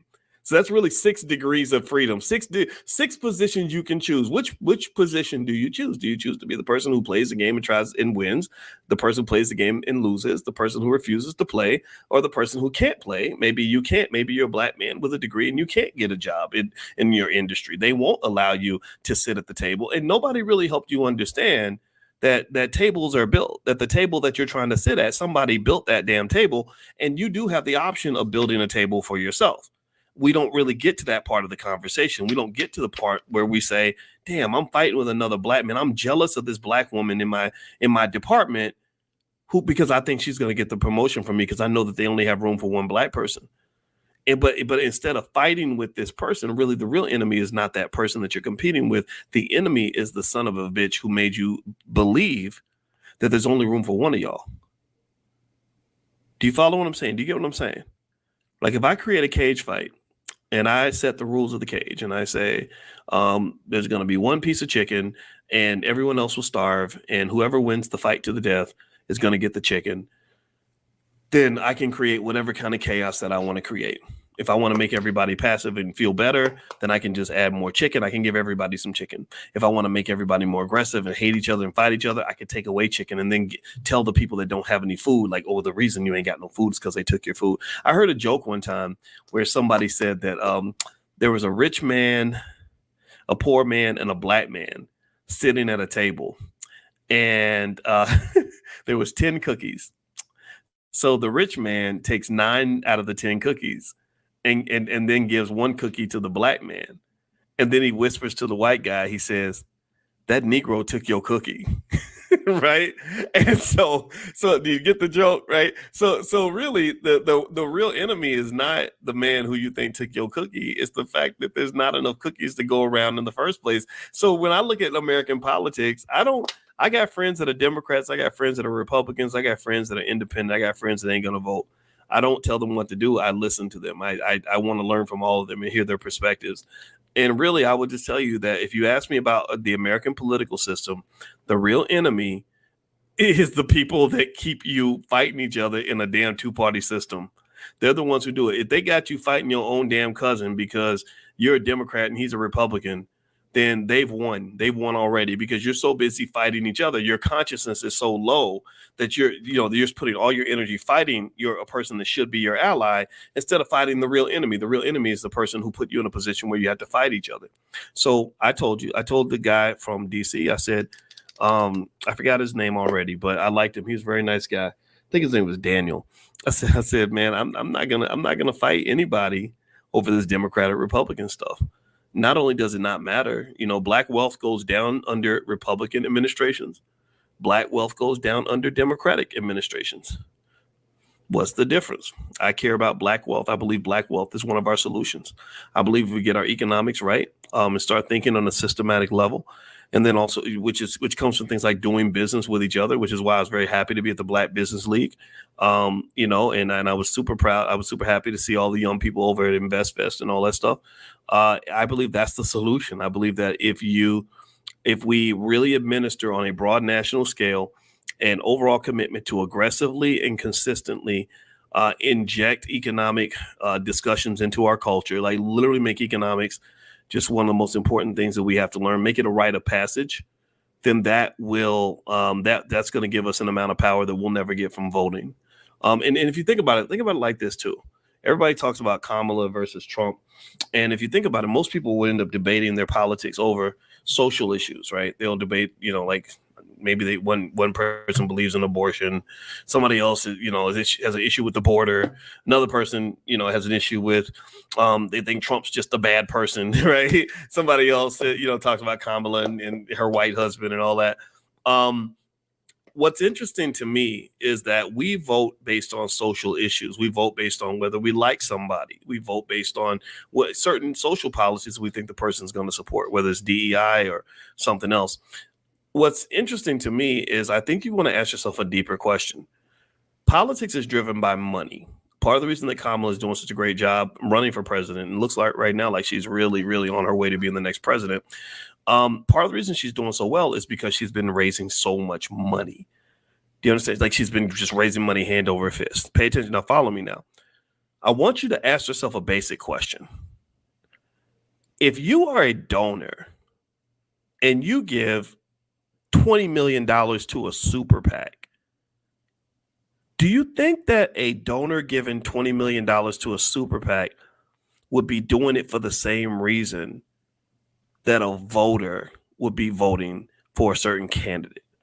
Yes or no? Yes or no? Do you think that a $20 million donor to a super PAC, Elon Musk said he's going to give $45 million a month to the Trump campaign? Yes or no? Do you think that he's giving that money for the same reasons that Republican voters are voting for Trump? Like, you know, the voters that are voting for Trump, let's say that they're against Roe versus Wade, or maybe, I don't know what the other stuff is, I guess, or they don't like the LGBT stuff, let's say, for example. Republicans don't tend to like that. Do you think that that's why Elon Musk is giving him all that money? You think Elon Musk became a multi-billionaire by investing hundreds of millions of dollars to stop trans people from using the girls' bathroom? Like, do you really think that? Are you that naive? Or do you think that he's making an investment? Do you think it's a business investment? See, what you got to understand is that one thing about politics, and this is where I'm a little bit concerned. Dr. Claude Anderson talks about this a lot in his book, Powernomics. The thing about politics is that the number one reason politics matters is because there's this big pool of money. I'm going to keep saying money, because that's what we talk about, money. In case you're wondering why a finance professor talks about politics, it's because it's driven by money. So you have a big pile of money, and that money gets doled out. It gets doled out. I met a brother today from at the National Black Business Conference. He had a PhD in applied physics from University of Michigan. I think it was Abram. I think that was his name. And he worked for the Department of Energy. And one thing that he did that I thought was great was, I said, "Why? What brought you here to this conference?" He said, "I'm helping Black business owners get government contracts because we're writing checks for billions of dollars. And I want to see my people get some of that." I said, "You go, Black man. Good for you. I support you and your Black job." Because this is what it's about, folks. This is what I'm doing. And everybody ain't going to get it. Everybody ain't going to get it. You know, like people that are just like, "Oh yeah, Trump's a bad guy," or Kamala's an AKA like me. And, you know, I get it. Ski wee to you too. God bless you. My sister's an AKA. Love the AKAs. Y'all my sister-in-laws, every one of you. And I love you. But that's not why people are giving money to buy your votes. That's not why Kamala raised hundreds of millions of dollars last month. That's not why AIPAC gave her, tens of millions of dollars. They're buying weapons for Israel. They're not into all the stuff that you're into. They're not thinking about what you're thinking about. Their consciousness is different from your consciousness. You fight with your cousin because, over whether or not Trump really did have sex with Stormy Daniels or whatever these stupid things are. Like, I think these prosecutions are so crazy, honestly. I don't care, right? But that's not what the money people are thinking about. People do not donate millions of dollars to presidential campaigns because they're trying to, because they care about Roe versus Wade or whatever. They could care less about that. It's y'all that are getting into that stuff. So what they do is they get a bunch of money, and the big donors say, the big donors that are giving money to Trump, for example, in crypto and tech, they're like, "Hey, we're going to give you money. And if you get our money, you have to get Gary Gensler out of the SEC so that he'll quit messing with us and messing with our money and messing our businesses up," which I think is fine. The tech companies, the tech titans like Peter Thiel are writing multi-billion-dollar checks because they're like, "Hey, look, Apple's getting prosecuted for antitrust violations. They're going after Google. They're going after Amazon. That's the Biden administration. We need to stop all that. We'll give you money, but you got to make sure that these antitrust investigations stop because that's messing with our money. Do you understand? They are doing it because of money. They didn't all switch to Trump because they suddenly liked this guy. They switched to the person that was going to help them make the most money. And then what do you do with the money? Well, it's like, oh, yeah, voters, they care about all these little sensitive issues. They care about whether or not somebody, I don't know, somebody was dancing with Cardi B on stage and twerking with Megan the Stallion and like whatever, so they'll give you all that. They'll give you what they call the circus and I forgot what they call it, but give them circuses and candy or something. I forgot what the old quote was, but that's what it is. That's what they do. They give you the circus, they give you the coonery, they give you the lowbrow nonsense, and then you get to cheer for your favorite candidate. You could say, oh, I like this person because they're a Democrat like me or they're a Republican like me, and that's not even what the game is all about. That's not what's really happening here. And so I think for Black people, the reason that political intelligence and political maturity is so essential is because you need that money. You need some percentage of your tax dollars that you pay. How many of y'all pay taxes? Anybody else pay taxes? I pay a lot of damn taxes. Lord Jesus, it never stops. I hate taxes, right? If you pay taxes, I believe in paying my fair share. I believe that we should tax. I'm technically a rich person. I believe rich people should be taxed more. I really believe that. I think that we don't tax them enough. So if you pay taxes, you need as a community for some percentage of that tax money to come back to develop infrastructure in your community. They come and they get your vote and they take your money and then they pimp slap you and they say, shut up, bitch. And you just take whatever you can get because you just want white folks to like you. And I'm just not that guy. I cannot condone this behavior. I cannot sit back and say that this makes sense. It doesn't make sense. And if you tell me that no, Dr. Watkins, it does, I'll say, well, show me one time where any president, anybody, any administration you've ever elected, because you vote in every damn election and you do what you're told every election. Show me one time where that's impacted your wealth in a really significant way. Show me any time under any administration where you went from anywhere other than complete dead last when it came to wealth. And I believe every time you were also dead last in income. What's changing? So the reason I liked the Black Business Conference and also I like InvestFest and all that is because I like the fact that they're just helping us to learn basic ideas like keep your money, do business with each other, become entrepreneurs, make investments, make your money grow, become economically intelligent. There's money everywhere, and it's all like a big Easter egg hunt. It's all a scavenger hunt. It's like, where's Waldo? Instead of where's Waldo, it's like, well, where's the money? So the reason you want to go to conferences like that and other ones, the All Black National Convention has a strong economic component, things like that, is because you get with other people and you all start talking, and eventually talking together, you figure out where the money's at and you get your fair share. That to me is a solution that has to be explored. I think that's a solution that will supersede anything that happens in terms of politics. And who knows, maybe one day we would either have the money to support our own political party or, our own candidates. But it's very, very difficult because we don't have necessarily all the resources required to truly make the kinds of donations that could really put somebody in office and then force them to be beholden to us.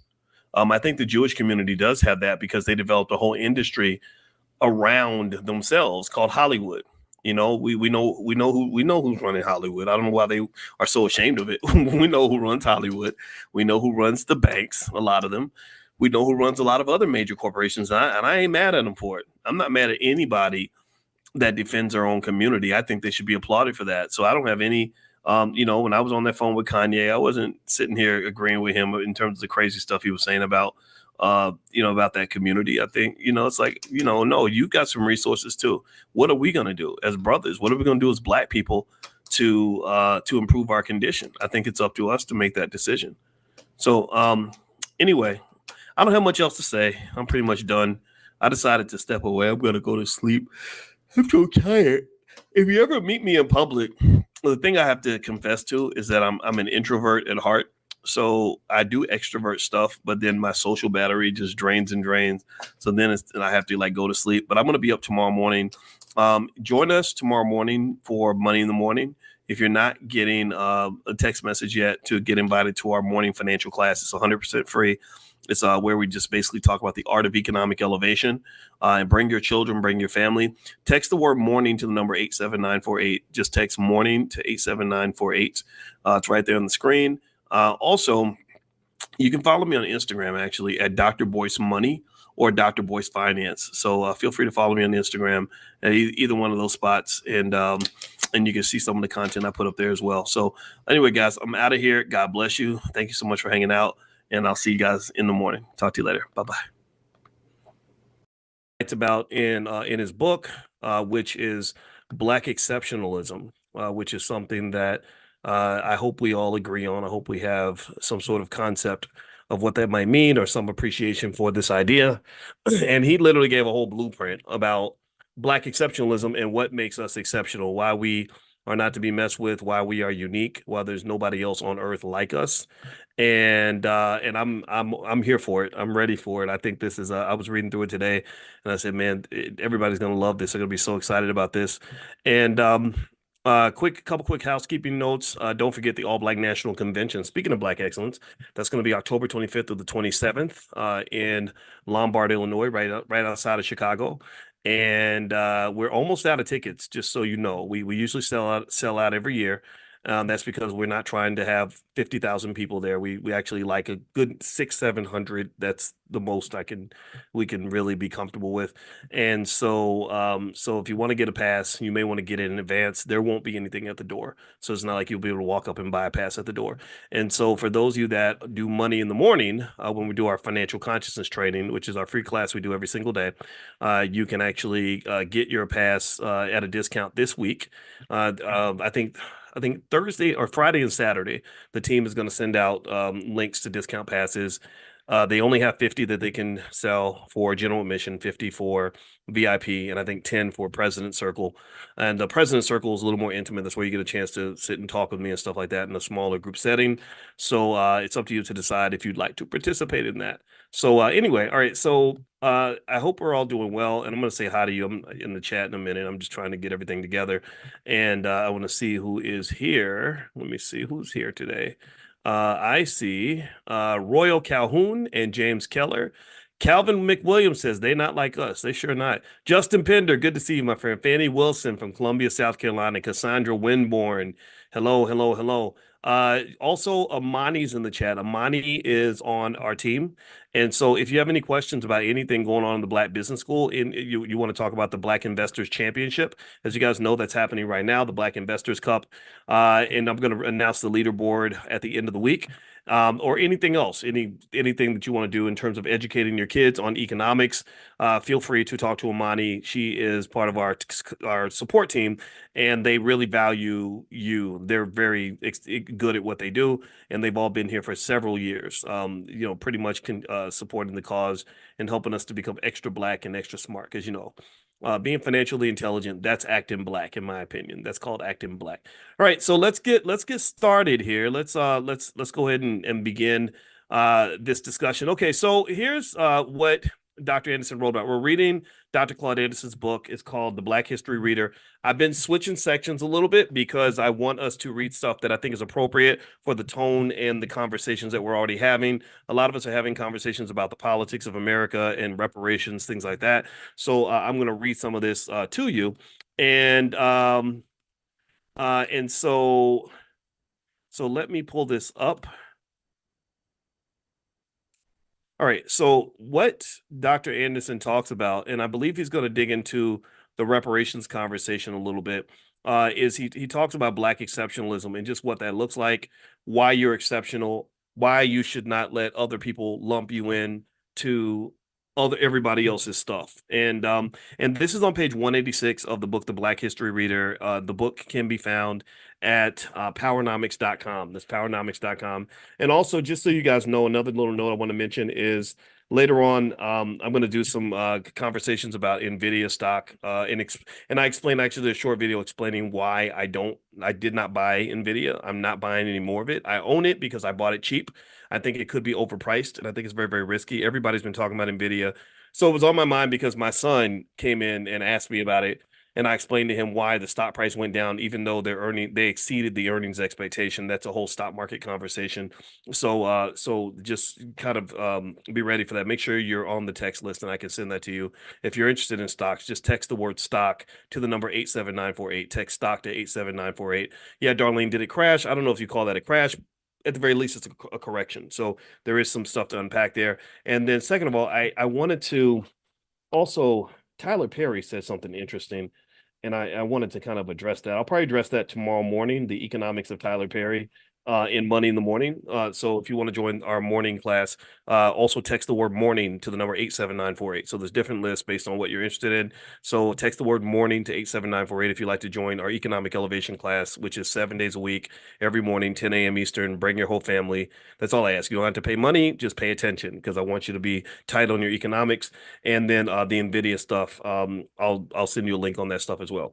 All right, so here is page 186 in the book, The Black History Reader by Dr. Claude Anderson, and he talks about Black exceptionalism, and he asks this interesting question. This is question 65. He says, is Black exceptionalism the unused key to Black self-empowerment? Have you not tapped into your exceptionalism when it comes to getting what you want?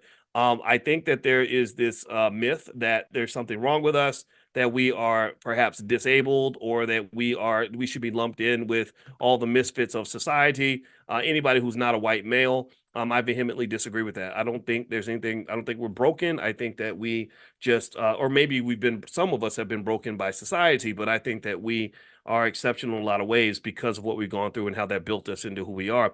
So here's what Dr. Anderson says. He says, Blackness has had special importance and impact in America and the world. For centuries, the American public and politicians in particular have proclaimed that America's democratic values, freedoms, and immigration policies make it an exceptional nation among societies and is therefore due special recognition, respect, and an elevated status over all other nations. Exceptional means something that is different, unique, rare, unusual, and remarkable. In the case of a group, it means that the members have been treated in an uncommon manner from all others. So he's saying that you are, pay attention now, he said unique, rare, unusual, and remarkable, and that you've been treated differently from everyone else. So give me a yes or no if you agree that no one else in this country has been treated the way Black people have. Give me a yes if you agree with me that we have had a unique experience in America, that we've been sort of dealt with in a way that no one else has been dealt with, that Black Americans are being treated differently from immigrants or LGBT people or anyone else. Give me a yes if you agree with that basic idea that we are treated differently from everyone else. Let's start there. Okay, so this is what his Black exceptionalism concept is built upon. So here's what else Dr. Anderson says. He says, what group of people in America, in nearly every respect, have been viewed and treated in a more egregious manner than Black Americans? Black Americans are an exceptional people in this nation in many ways. It is time for Black Americans to demand compensation, recognition, appreciation, and respect for what their exceptionality created in America. Because of Black exceptionality, it is an affront and disrespectful for this nation and the Black overclass, the Black overclass, the Black overclass. Those are all those people that are telling you who to vote for and what to do with your money and what to do with your life. The Black overclass, y'all know who they are. You can pick whoever you want. The Black overclass, it is disrespectful for them and the rest of the nation to continue relegating Black Americans to broad and ambiguous groupings such as, pay attention to these keywords. These are keywords Dr. Anderson's using. Minorities, poor people, people of color, diversity, disadvantaged, and multicultural. So he's saying that the use of these terms dilutes and waters down your exceptionality. It waters you down. You're taking Whitney Houston and you're making her become part of a music group where she's a backup singer. Whitney Houston should not be anybody's backup singer. Whitney Houston should be a lead singer. Okay, and this is kind of what he's saying, is that you are unique. When people try to say, oh, well, you're not a white male, so we're going to lump you in with gay trans people. We're going to lump you in with every immigrant. We're going to lump you in with white women and let them get to the front of the line and put you at the back. There's a problem with that. And it shows itself in a lot of statistical outcomes in terms of who gets the most opportunities, who gets to eat first. You eat last because you let everybody else sit at your table. That's what he's basically saying. So he says here, Inclusion into those categories not only denies blacks recognition for their achievements, it gives the misleading impression that all categories of class minorities, immigrants, native Indians, gays, transsexuals, and women were that they were all enslaved, denied free land and wealth, lynched, castrated, denied to benefit from their own labor, denied human rights and love, and were maltreated as Black Americans. That's what they're saying when they just lump you in and say, "Oh, well, you're Black, go in the back with all the other misfits." They're pretty much saying that they went through the same thing you went through, and we know that this is not true. He says they were not. None of those groups have been treated like Black people. Blacks are very special people. This is page 187. 187 on an undercover cop. Remember that? I just had to say that because 187 hip hop. I like rap. I've always been into hip. That's why it bothers me so much when people think that they say you hate rap, you hate rappers, you don't know what you're talking about. Whenever I critique hip hop, I always have some fool that comes in the chat and says that, and I'm like, you big dummy, I know rap better than you. That's why I critique it, because I want it to get better. Y'all, they took rap and made it stanky. Rap was supposed to be beautiful. Rap was supposed to be wonderful. Rap was supposed to elevate us, and they turned it into something that just started to stink, like rotten eggs and nasty, like nasty curdled milk, and then just had you out here looking crazy. That's what I'm mad about. I love rap. I love rap. Let me keep on. Black exceptionalism is the missing factor needed to ignite a movement to change the bottom rung status of Blacks. A fundamental premise of my powernomics concepts. Hold on. Why am I coughing? I need water. Hold on.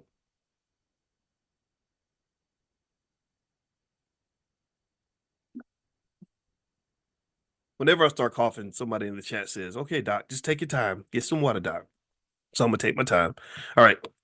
So it says here, a fundamental premise of my powernomics concepts urges Blacks to build group self-sufficiency and competitiveness upon its advantages and exceptionalities. Powernomics principles are the best hope that Black Americans have to survive and prosper in America. However, the window of opportunity is very small and closing quickly. In my book, Powernomics, the National Plan to Empower Black America, I correctly project that when compared to other population classes, Blacks would be a permanent underclass. He predicted this by 2013. By 2013. So on page 187 of the book, the Black History Reader, Dr. Claude Anderson, when he wrote this book, said that by 2013, Black people would become a permanent underclass. Now, I'm trying to remember. I keep forgetting. Is 2013 the future or the past? I can't remember. Have we already passed 2013? Because you know when you get older, you like remember. You remember when the year 2000 was way off in the future because Prince would sing about it, like we're gonna party like it's 1999, and you couldn't even imagine it. I can't remember. It was 11 years. Thank you, Kendall. I thank you. I forgot. Sometimes I forget. So 2013 is a long time ago. So according to what Dr. Anderson says, there is a segment of the Black community, not all Black people, because I know Kendall Green, I know his wife, and they're not an underclass. They've been investing. Their children are not part of an underclass because they did a good job. They raised their kids and they raised them well. But the majority of our people, according to Dr. Anderson, might be stuck. I don't know. I all I do know is that the labor market has changed. AI is here. A lot of people don't even know about AI. And so this is going to be interesting. Underclass status is measured by a group standing on social discomfort indicators such as measures of health, employment, poverty, income, wealth, education, criminalization, and business ownership. So pay attention. So this is how Dr. Anderson measures whether you're an underclass. You can write this down if you want to. This is good. So that when you figure out like, okay, how are Black people doing? You can look at health, physical and mental health. Okay, since integration, are we doing better or worse in terms of physical and mental health? What do y'all think? Better or worse? Better or worse? And then let's move to employment. Are we doing better or worse than we were in the past? What do you think? I think employment is almost even though. I think we have a lot of Black jobs. I think that most people that want work can find work. You know, white people will always be happy to have Black people working for them. I think that there's space for that. However, here's what's interesting. I was listening to an economist speak today on a financial show, and he said something very interesting. He said that for the first time, he said for the longest time, politicians would never admit something that most economists know, that excessive amounts of immigration, and Dr. Anderson's talked about this, that excessive amounts of immigration undermines wage growth. That your wages, the reason part of the reason that American wages have not gone up, and what they'll do is they'll tell you inflation's getting better. Well, part of the reason it's getting better is because wages aren't going up. Well, why aren't they going up? Well, because you're adding 10, 20, 30 million people to the workforce. So you got more people competing for jobs. So inflation going down, or better yet, it doesn't actually go. So inflation doesn't go away. You don't actually have deflation. You have disinflation. Inflation's always there, but it's slowing down. So it's like a car moving down the road. It doesn't stop. It's just not going as fast as it was before. Do you understand? There's a difference there. That's different from the car stopping and turning around. The inflation car does not turn around. It goes in one direction, but sometimes it goes faster than others. So basically, when they tell you, hey, hooray, everybody, inflation is under control. Well, a big indicator of that is how much employers are having to pay you to do your black job. So what they're partly saying is, yeah, your wages aren't going up because we don't have to pay you as much because now we've got a bunch of new people in the workforce that are going to compete for your job. Now you can do with that as you want. There's different arguments, right? It does help national productivity. It does help GDP. But just because GDP goes up, that doesn't mean that wealth is going up for everybody. So if you are in that working class, which a lot of us are, I don't think that this economy works in your favor. This is not a poor man's economy. This is not a working man or working woman's economy. This is a rich person's economy. And that's why I want you to invest, because I need you to do what rich people do. If you're a stockholder, yes, you're gonna do very well. You're gonna keep making money. They're never gonna stop helping rich people make money. But if you are, say, somebody who doesn't invest and you get up and you work hard and you go to work every day so you can pay off that 100,000 in student loans, you'll be stuck on that hamster wheel. And it's the running on the hamster wheel that generates the electricity that builds the wealth of rich people. That's capitalism, folks. So I hope that you will understand that, because if you don't, it can be very costly. So let me keep going here. Let's see, poverty. Okay, so he mentions poverty. I think in terms of poverty, maybe we're doing better. Okay, income. Are we doing better or worse? Like we were ranked dead last in income after integration. I think we're still dead last now. So income, we're worse or the same, right? We're not doing better. Okay. Wealth. How about wealth? Are we just, is our wealth just skyrocketing and shooting through the roof, or is it going down? Education. How do you feel about education? Do you feel like our kids are just getting a pristine education in all these nice public schools in all these big cities, or do you feel like that's kind of an issue? I'd say it's an issue, and it's connected to culture, right? I think that when you're talking about broken families and then musical culture that celebrates criminality and broken families, you get a big problem. I think I read Poor LeBron. He started that school, and they said not one of the children was able to pass the state math exam in that school. And I don't think that's all LeBron's fault, though. I think he was probably doing his best, and he did actually get the school built, which we know that sometimes can take a while for some of us. But anyway, he built this school, and I think I'm sure it's a great school, but none of the kids could pass the state math exam, which you can't just put all that on the teachers. You can't put all that on the school. You also have to look at what's happening in our homes. And I think that what happens in our homes that's what we can control, and that should be a paramount concern for all of us. What else? Criminalization.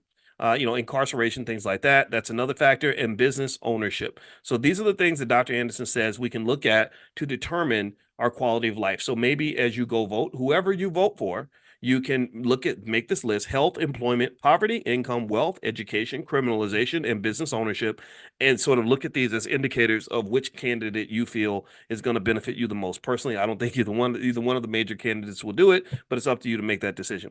These data show that blacks are fixed at the bottom of every negative indicator and bear a disproportionate share of social pathologies.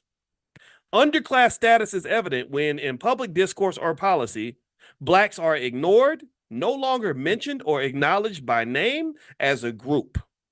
Black Americans must use their exceptionalism to change direction. They have devoted nearly 500 years to running away from blackness as a negative, but they must now turn to their exceptionality, view it as a positive, and proclaim it based upon the exceptional treatment and history they've experienced in American society. To use group exceptionalism as a positive force, it is necessary to know what makes them exceptional and distinguished from other groups in society. The following is a partial list of the ways blacks are exceptional in the U.S. You ready? This is a list. Dr. Anderson has a list. There's a lot of stuff on this list.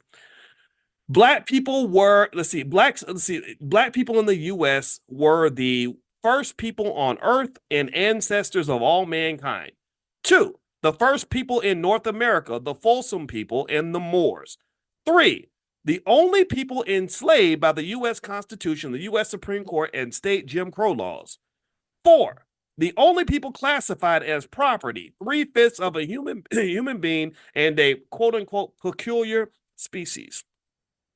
Five, the only people made a permanent minority in underclass by the 1790 nationalization laws. Six, the only people excluded from billions of acres of free land granted to white immigrants. Seven, the only people not paid for their labor, therefore they could not acquire assets to pass to their descendants. Eight, the only people who gave free labor that, along with free Indian land, became the definition of the American dream sought by immigrants. So we were the American dream. We didn't get the American dream. We became a commodity for the American dream. Interesting. Nine, the only people for whom it was illegal to attend school or learn how to read and write.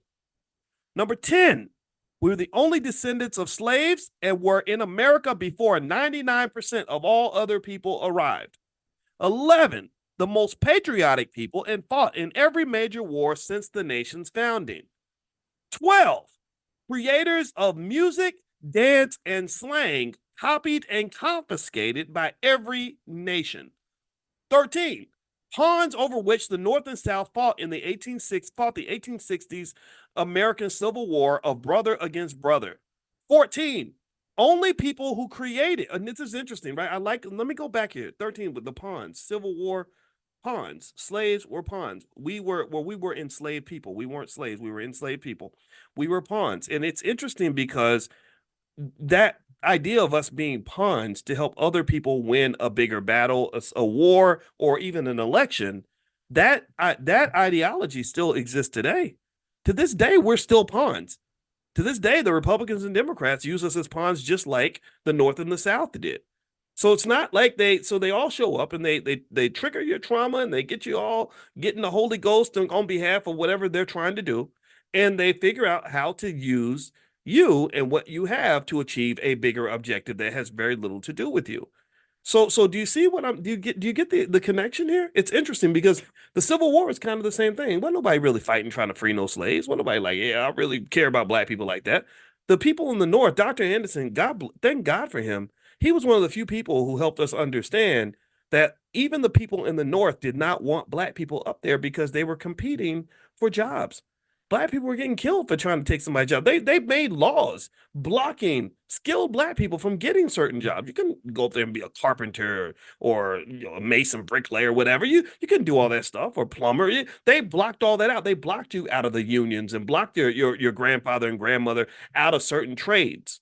So this idea that the North and the liberals loved us is a false idea. It is simply not true, 100% not true. So Dr. Anderson is helping us to understand that. So you've always been pawns though for a bigger game. So let's keep going. And actually that leads to another thought as before I read this. One of the reasons that we do financial consciousness training every day is because consciousness allows you to have self-awareness.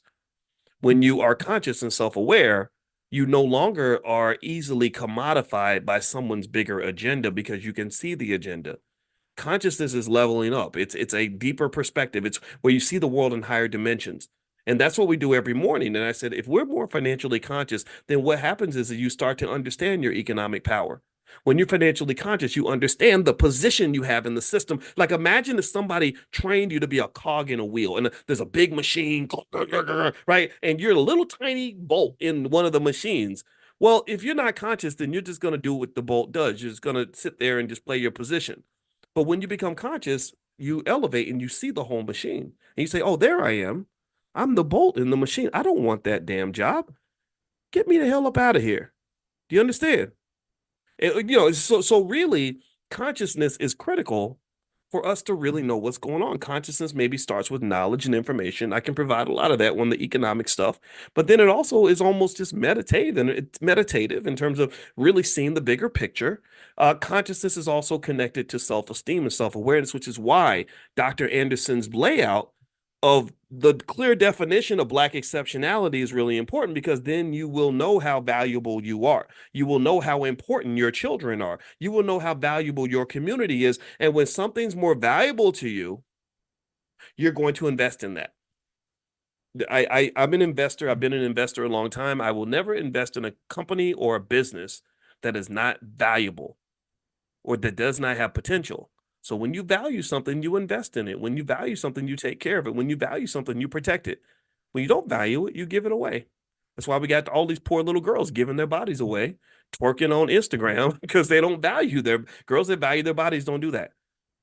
Or men run around planting seeds in every girl that that looks good that walks by. Nick Cannon and Cam Newton, that whole conversation. Like, I'm gonna just go sleep for her and her and her and her. I think a man that values himself and values his seed doesn't really think that way. He says, "No, I'm the king, and as the king, I'm only going to choose the proper queen that will carry my seed. I'm not having some stripper having my baby just because she's cute. I need to make sure I vet the people that are allowed to even be part of this very important, very significant, very royal bloodline." Do you understand? So really, that self-awareness, that knowledge, that ability to see the big picture, all these things relate to consciousness, and this is why we must be conscious. So when I say woke, like when I had that, y'all saw me at InvestFest, I had the shirt on that said financially woke. For me, woke is like wide awake, like you're seeing it all. And when you're really woke about the world and you really are committed to that, you start to just see things.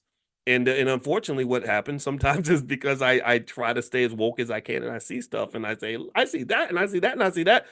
Sometimes people don't understand it. And I get it. I understand that. So let's all wake up. Let's pay attention. We are exceptional, and we should demand that. You got to stand on that. You can't be letting people knock you off your perch. You got to stand on your exceptionality. So let me keep going. So he says also, we were the only people that were pawns in the Civil War. I mentioned that. Number 14, we were the only people who the only people who created the need for a second U.S. Constitution, the 13th, 14th, and 15th Amendments and civil rights laws. 15, we were the only people we were only Southern labor class whose images were displayed on Confederate currency. Didn't know that. 16, only people in America who were denied the humanity of loving, nurturing, building, and protecting their own families. You weren't even allowed to nurture and love your children. And so when you see it that way, it helps us understand why we're not nurturing our children the way we should right now. For hundreds of years, we weren't allowed to do that.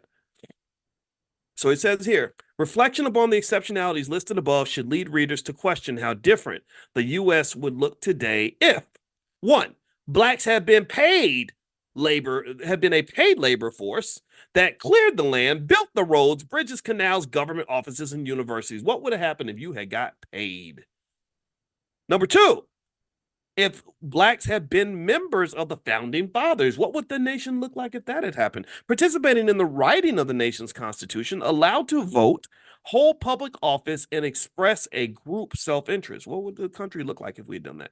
What would America look like today if Blacks had ownership of some of the thousands of acres of free land upon which to build mega farms and ranches and extract the minerals, oil, gas, lumber, and other resources, and the opportunity to accumulate wealth from the generous land giveaways? I want you to think about whatever city you're from. Put the city that you're from in the chat. Everybody tell me what city you're from. I'm gonna read literally from the chat. Tell me, what city do y'all live in? Type the name of your city. Rep your city right quick, because I'm gonna use this as an example. Let's see here. What we got? Let me hold on. I'm opening up the chat. It's taking a minute. Sorry.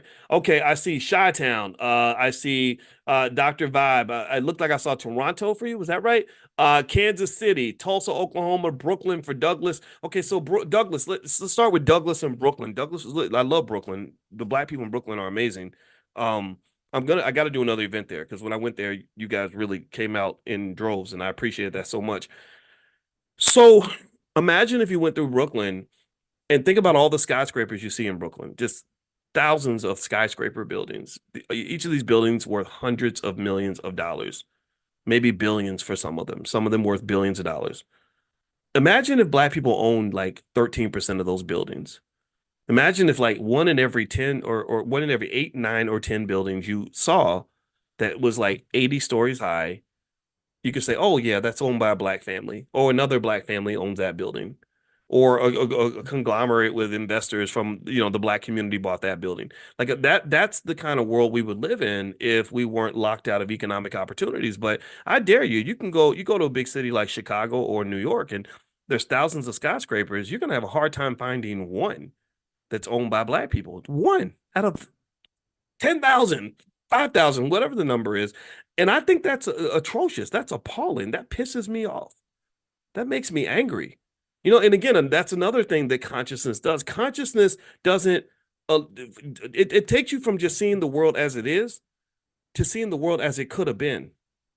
And then also consciousness allows you to see the world as it could be if you make certain decisions. So you literally can time travel, mind travel to different dimensions. You can travel through space and time and see things in various ways. So I don't really see what's happening around me very much. I'm seeing 20 years in the future. I'm seeing the what ifs all the way across the board. So the big what if is that if you didn't have hundreds of years of slavery, Jim Crow, and oppression, if you didn't have hundreds of years of wealth extracted and stolen from the black community, if you did not have hundreds of years of consistent, horrific abuse and disregard and disdain for black people, the world would look very, very different.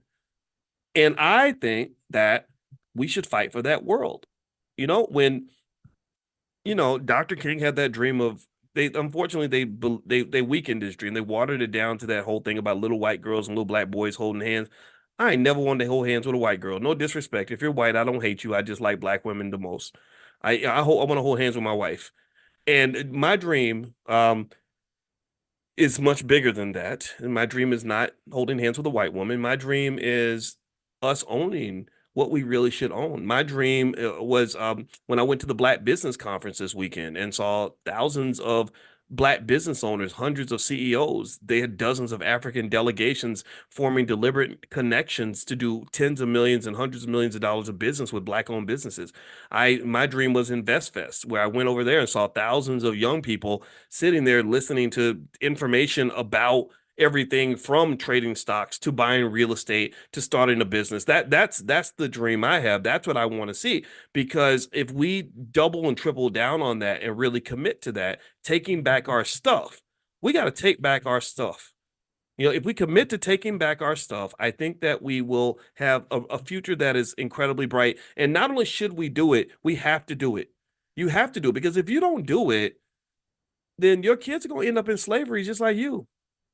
And our grandkids will be in slavery just like I don't want anybody going through what I went through. It was really hard to um get by. It was really hard to figure out how to get a couple of nickels to rub together. It was really hard to be in a workplace where it was so toxic that it affected my mental health.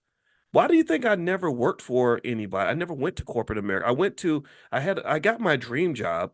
You talk about black jobs. I got a real good black job when I was in college. Let me tell you what happened. I got a job, an internship with GE Aircraft Engines, because I told you I was the top black student on campus. I had the highest grade point average, so I got everything I applied for.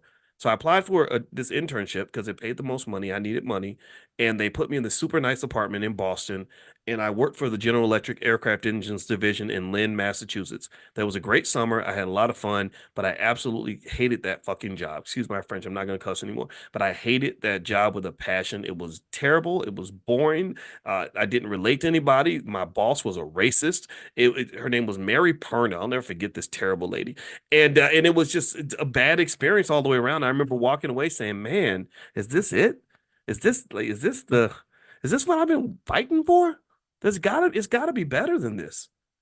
And so once I understood wealth, and then I started to explore how certain other people live when they built a legacy, when they do the investing, when they have the discipline, when they prepare for the future, I said, "Oh, that's the American dream over there." You see, you was pointing me over to this stupid corporate job and white women or whatever the hell you think that was supposed to be my dream, or BET.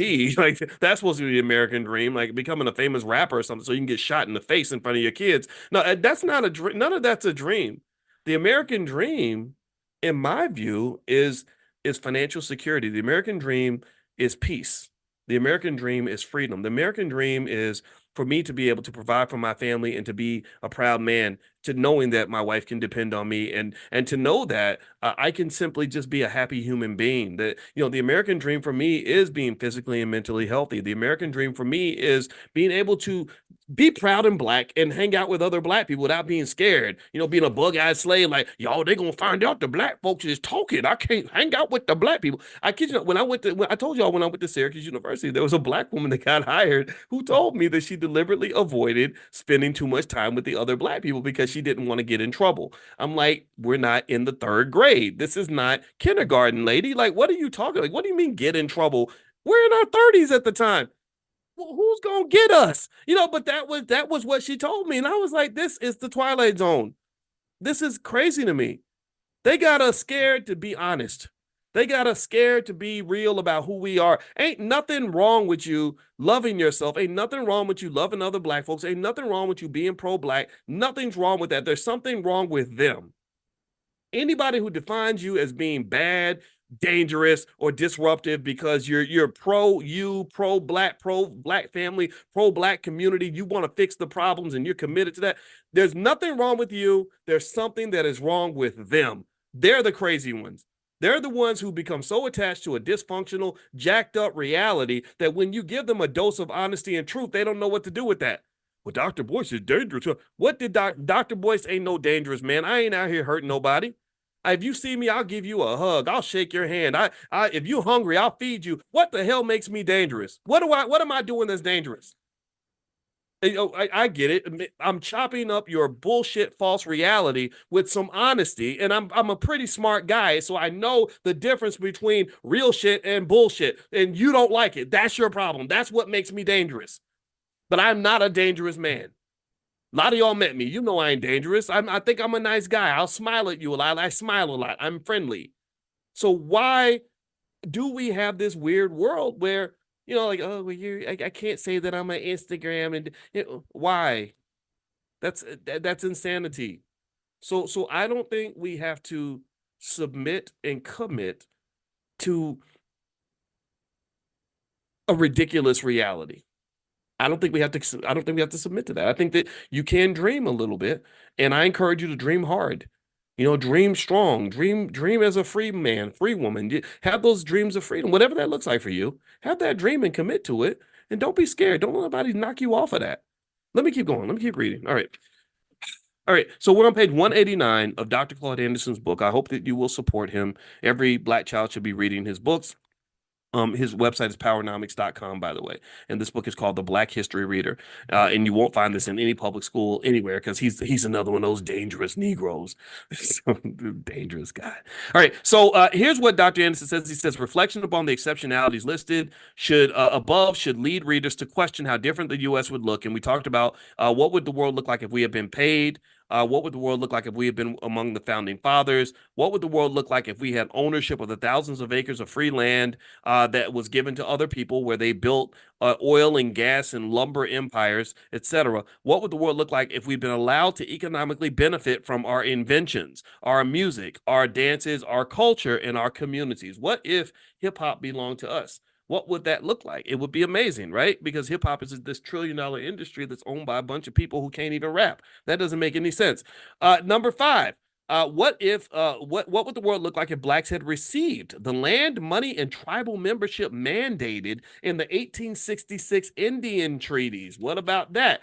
Do y'all know about that? If you don't know about that, Cody Ransom came in. Cody Ransom is in Greenwood, the Greenwood section of Tulsa, Oklahoma. He knows all about that. He knows about all that land and property that was given to Native Americans and that black people were supposed to get a big chunk of that. He knows that we were supposed to get a lot of the special benefits that were given to other groups, and that not only did the colonizers block black folks out of that, but even some of the Native American tribes, some of these tribes that you're taught that are your allies or whatever, they block black folks out. Right. So you don't really have any friends, and they create narratives that make you think you have friends. Well, my thing is, like, if you're my friend, why aren't you sharing your wealth? If you're really my friend, then you're going to give me my piece of the pie. If you lock me out and have me out here starving, you ain't really my friend. So anyway, let me keep going.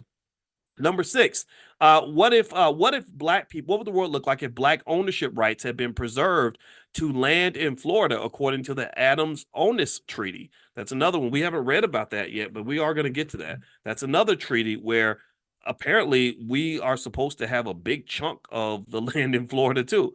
What if blacks had received the $50 million stolen by whites from the Freedmen's Bank? So there was a Freedmen's Bank where they put money in there that was supposed to be for y'all. Somebody took all that money and nobody knows where it went.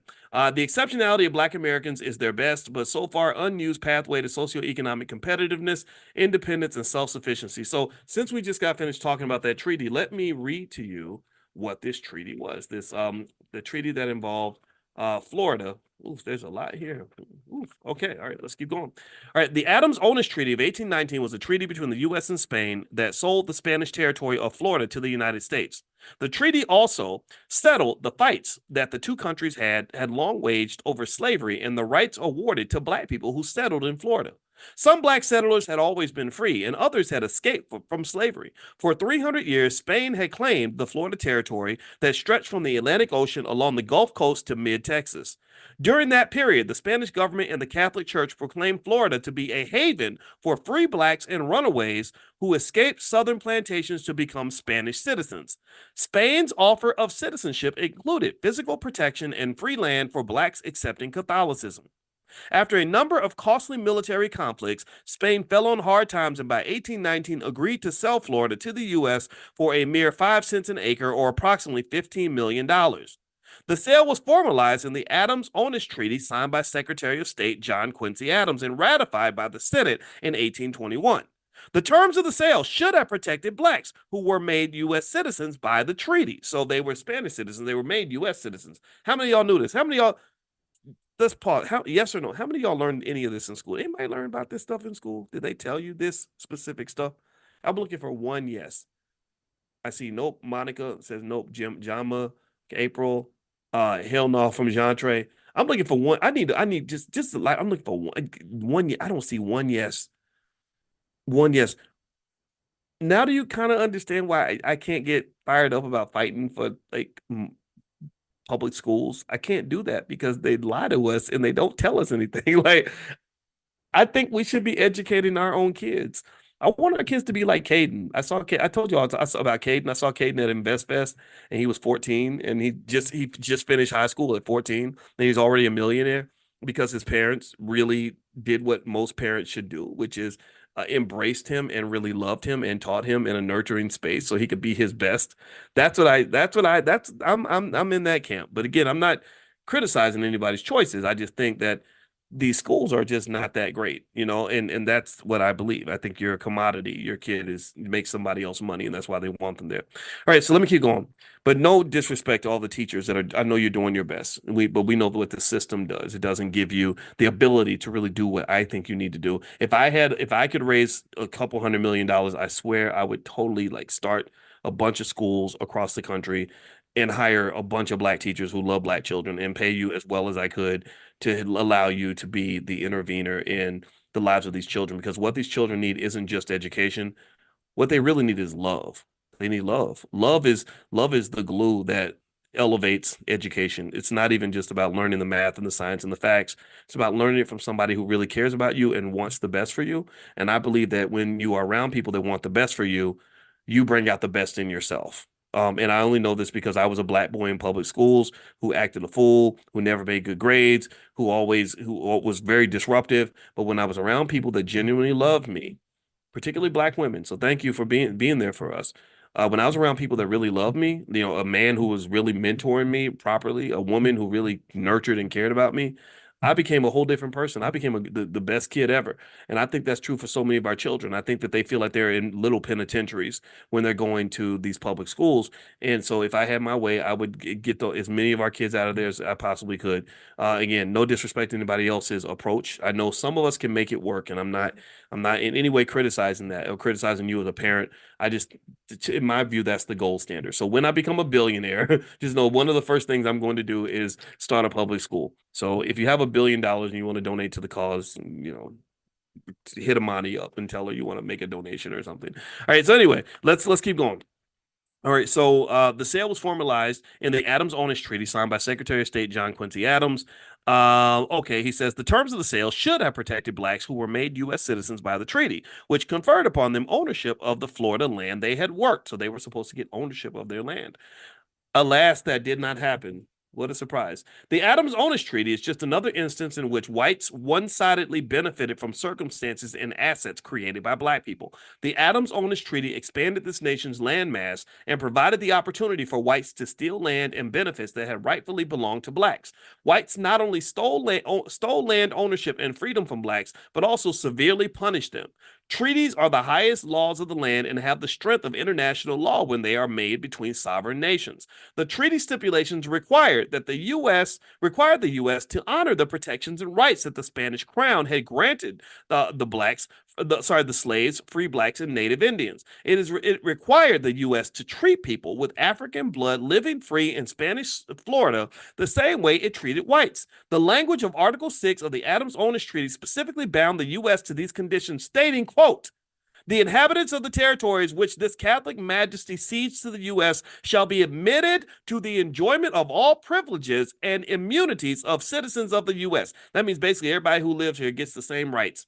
That's kind of what he's saying. Like, that's pretty much what it says. It is clear that the terms of the treaty guaranteed all black settlers freedom, U.S. citizenship, and rights to their Florida land. So three things: freedom, citizenship in the U.S., and rights to their land. Rights to their land, rights to their land. Which one do you think they took first? The rights to the land, then they took the freedom. The U.S. citizenship, you kind of got that because you were 3/5 of a person, but that's it, in a commodity. It also gave them the right to migrate to any territory owned by Spain. Did y'all know that? I didn't know that. Interesting. So they had the right to migrate to any Spanish territory. Years before the Adams-Onis Treaty, the U.S. was under great pressure from white slaveholders who wanted their runaway slaves returned. So here we go. This is where they get into the greed. So they wanted their slaves back. I'm sure this is going to be part of the narrative. They also wanted the Florida land that the runaway slaves, free blacks, and native Indians owned there. So they wanted the people and they wanted their land. So there we go. Remember we were saying like the land and the freedom were the two things that we're going to take? That's what they're doing right now. It was estimated that black settlers owned, pay attention, that black people owned approximately 40% of the land across northern Florida. That's a lot of land. 40%. That's ours. That's ours. Where's my cut? That's ours. 40% of the land in northern Florida.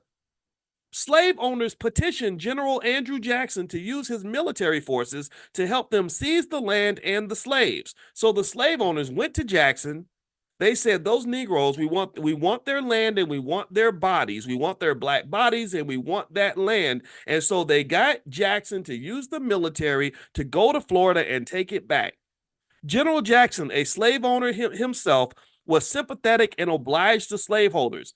He made several illegal military incursions into the Florida territory to capture runaways, take their land, and to destroy the black maroon towns and Seminole Indian villages that were protecting black settlers.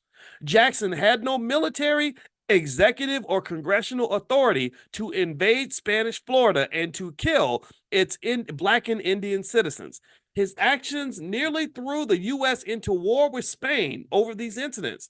The only reason Jackson's military invasions did not trigger a war at the time was that Spain was so financially weak that it preferred to sell Florida to the U.S. rather than get into another fight.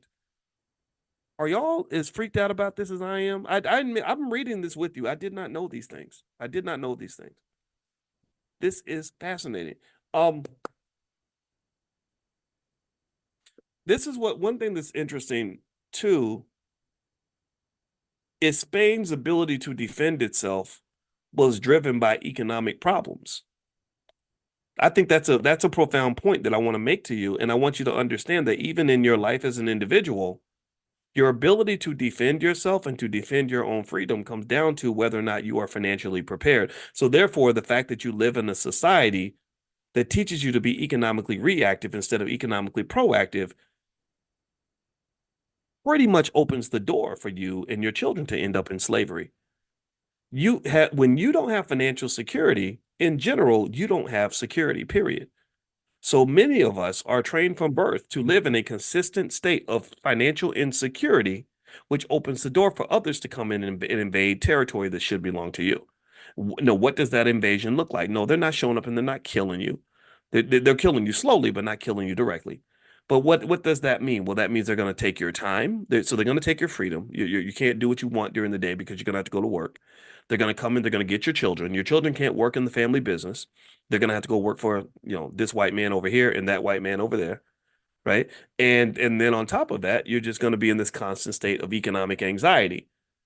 So what I want you to understand is um that this is bigger than money. Money is bigger than money. Money is not that important to me, honestly.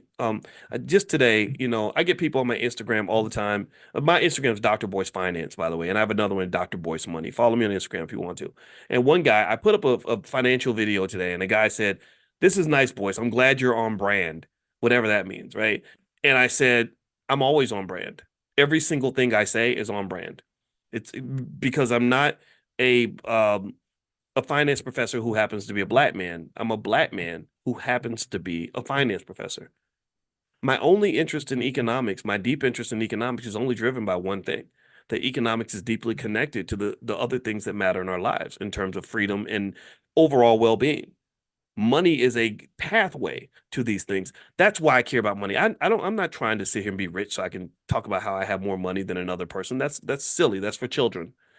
I believe money is important. I believe wealth is important because wealth will protect you when they come and try to invade you. And colonizers will always come and try to invade you in a capitalist society if you don't have your money right. So what you do for your kids, if you love them, is you make an economic plan. You prepare them financially. You start investing while they're young, so they have assets when they're older. So therefore, they don't end up like this, like Spain. Spain couldn't do anything. They were economically weak. So they had to give in. They had to give away people and territory and everything else. Just like it. So imagine if these citizens were kind of like their children. An entity or an individual that is not financially secure cannot defend and protect its people. So the part of the reason you cannot defend and protect your community is because we have not fully embraced the discipline required to be financially intelligent and financially prepared. Do you understand? Do you follow what I'm saying? Do you get what I'm saying? Do you see the connection here? If Spain had a different approach to its finances, they could have fought the war, defended their people, told them to fuck off. They could have they whatever. Excuse my French. I know I cussed a lot today. I hope that please forgive me for that, but I got to be honest. They could have said, "Screw you. These are our people. We're going to fight you till the end because we've got the resources to do that." But because they had no resources, they had to bow to the crown. They had to bow to the aggressor. So in many of your homes, in many of your families, because you don't have resources, you have to bow to the aggressor. Black men can't be men the way we want to be because we didn't grow up in spaces where they taught us to be economically strong and prepared. You have to go out groveling and begging and hoping that massa will give you an opportunity. And I'm not making fun of anybody in this position. I was there too. But I believe every black man on earth should know how to start a business from the time he's a child. I think that should be a requirement for all of our boys. Same thing. I think the girls too. The girls have their own reasons to be economically independent. So this is what I'm seeing here. This is what I'm seeing. That not being prepared makes you vulnerable, and then that's when people come in and they take your stuff and they take the people around you. So you are the head of a household. You've got some stuff. You've got some people that you're protecting. You can't protect them because the money's not right. Why ain't the money right? Why don't we have a plan? Why aren't we doing more? Why aren't we understanding economic preservation as a critical element of personal and collective freedom? Freedom, influence, power, whatever you want to call it. Money is power. Money is power, and economic warfare is a very real thing. It's declared on you every single day, and it's going to be declared on your children. So make sure that they're ready. Let me keep reading here. All right, so it says, as stated earlier, after the treaty was signed in 1821, Florida became an American territory and the inhabitants became U.S. citizens. However, that did not stop General Jackson from breaking the law. He committed numerous additional reprehensible acts to aid the white slaveholders. He repeatedly used the U.S. military to capture blacks in Florida and delivered them to the slaveholders. In doing so, Jackson violated the U.S. Constitution that declared it illegal to bring slaves into the country after 1808. These intentional illegal actions on the part of Jackson and the complicity of the U.S. government, because it let those illegal acts occur, raise numerous questions. The answers to those questions create legal pathways to remedies for reparations for reparations for today's Black Americans. In the following section, I am intentionally framing detailed legal arguments that should be used to compel the U.S. government to provide reparations to Black Americans as a group. And I mentioned with reparations, it's not the government is not the only entity that owes us money.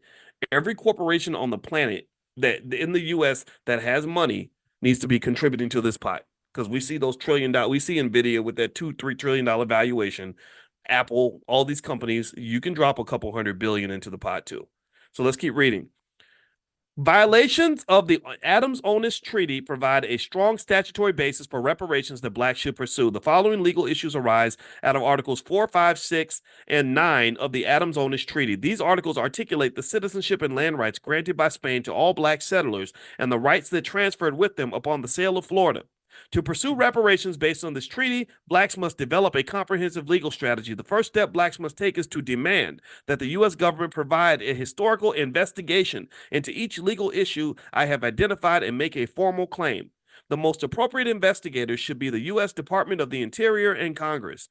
Second, given the realities of history, Blacks must organize their legal scholars and elected officials to monitor government progress and identify descendants of Black Spanish settlers.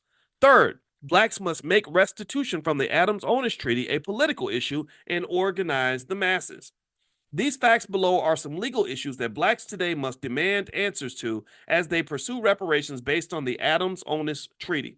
1. General Andrew Jackson and the United States accepted ownership of Florida as a new state, but ignored the numerous provisions of the treaty that Spain had made for free Blacks, runaways, and Black Seminole Indians. 2. What compensation is due to the descendants of the free Blacks in Spanish Florida that General Andrew Jackson killed or shanghaied and delivered into slavery more than a generation after 1808, the date after which the Constitution, as ratified, prohibited bringing slaves into the country? 3. Why didn't Black Spanish citizenship and land ownership convert into citizenship and ownership in the United States as required by the treaty? So why weren't the citizenship and land ownership converted over? 4. When Indians and Black settlers were removed from Florida by the U.S. government, why weren't millions of acres of Florida land owned by Black settlers and Black Seminoles held for them in accordance with the Adams-Onis Treaty? What happened to the ownership of that land? That can be traced. You can trace who owns property, right? Am I right? Yes. So on page 193 of the Black History Reader, Part 5, Dr. Anderson says, do the descendants of Black landowners still have entitlement to that Florida land? They owned the land based on Spanish decree and natural or divine law, but did not have paper documents such as deeds. 6. If the terms of the treaty are invalid, then the state of Florida still belongs to Spain. Nearly 2 centuries after the U.S. Congress signed the Adams-Onis Treaty, it is necessary to track ownership of the many Florida lands that have been owned by Black Spanish settlers whose land rights should have followed them after the U.S. purchase. If the treaty is valid, then the obligations to Black settlers must be honored.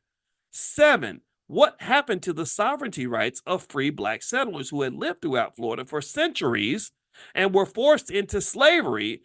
Think about this. You've been free for centuries and they force you. I mean, that's terrible. That's horrible.